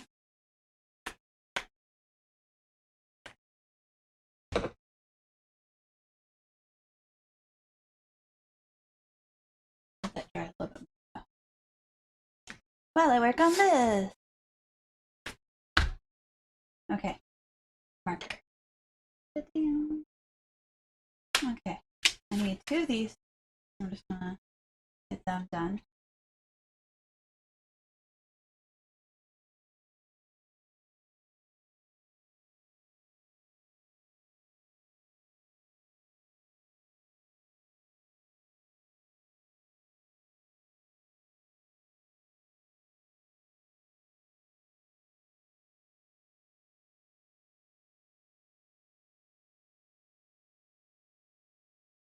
Second one.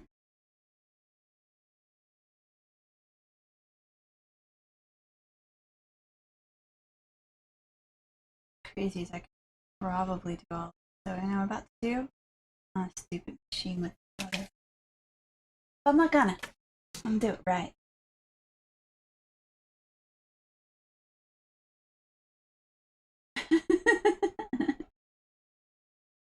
Look, I can't help it. It's so bad. And then two of these.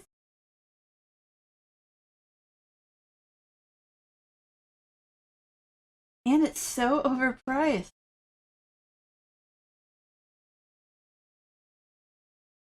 They did have one square of veg tan leather that was about this size. And it was like $25.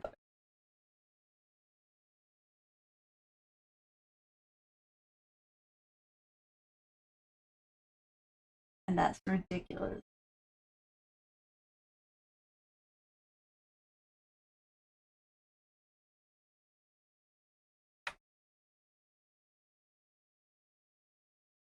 Alright, I need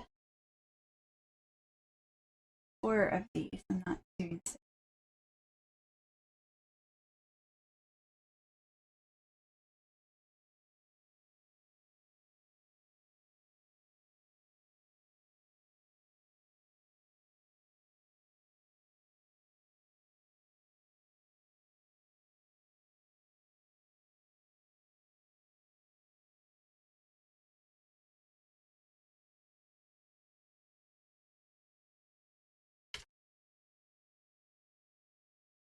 Nope.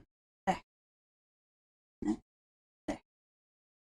You'll have exactly enough for 1 wallet. I did okay. I almost got only 1 of these because I thought, what if I bet I could get 2 wallets out of that. And then I thought, no, I bet I can't. And I was right. Yay for my Knave voice. The voice in me that says no. Alright.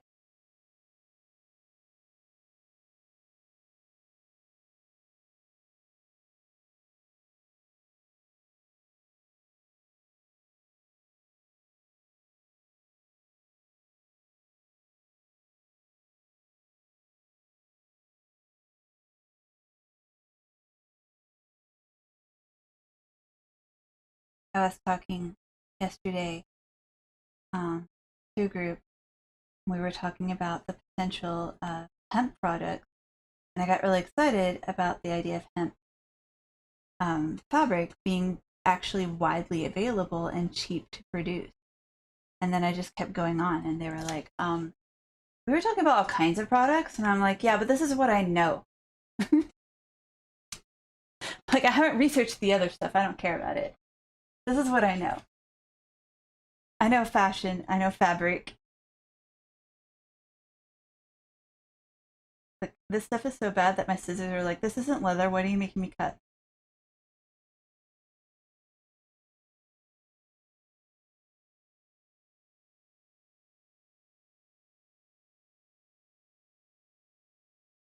No, seriously, they are not happy. I hope this doesn't make them dull. Move this so you can see.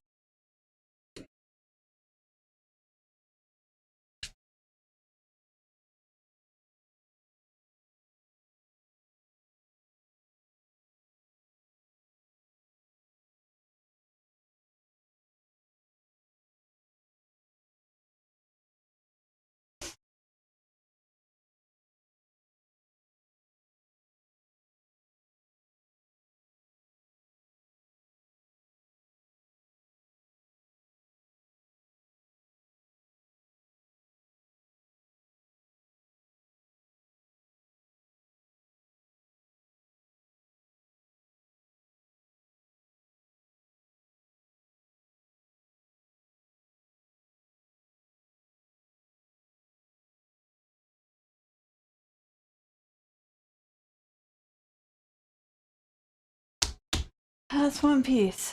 Bleh.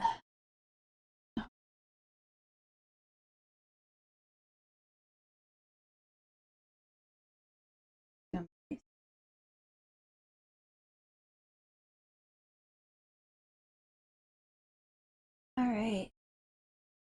I'll put that up there. You can't see it. This is what it looks like.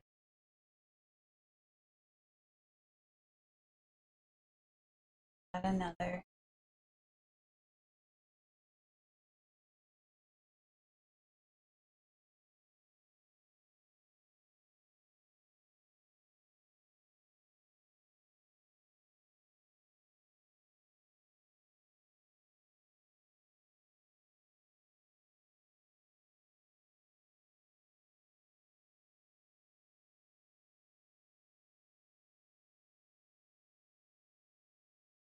There's another piece. So they will be like this.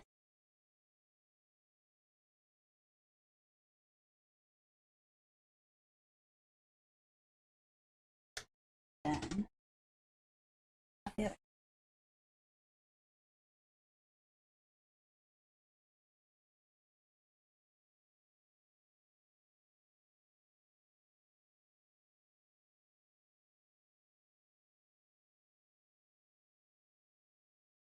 make a wallet with no interior.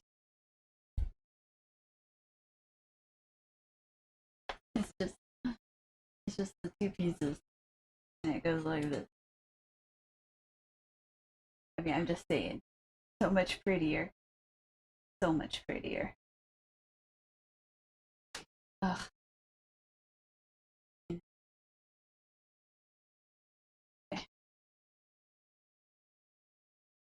It's just so cheap.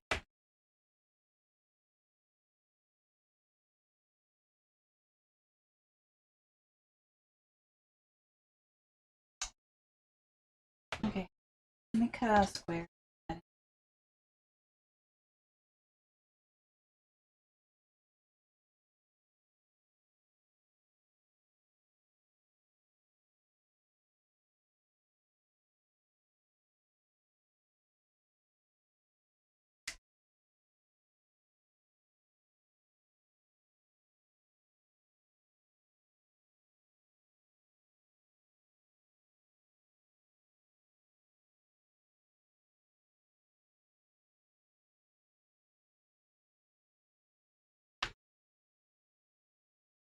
I'd rather make it out of fake leather.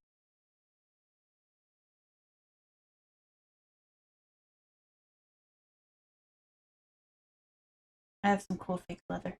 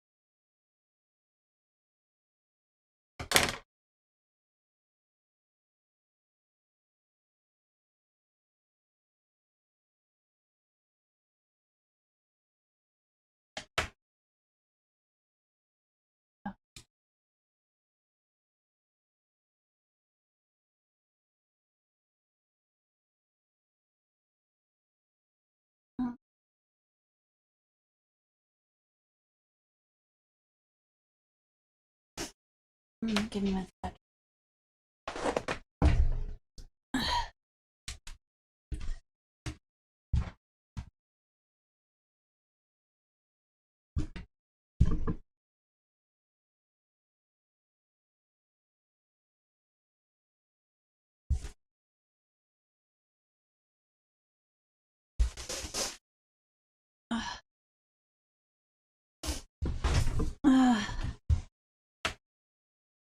Really don't like it. What can I do? How thick is too thick?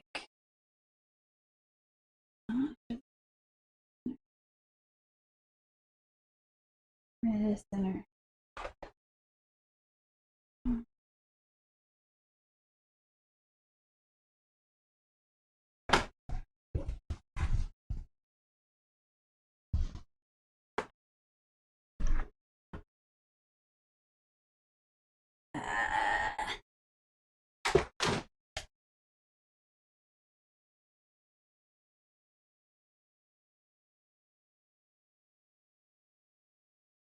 Just so thick. It would be real. It's not possible.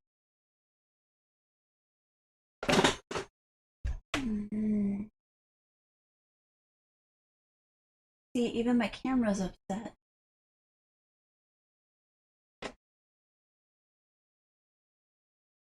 I can dump the big square.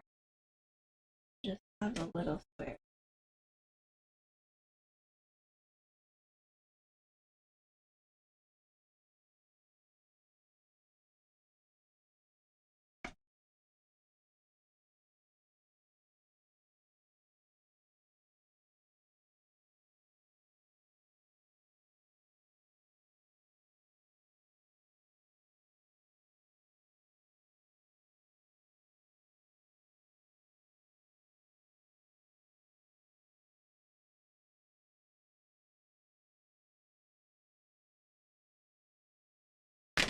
Alright, dumping big square, have a little square.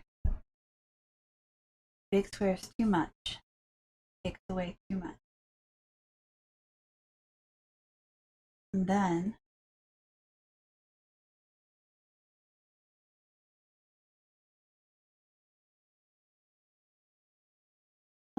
solving because I'm picky.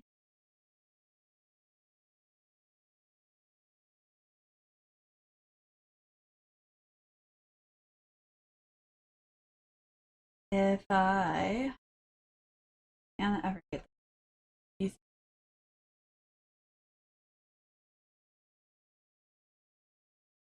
regular.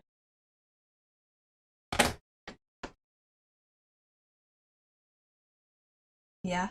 Okay. See, it's not even leather. Okay. So, if I do this, that.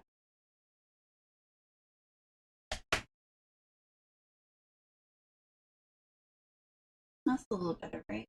I think I like that much better than this big old thing.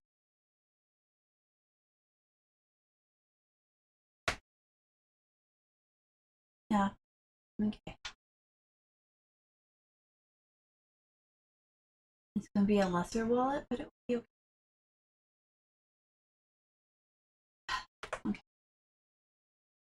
And also, no more leather scissors apparently. Because they don't work. I hope I haven't ruined them by trying to make them work on leather. So-called leather.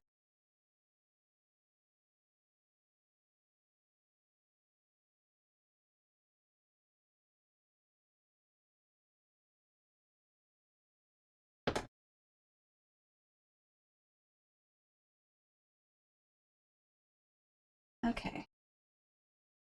That. That.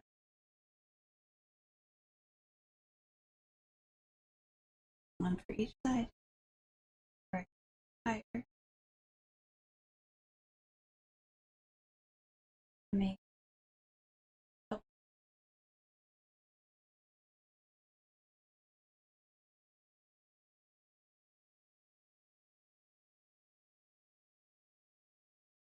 Mm.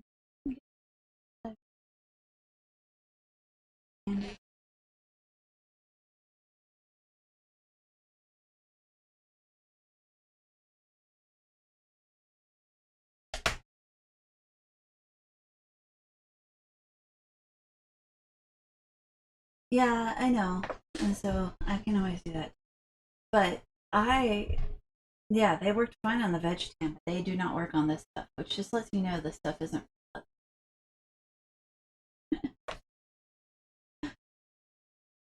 Oh man. Okay.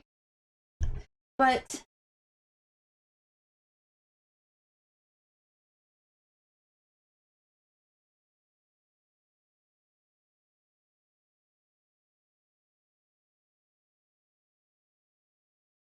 like it's kind of thick. I think I'm gonna bring it down to just two, like that. That feels comfortable. It is less than normal, but it will be okay.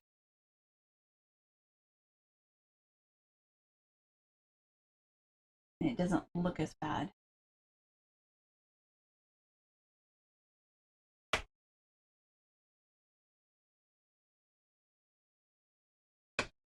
I'm gonna use regular scissors on the rest of this because apparently they don't mind it. That was a lot easier.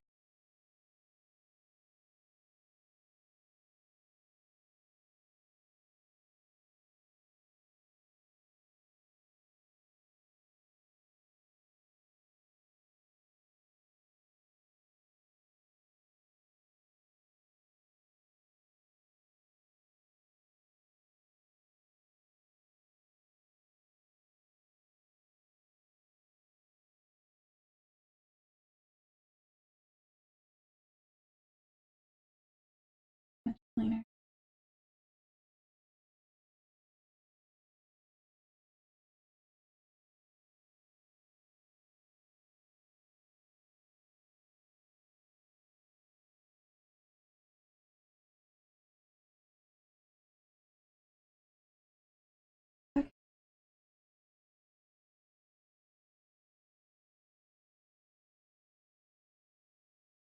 So, lesson learned, if you get leather from a craft store, use paper scissors.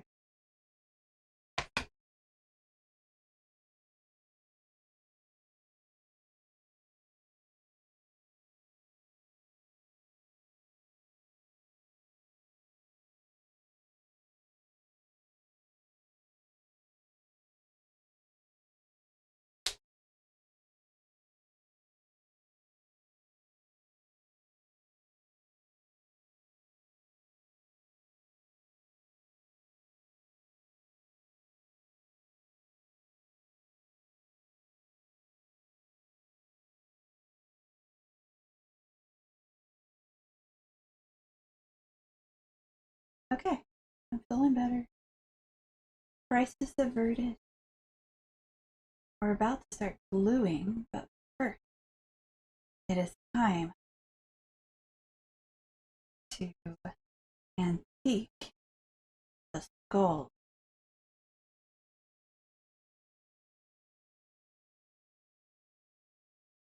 In a second. And I'm done cutting this part.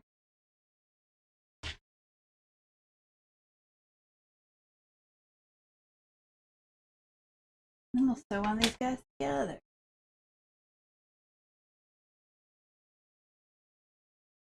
See how much cleaner that comes out when I cut it with the non-leather scissors? It's kind of insane. You probably can't see the difference, but trust me. This is the leather scissors. This is the paper scissors. So, yeah. Paper scissors for your leather from craft stores.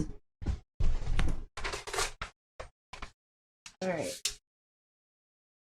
We are going to antique these guys.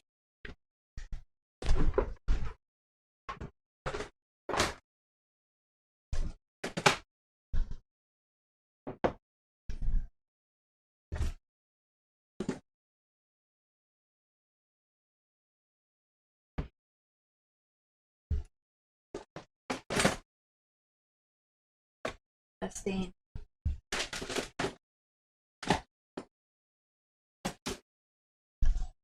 There's my antique. I just realized that it's gonna be backwards for you guys. EcoFlow Gel Antique. It is messy. I have rags to take it off with. They are permanently stained, but that's okay.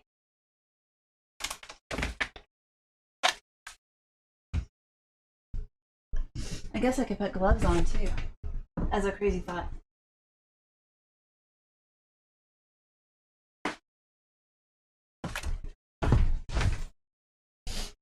I never do that, but I probably should.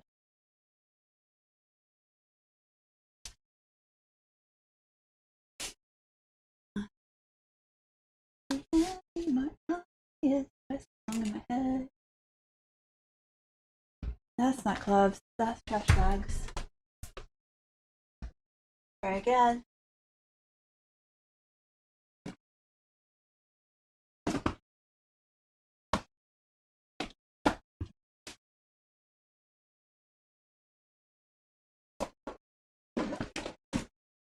Alright. Gloves. I know where things are.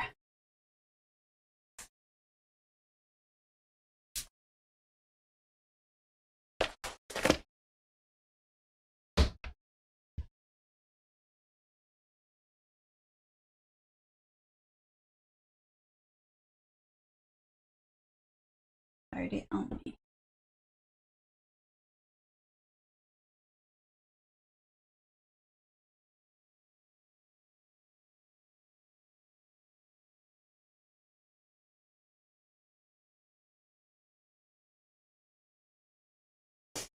Okay. I'm literally just gonna, whoa, pour more than I meant to.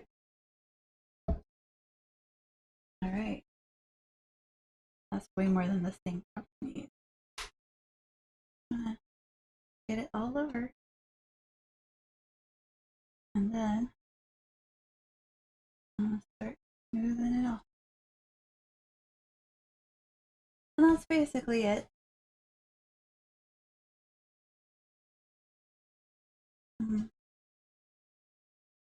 Get it everywhere and then take it off. But hopefully it does things like goes into the crevices of the teeth and makes them look more sharp, which it looks like it too. That's good.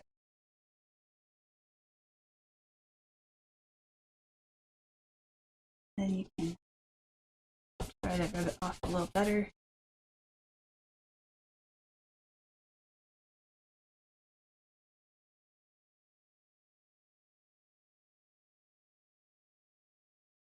And not to rub it off too good so you don't get it out of the crevices. Then everything you just did would be pointless.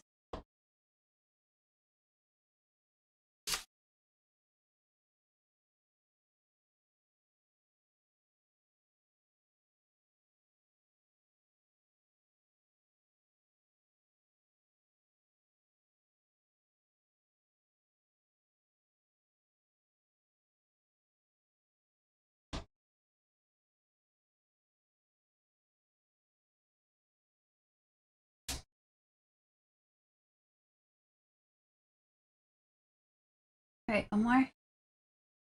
Well, I'm going to try to even it in a second.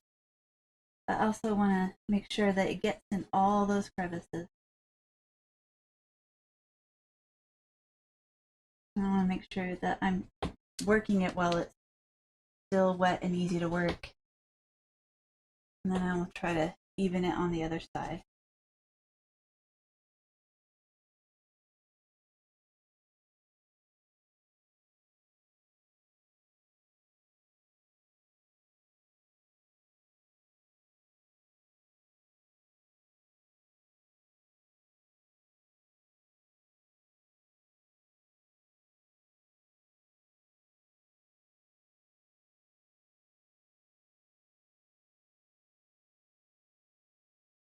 Now you can see all the teeth pretty clearly.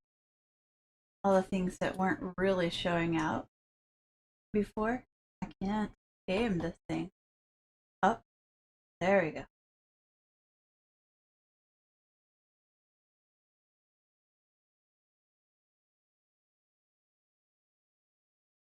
And then if I need to even it out by just spreading a little love over here with my still filthy rag.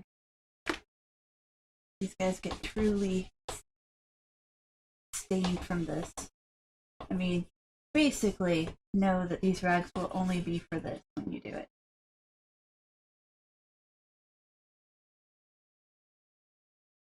Now if you want, you can take extra antiquing off with a paintbrush and water. Don't do it with water that you've had super sheeted. Yeah, it does. It'll just make it a little darker. You can wipe it off with water at this point, but I'm not going to. I'm going to let it be a little dark.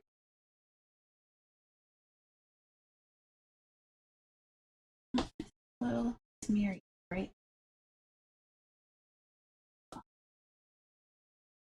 Yeah. Just make sure that you, like I said, the whole goal for me was just to make sure you could see some of the details I did. I don't want to have all that detail into the teeth and then you can't see the teeth. That would be sad. So now you can.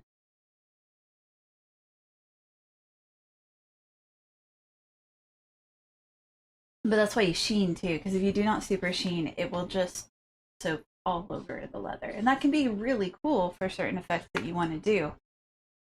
It's just not the effect I want. Alright, this requires cleanup because that stuff will get everywhere. And this guy's ready to start waiting. Yay.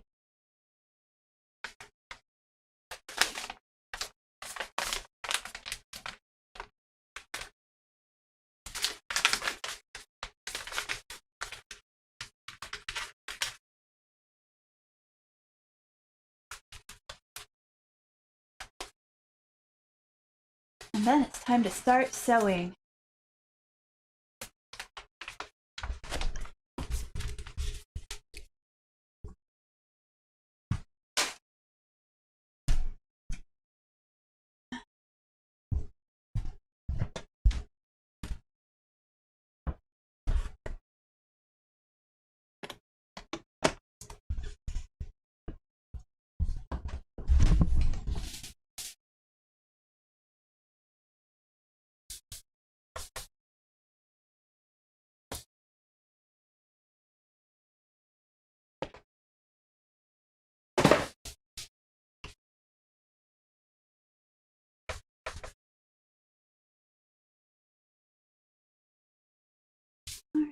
I want to make sure I'm not going to be dyeing anything I don't want dyed and all that fun stuff.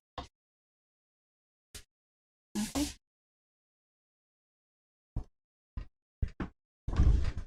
It's time to let that dry.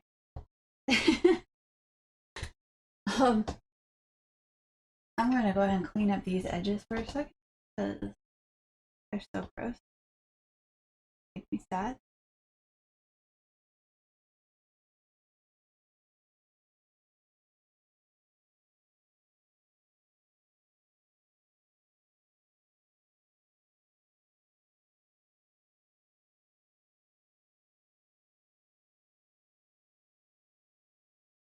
And then once these are cleaned up, I can't use it currently.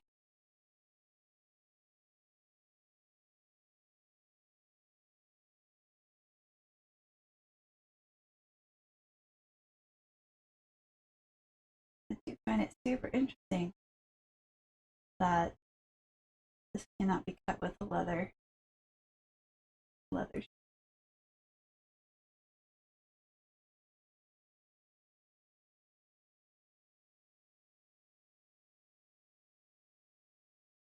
So I figure I'll just cut these edges off. They're rough, so I can use it because I'm not going to use it the way it is. And then that way I don't feel as wasted.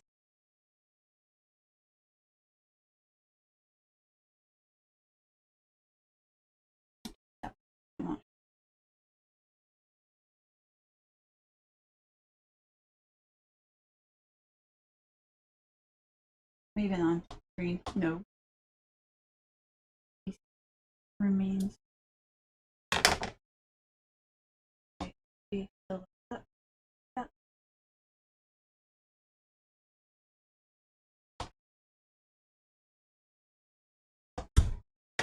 Okay, so now bring you over here. We're going to find a way to line you up.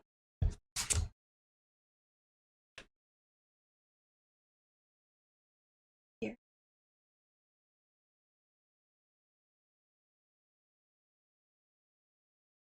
Let's move that up a little.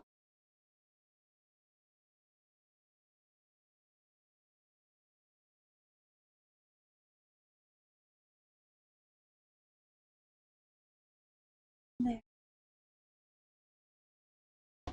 You up the same.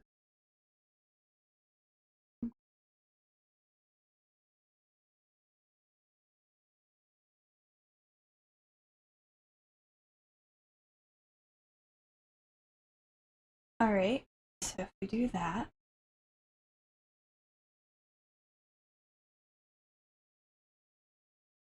you can't thing and line this up right there. Line this up right there. Up. Okay. Ish. So next, it is time to do some leather gluing.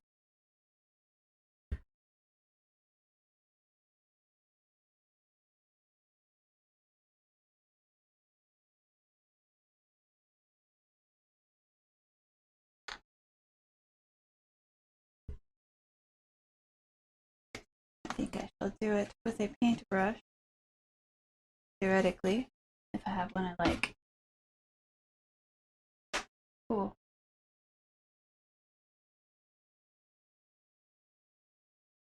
Or one that likes me. Some of them apparently want to commit suicide and drop down. Okay, so paintbrush. Ooh, interesting. Maybe not a clean paintbrush. That, well, it's most likely not something I would do. Maybe I would. Who knows? Maybe it's me. That was a blue drop that came back up.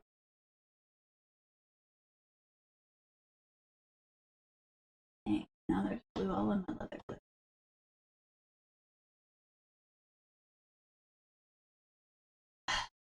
Alright, well, that is what it is.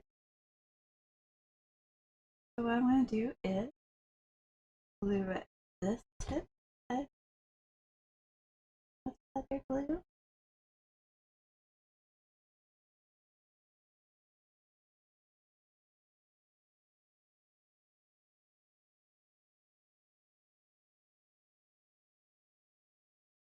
This edge only.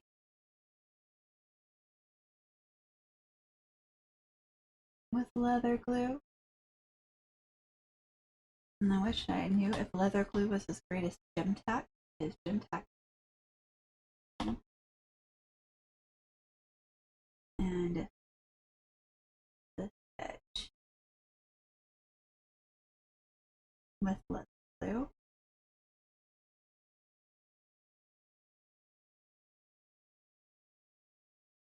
And then I'm going to have to let it sit and dry. So I'm going to do the same to this side as I get it right.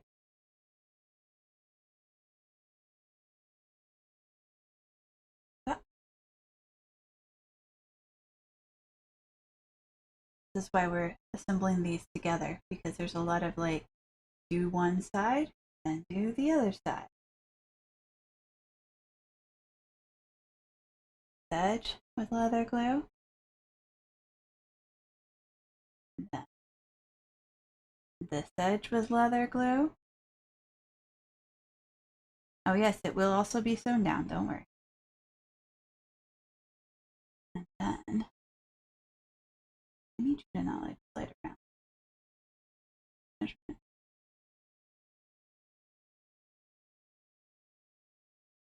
Then the bottom, leather glue.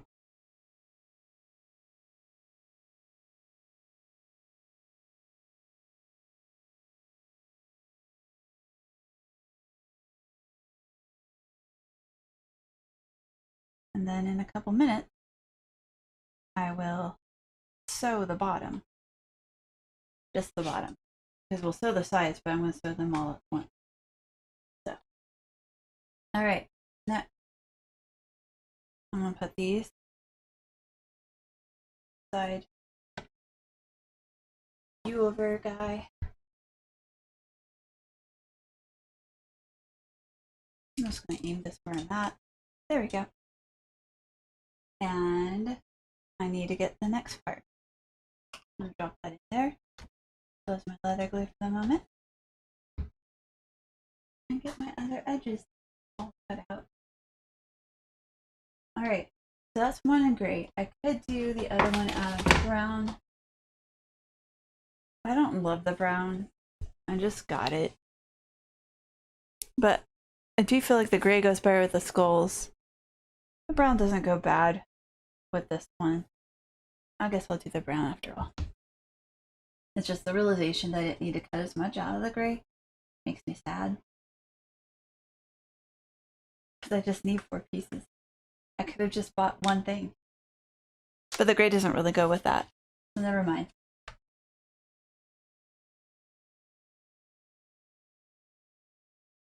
So I'm going to cut my 4 pieces out, which is a lot less than 50,000 I originally traced. Look, What happens sometimes when you follow a pattern, you decide that the pattern's whack and you do your own thing. Really, a lot of times with me.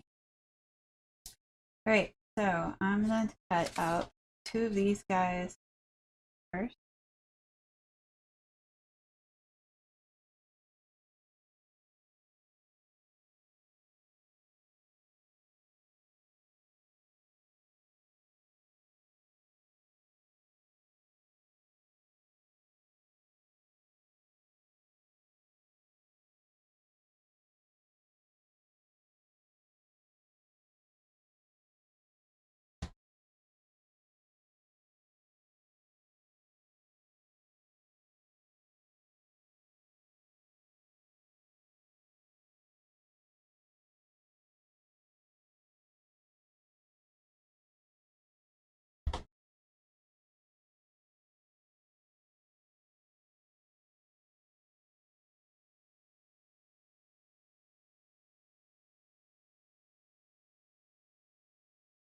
This is sushi.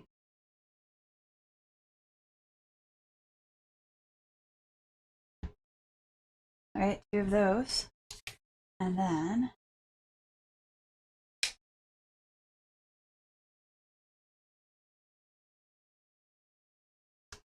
yeah, 2 of these.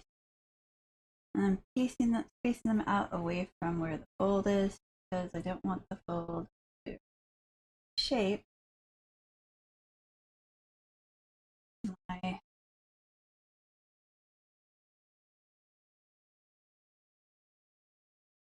piece.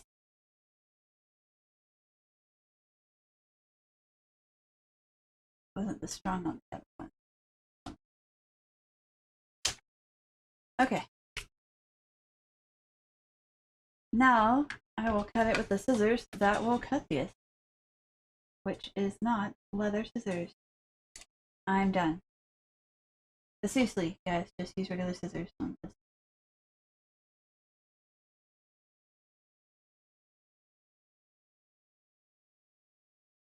Much cleaner lines, and clean lines matter when you can't clean up the edges later.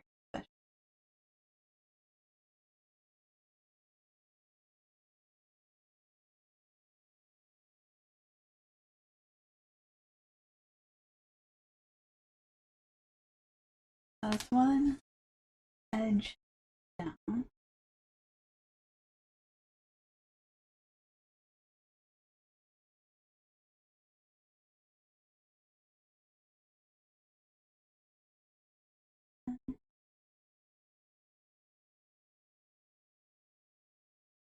Just go down this edge.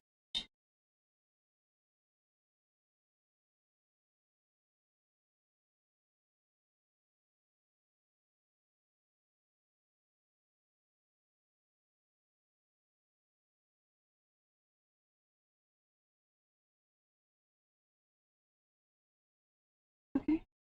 And cut this guy in half, and I have 2 pieces. Woohoo. Done with that. Okay. So now I'm going to quickly separate this guy from the rest. And that guy's on my way. Done.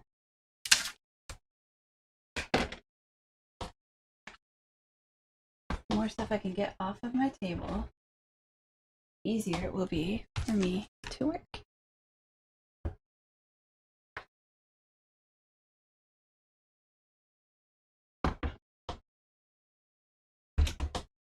Okay.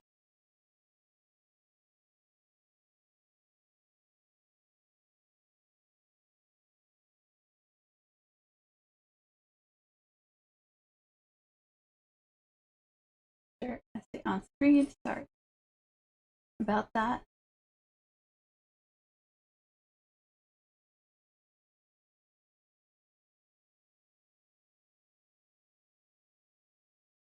All right.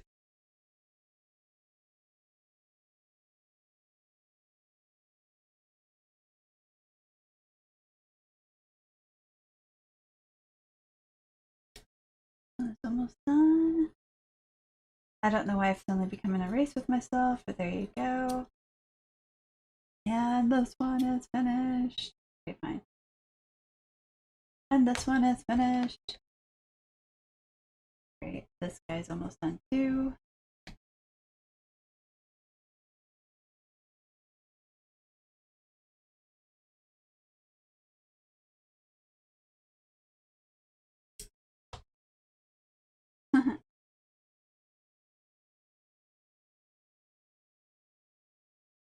And this one's finished. And these are so much cleaner than the old ones. So, okay. Let's put these guys on here. So, again, same measurements as before. These guys aside. I liked it at 3/4 inch, so that's what I'm going to do here. One at about 1/4 inch in. One at about 1/4 inch in. And then do my gluing.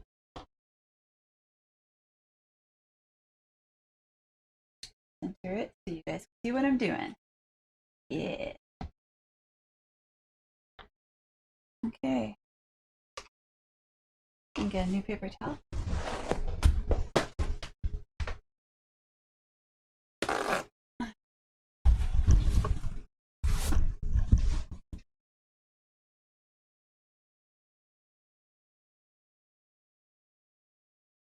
All right.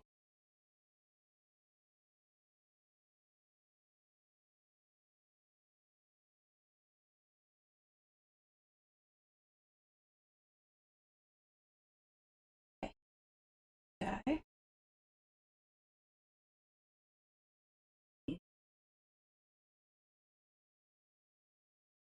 Glue here.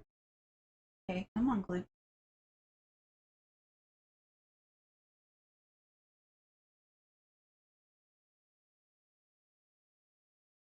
Right? And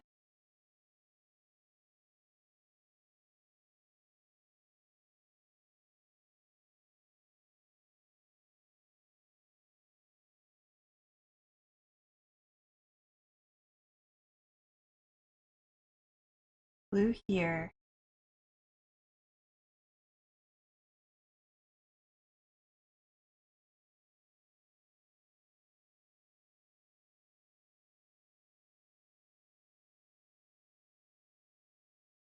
All right.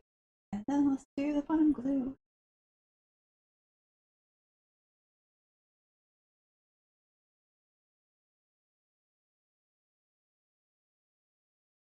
And the glue just reinforces and also helps hold it in place when I'm ready to sew.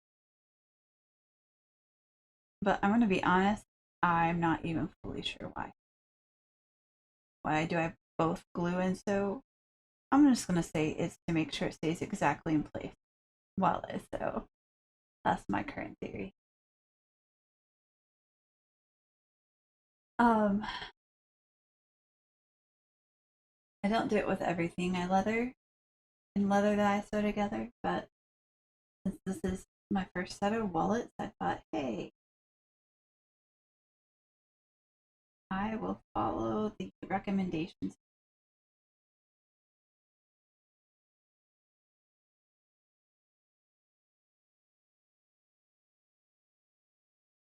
All right, we're gonna glue this guy.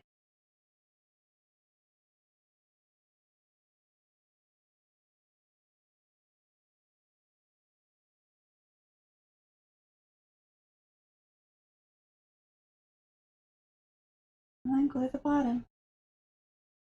And I'm gonna check the other guy and see if I'm ready to sew.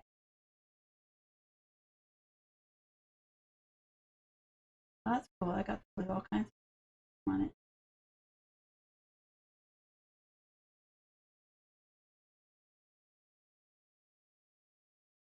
It's on the bottom, please. So worst comes to worst, the card doesn't slide as slow. All right.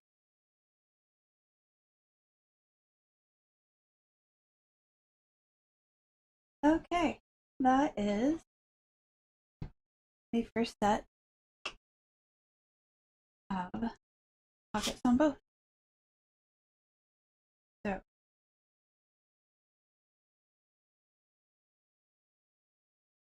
what I'm gonna do now.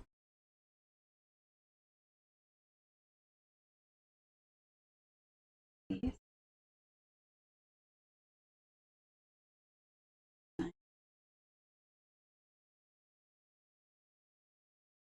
Some glued, some did not.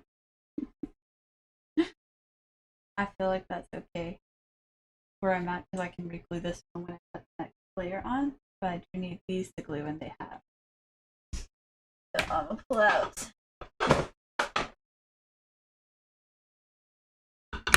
my pony in case I need it. I think I'll really just need it when I'm doing the full shebang. And I'm going to get out, let's see, my little guy I hammer into. My hammer. And guys, make stitchy marks with it.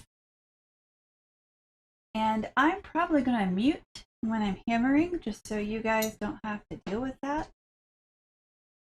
So just a warning. All right. Like from a pony. All right. Anyway, so I'm gonna mute for a couple seconds while I hammer because I feel like it will be really loud.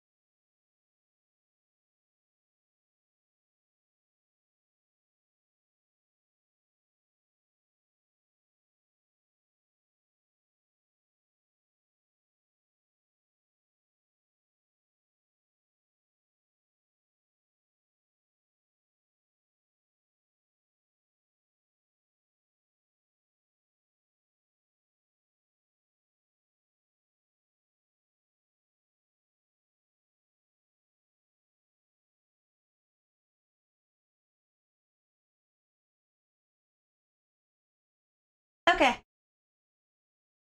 And just get those guy off. So, yeah, that stuff likes to hold on to this little fork guy. And, that was interesting. So, what I'm gonna now is I'm gonna take my wax thread and not get it out. There it goes. Okay, so this is wax thread and it's used, I mean, you can wax your own, but it's just really good for making sure that it's strong enough to sew these guys. This stuff is a little thinner, so I like that. I'm gonna get a couple needles out. I tend to do 2 needles at once. It is not the only way, but it's the way that I was taught, and I like it. It means I only have to go through once. So I'm gonna get a couple of needles out.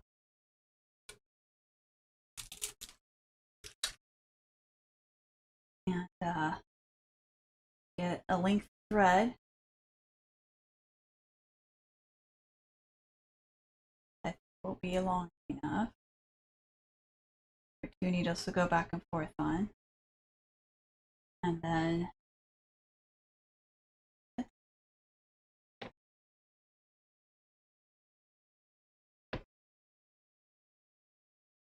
put it through each needle.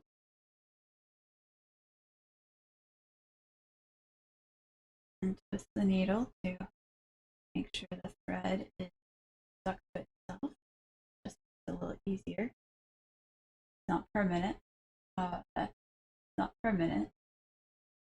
A little easier. The needle's kind of stuck to the thread.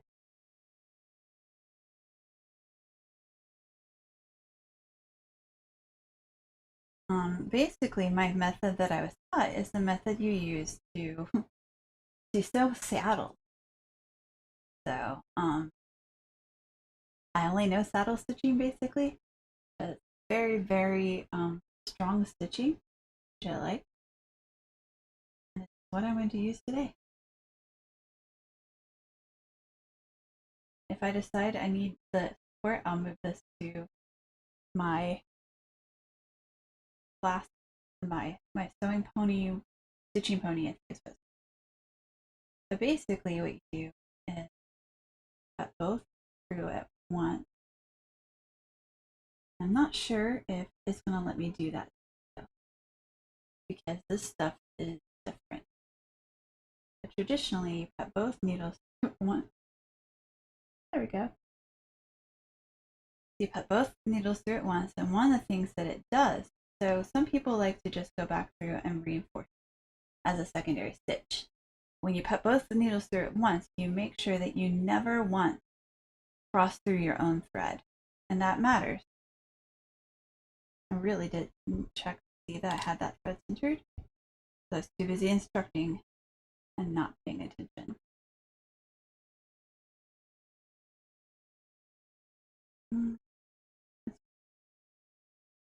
So by doing that, you make sure that the crossing across, of course, reinforces your stitching pretty heavily. And then if you were to re-pierce your own thread, you weaken it. So by making sure that you're crossing at the same time, you make sure that it never takes that chance.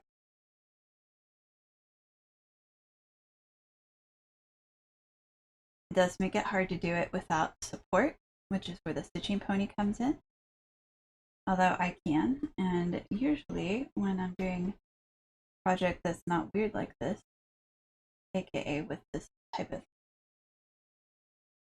leather, I don't have too much trouble doing both there.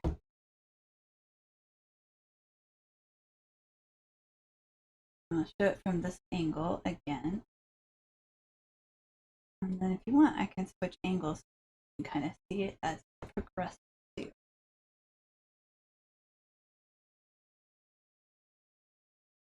I think that's also basically that's it. It just makes this nice little stitch down there. I drew on it because I knew I could get by with it right now. Pause. This part's going to be hidden. So it's okay.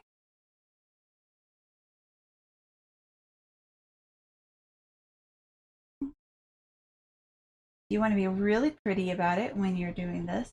And I'm not really worried about it, especially in this part. But usually, I'm going to be honest, I'm not at that level. You always make the same needle go over on top of the other needle so that it's always the same pattern of above and below, and that makes for a cleaner look. And it's like one of those sort of above and beyond type of things you can do.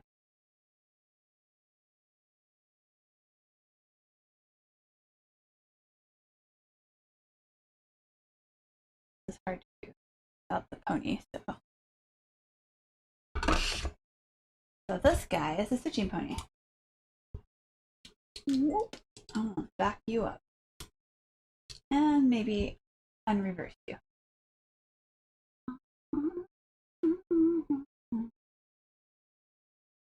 Let it.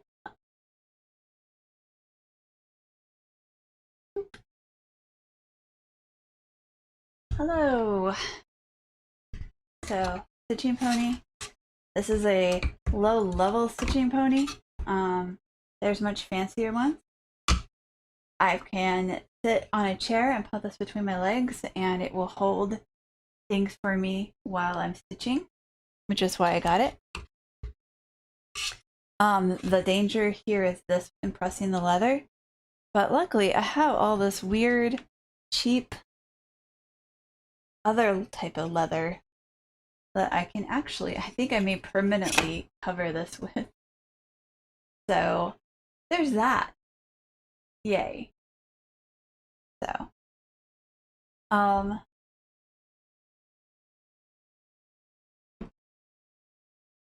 gonna put these pieces in to protect the leather that I want protected.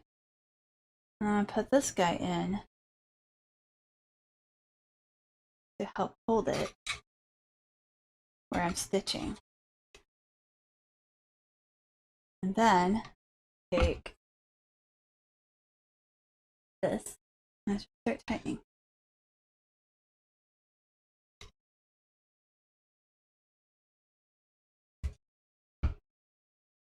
All right.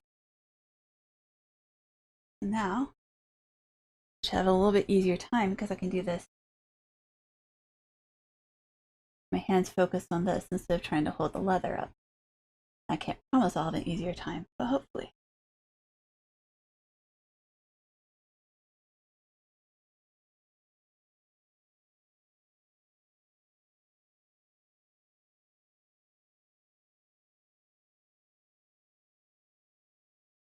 Oh yeah, much easier.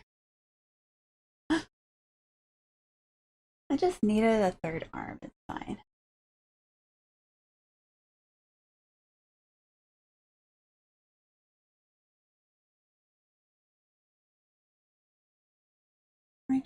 Ooh, there you are.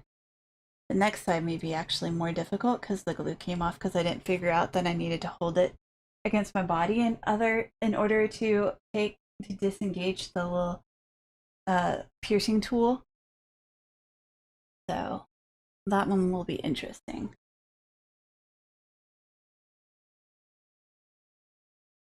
So normally when I'm doing this with 2 pieces of veg tan leather. And veg tan's really easy because it's all stiff. So like they would just hold together themselves. You can see that this is floopy. So I don't know how that's going to go when I don't have the glue holding it in place. It's already kind of hard to get it through both holes this way. It's like it just, even though I carve the holes at the same time, it's like they don't quite line up right.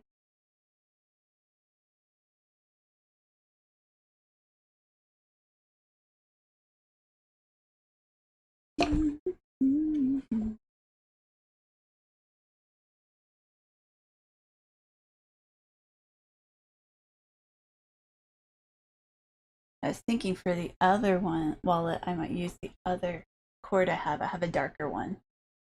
And that way I'll match to the type of leather I've put on the inside.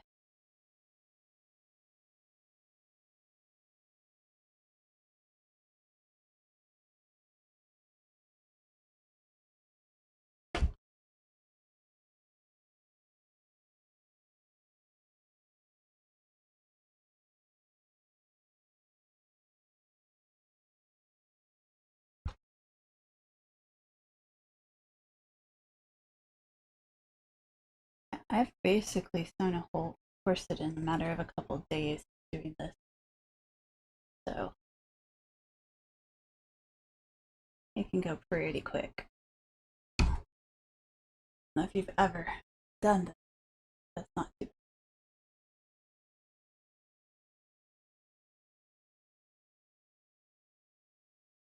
bad. Go in.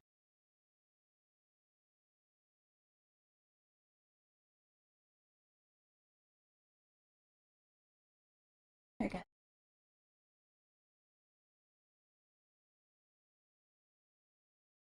And then to finish off your stitch, you back stitch like you do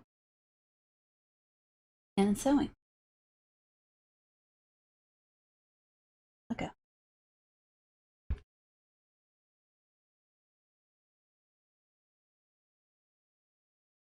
So that's how it's done.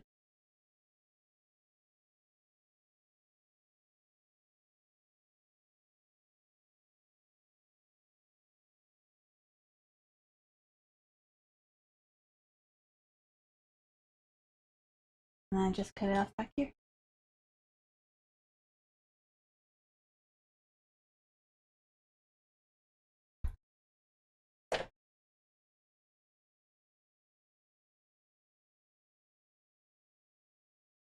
And that's one sewn line. Whoa, rocking. One sewn line right there. So now I'm going to do the one that doesn't want to hold.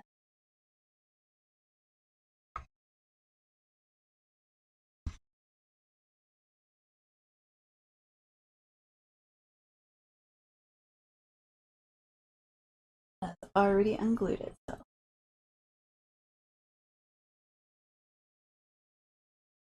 I'm going to start it actually on this line so I can make sure it's lined up in one space before I do. Okay.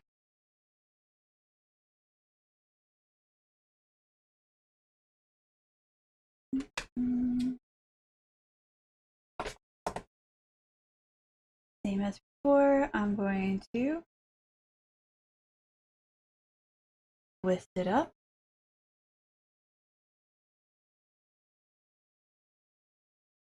And get the other one on.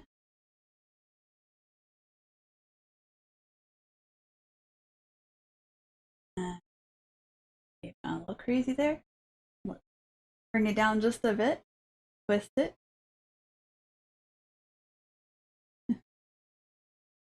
Like half of the thread. Bring it down a little bit. Twist it. Alright. Let's line this guy up for sure. There. Okay.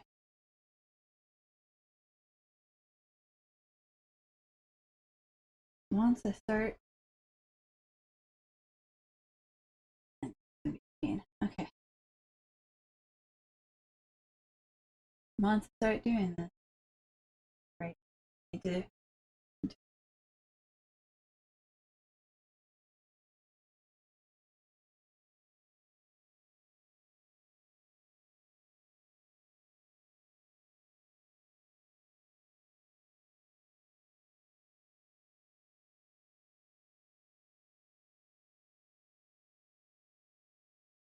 Okay, let's see how it goes. Okay.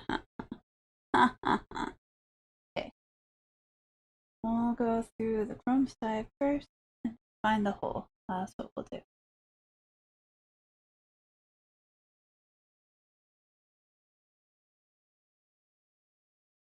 Okay, successful so far. Yay. Last one, stitch. Woo! Okay, I wanted to. Hope it feels reinforced. Felt wobbly for a second. Ooh.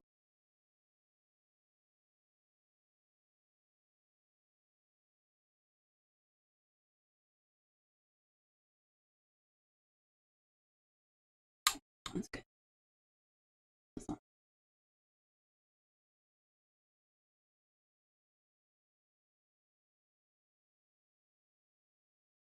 Alright, your turn.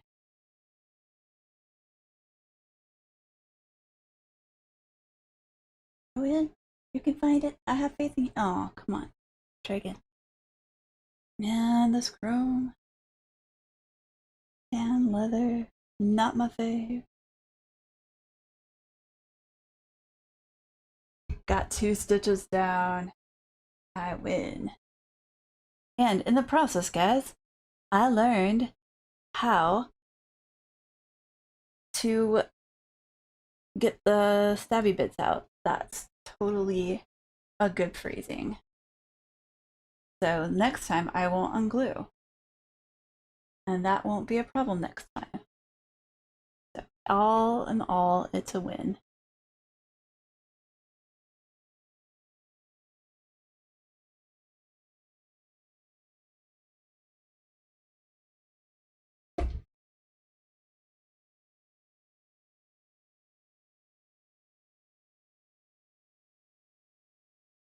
Okay.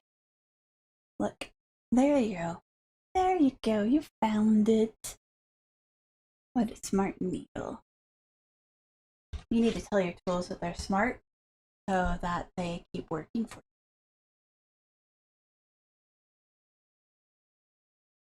you. Alright.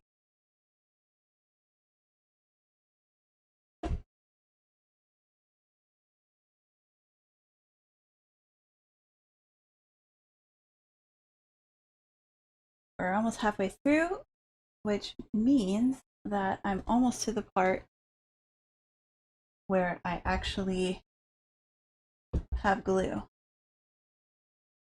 No, it just looks like it was laying there. Okay.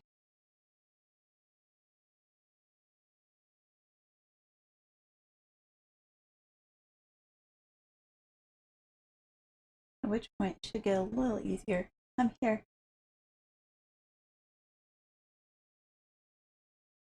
There it goes.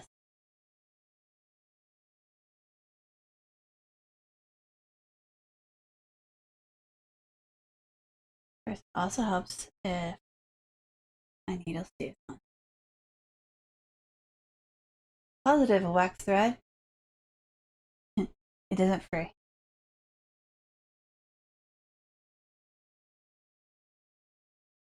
Negative, I have wax all over my fingers now.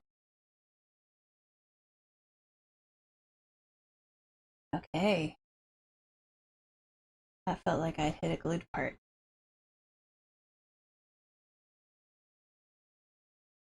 It was fairly easy.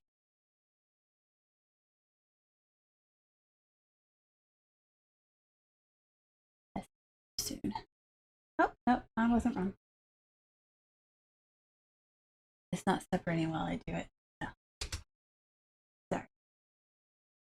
All the interesting bits are really in watching how it progresses. I mean, if you're here watching, anyway.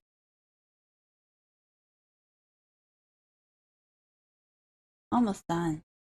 Only 3 holes after this one.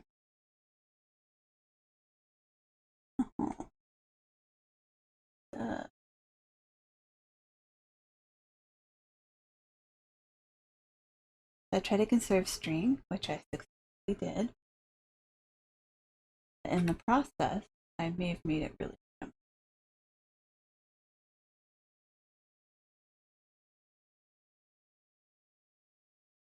It's always a balance.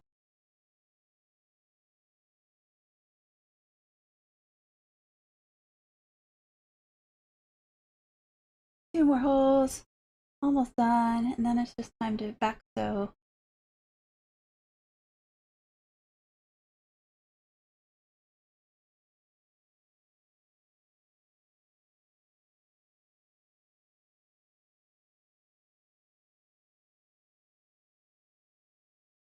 one more hole. And then it's time to back sew.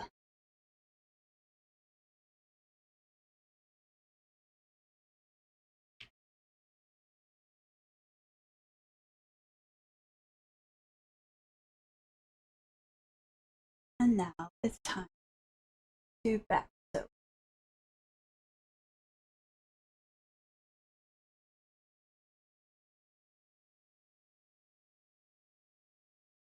Once and twice. Just to make sure we're really getting it in. Well, you know what? I'm gonna do bad. That's the last one.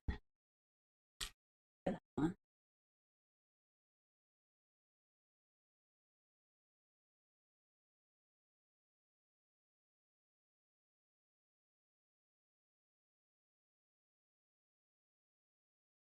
And done. That one's done as well.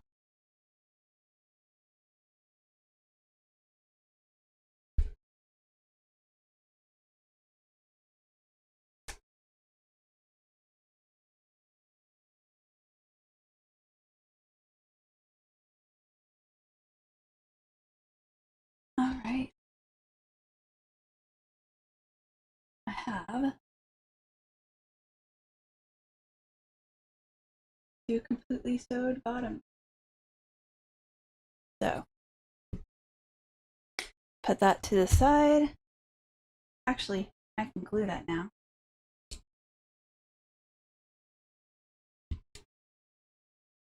Crazy everything.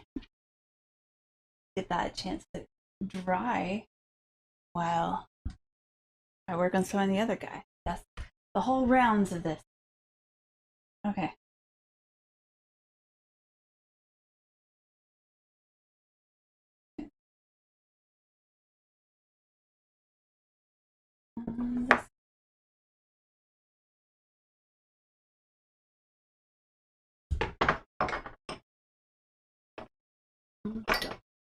Okay.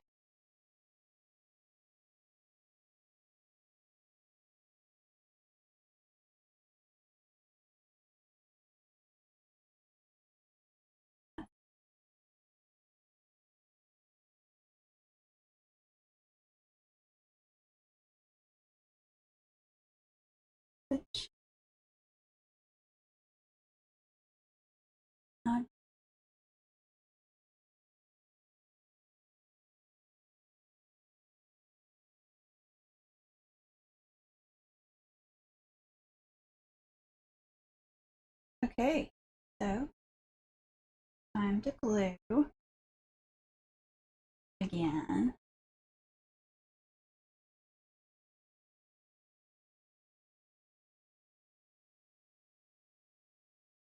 For one part again. For the other part, not again. But let's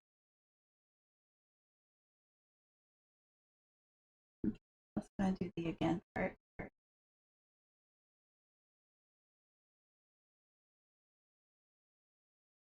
Now let's do the not again, or the new part.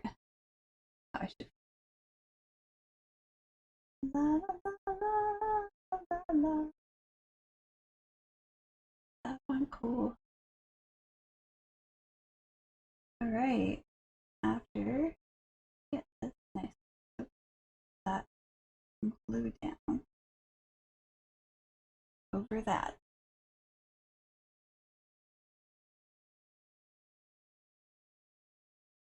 And we'll have a lot of sewing around those edges because we'll do the whole edge this time instead of just the bottom.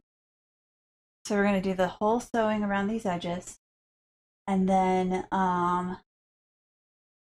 we will do basically we'll sew one of these edges to one of these edges, and actually gonna be the other one. One of those edges to one of these edges,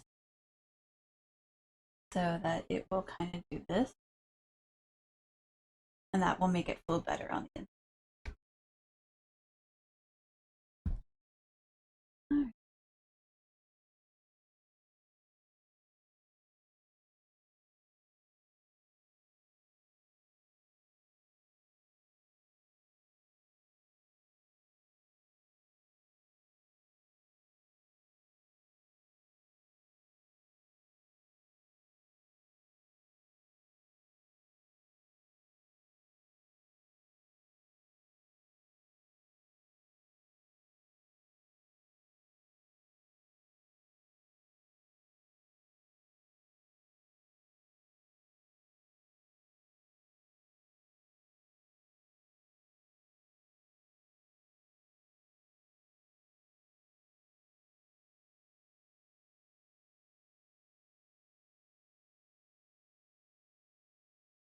really quick before you get too stuck, Mr. Leather. I'm gonna get you.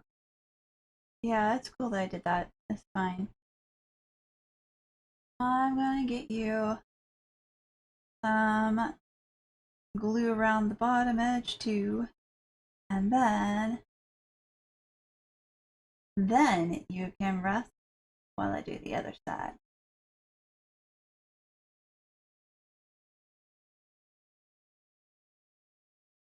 Yeah.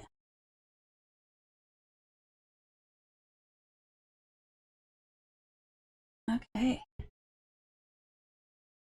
This one's glued. And now, I see.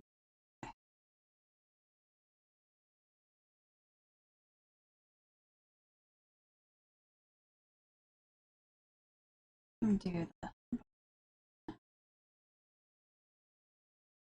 Once I got both. No. So I should stop muttering to myself. I'm gonna do the bottom first this time because once I got both sides on, that was kind of awkward last time. I accidentally unpulled them, so I'm gonna do the bottom first and save myself that trouble.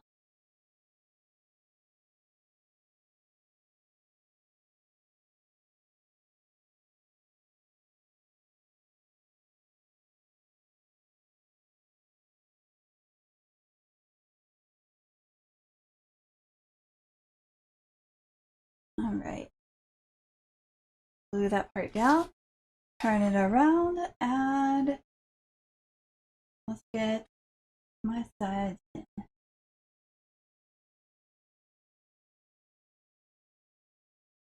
think more and more I'm convinced that we're just gluing it to make it easier to sew. Especially because I sheened it and I'm just not sure the glue is going to stick permanently to this. Anyway,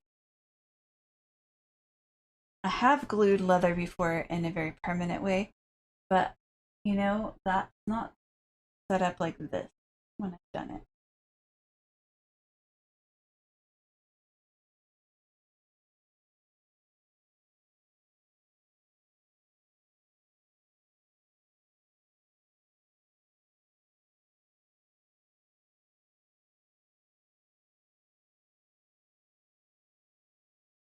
And glue this part down. Okay. That is done. And I'll let that guy sit and continue to glue, dry, whatever you want to call it. Cover my glue up so I don't spill it.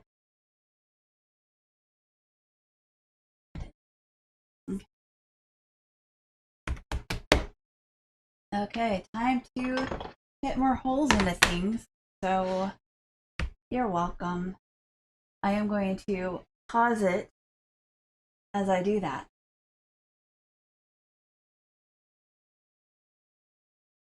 First, I'm going to not pause it, but mute it when I do that. First, I'm going to draw a line because I can right here. I haven't figured out how I'm going to mark it for the next part. We'll figure that out. Fun. Did it even mark?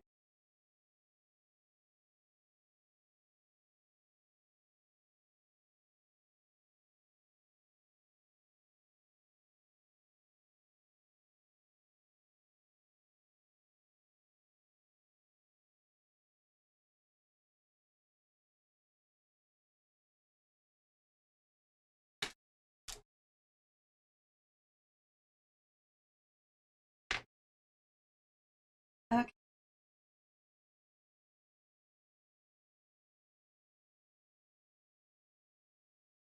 Sorry, my fingers got the wax all over it. Okay, so I'm muting for a couple seconds while I do this part because, yeah.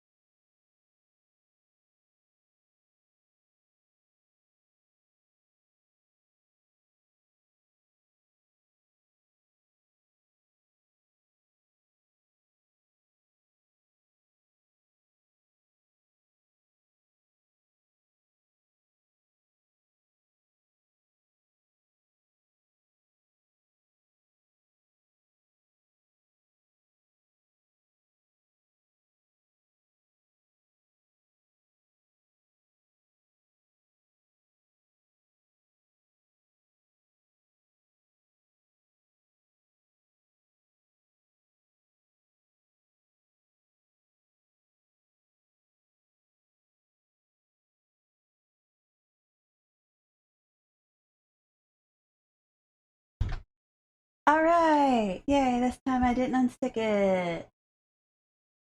It's all stuck still. Okay, so that was success. I'm gonna put it on my stitching pony to start with since I don't have to worry about any part of it not working. And I'm going to readjust your visual in 1 second.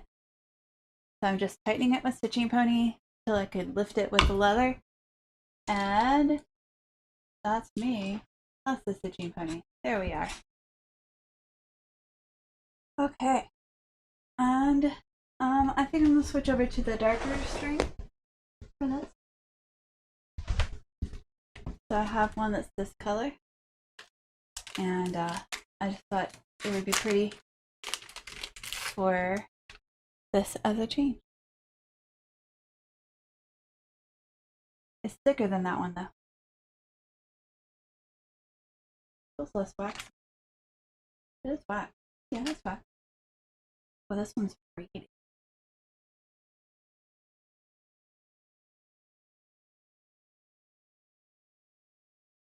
Okay. This time I'm gonna give myself more space. Because last time I did not, and I regretted it.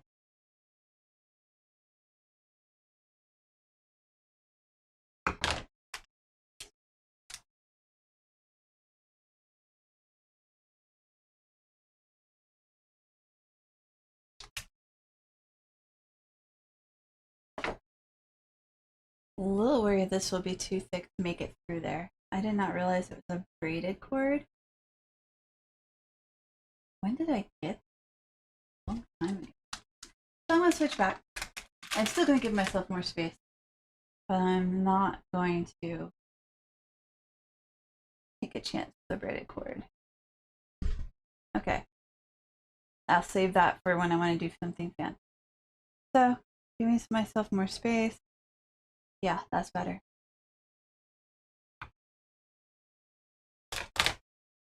This time I will not have the trouble I did. Made you guys a song, you're welcome. I will probably stop streaming at about 4:30, mostly because I haven't gotten to eat lunch, and I'm hungry. So.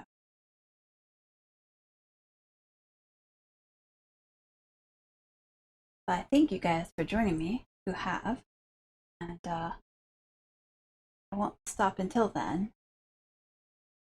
And I should be fairly far by that point. So that. Right, I actually prefer to come towards myself, so that's what I'm going to do this time. This time I'm going to even it out.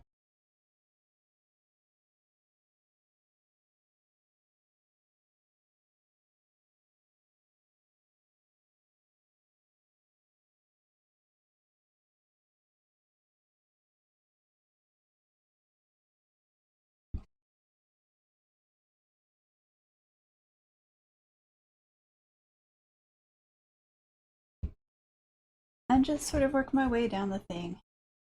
This is why you put it between your legs so it doesn't rock, but then you wouldn't be able to see it, so I figured it'll be okay. It's not that hard to manage.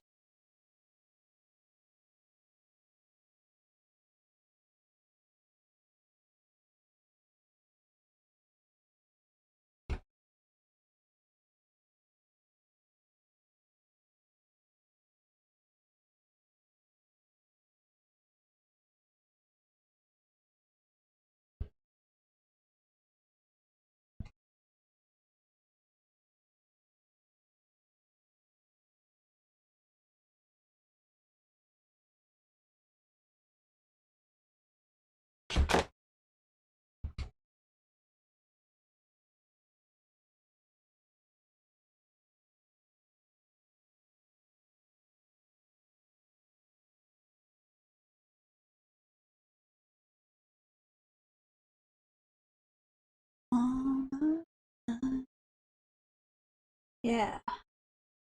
Man, so much easier. This time I feel like I really know what I'm doing, even though it's with the the materials that I'm not as comfortable with. So that's good. And I've gotten this great like padding for this. I am going to make it permanent. I just have to decide how I'm going to do that. I've needed it anyway, so that's great. See? Positive things. Positive things all around. I can find them. Okay, no. You are just doing that on purpose to make me feel sad. Go in. There we go.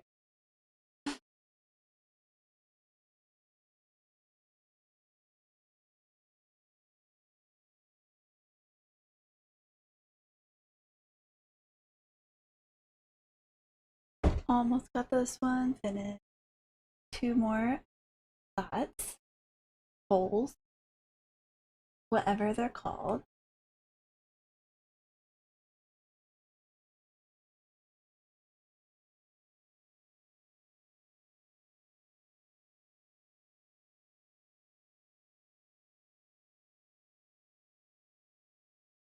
Go in.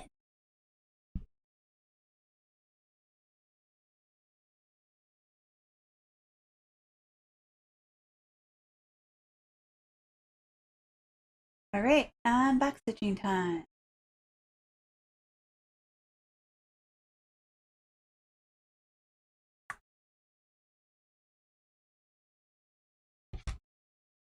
Don't fall.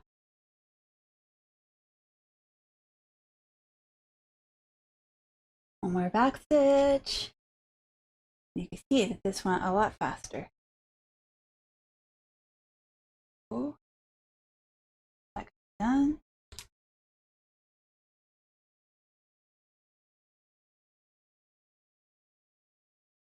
A little long, but he's done too. And that's it for that one.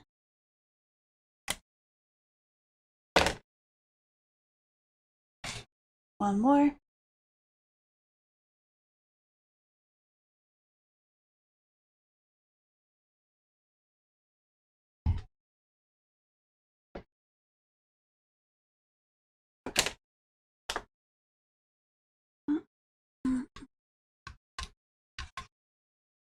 Move this guy. I'm going to turn him around in my pony. So again, I'm stitching towards myself. And I'll just turn my pony this way.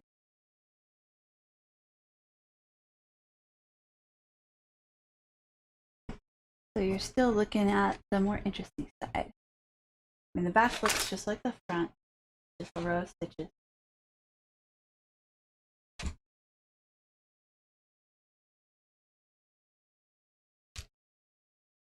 All right, and I'm just gonna put the thread on the needle, both sides, twist it up real good.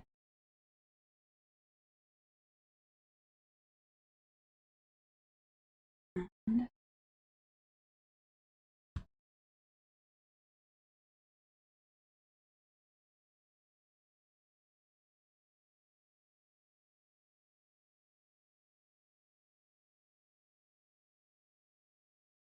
side, twist it up real good.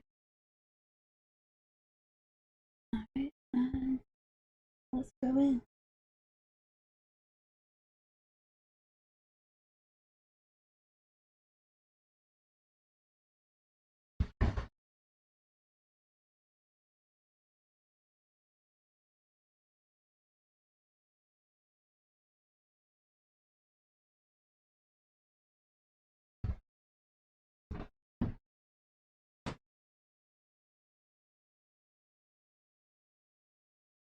Of course, these are very dull needles compared to sewing needles, because if they weren't, I would be stabbing myself constantly right now. Doing this, there's still actually the possibility of stabbing yourself, or at least hurting yourself quite uncomfortably. I've done it.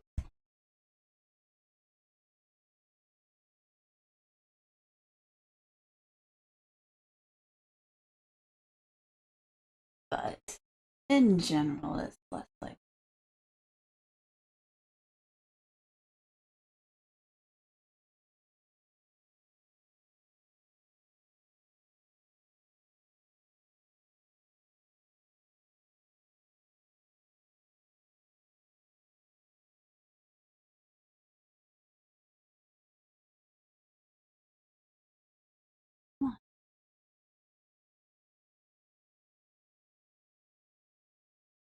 Alright.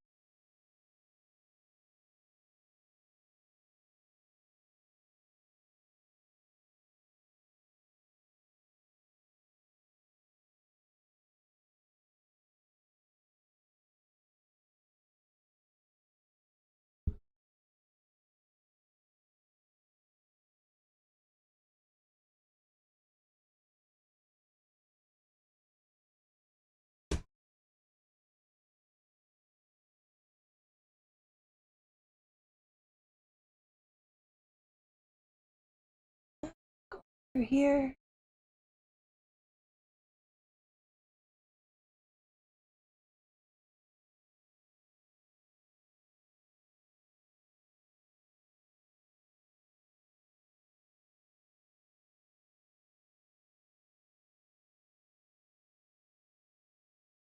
Almost done.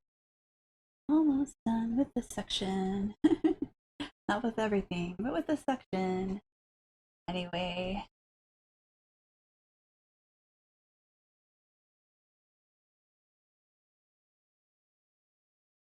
I'm gonna be sewing most of tonight. Okay. It keeps traveling at me. Once I get past the chrome section though, the sewing will go so much faster, so much easier. I keep calling it chrome. It's chrome tan leather. It's the type of leather I don't tend to work with, but it is what you're gonna find mostly in craft stores. So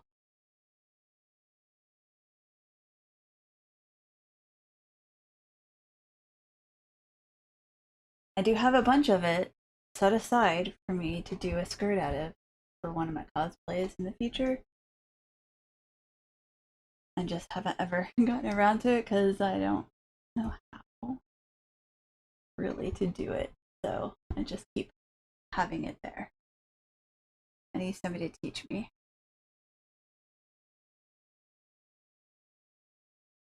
Last back stitch.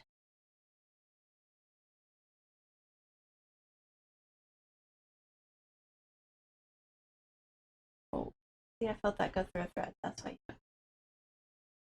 Okay.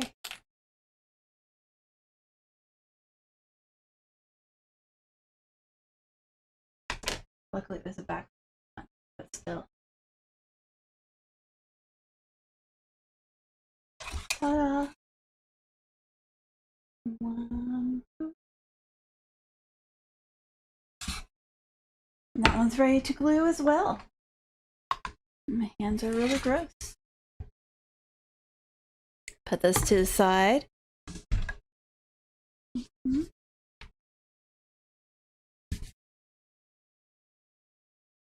They are not pretty, right?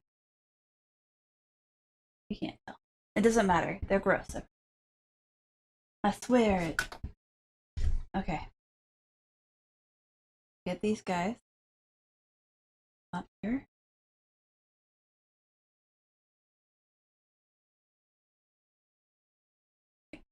Right here. And you here. Okay. Like better. Like I did that.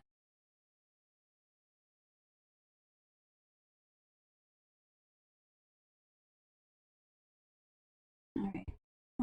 Start with that. Okay, let's clean off. Let's make it so you can see what I'm doing. Ah! Almost like the camera doesn't automatically follow my intention.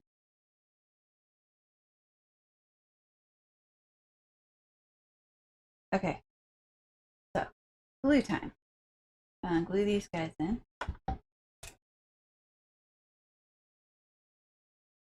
Starting from the bottom. 4. Like I discovered I liked before.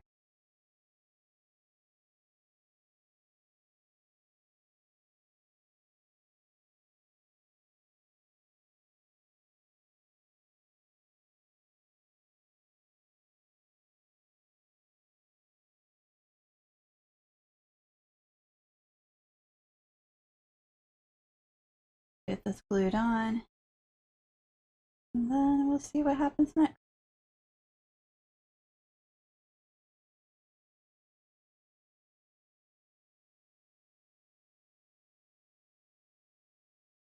Netflix, Netflix. Okay.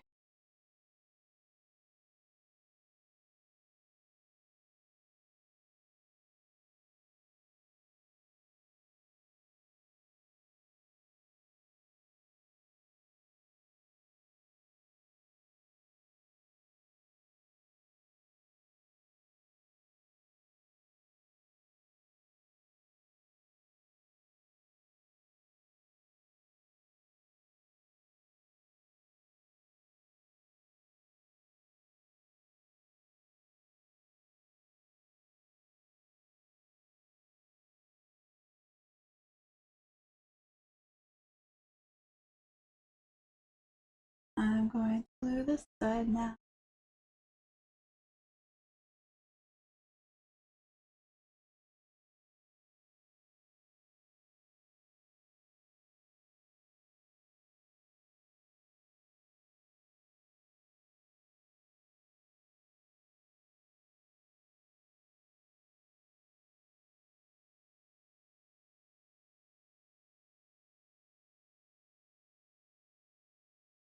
And now I can glue this side.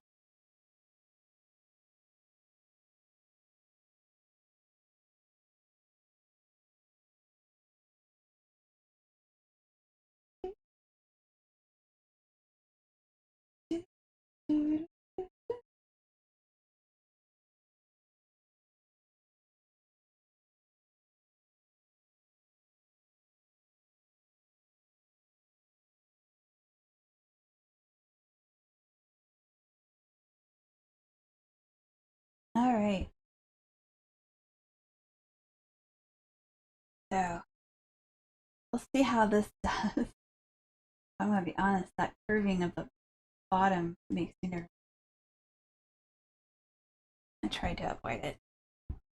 I feel like it's being wasteful. Alright, let's get this guy figured out, and then I can start looking at the other guy. I also have about 8 minutes left to stream, just as a reminder that I'm planning to get off and go eat because I am really hungry. It's almost 4:30 my time, and I was like, man, why am I so uncomfortable? Then I was like, oh yeah, I didn't eat. No lunch for me. I had a late breakfast, but that's not the same thing.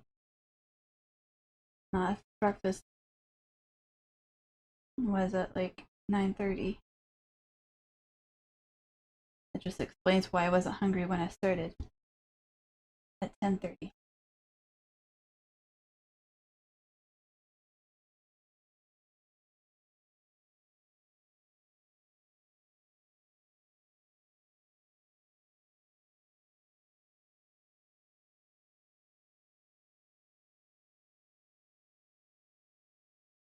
Okay.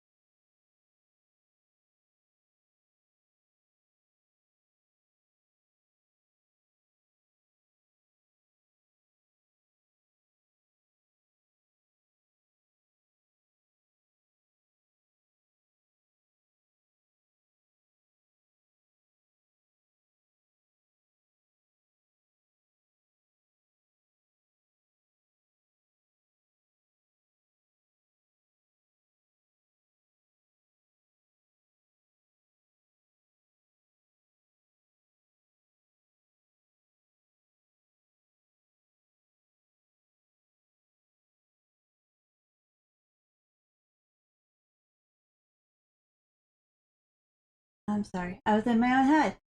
No problem. Yeah, food is a good thing. I just, you know, that was probably my bad for starting when I did and not having like a meal plan in there. So, and then I just got in my own head a second ago. I shouldn't have. All right. Got that. All right. Hopefully that will glue. My fingers still feel like wax. That is seriously the only part of sewing with leather that I don't like is the wax on my fingers, but it comes together so beautifully. I can't really complain. Okay, so these are glued. It's not looking too bad, right? So that's what they'll look like, except they'll have stitching on them. Here's the other set. And this set will go with skulls because I like skulls and gray together. And basically, to get the wallet to fold in a nice way, you put this like this, and then you only close it to a certain degree like that. And that way there's room for the wallet to have a crease that doesn't cause problems for this part of the wallet. So that's how these work. I'm going to be working on some of this without you guys, so I just want to make sure you got to see how it works. So that's why this is a little bit smaller, is that it will actually cause the wallet to have kind of a natural opening when it's open too. So all together, it's kind of programmed to work the way it's supposed to. And then what I'll be using is a hide rejuvenator, which will make sort of soften up and flexible. And I just have to rub it in really good to make sure that it doesn't also cause problems for. So yeah, so I'm gonna sew around this, and then that part will be done. And then all that's left is to put these together and then do the edges. And then it's done. So I'll probably go ahead, since these aren't going to be together, I'll probably go ahead and do these edges, and I can do that right now. Or work on that, start that right now.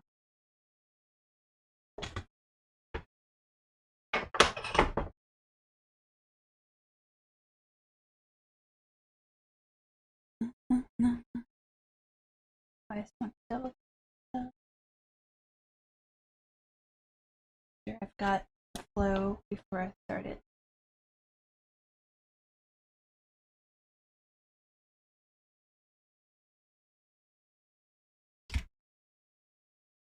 I can quarter these right now anyway.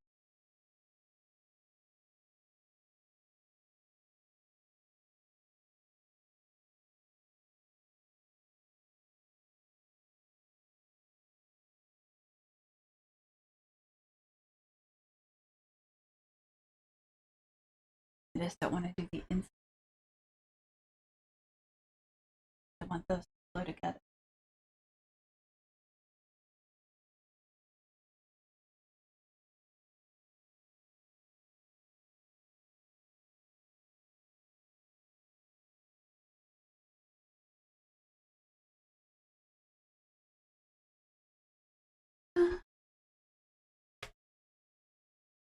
YouTube.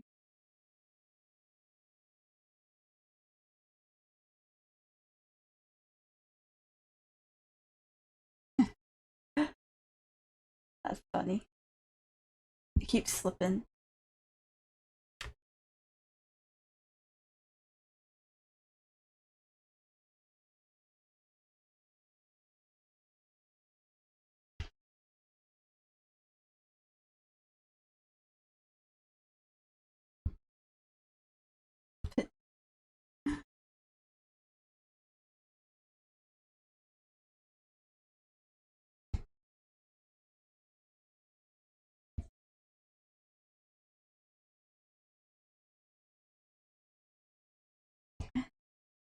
Alright, just give it a touch now.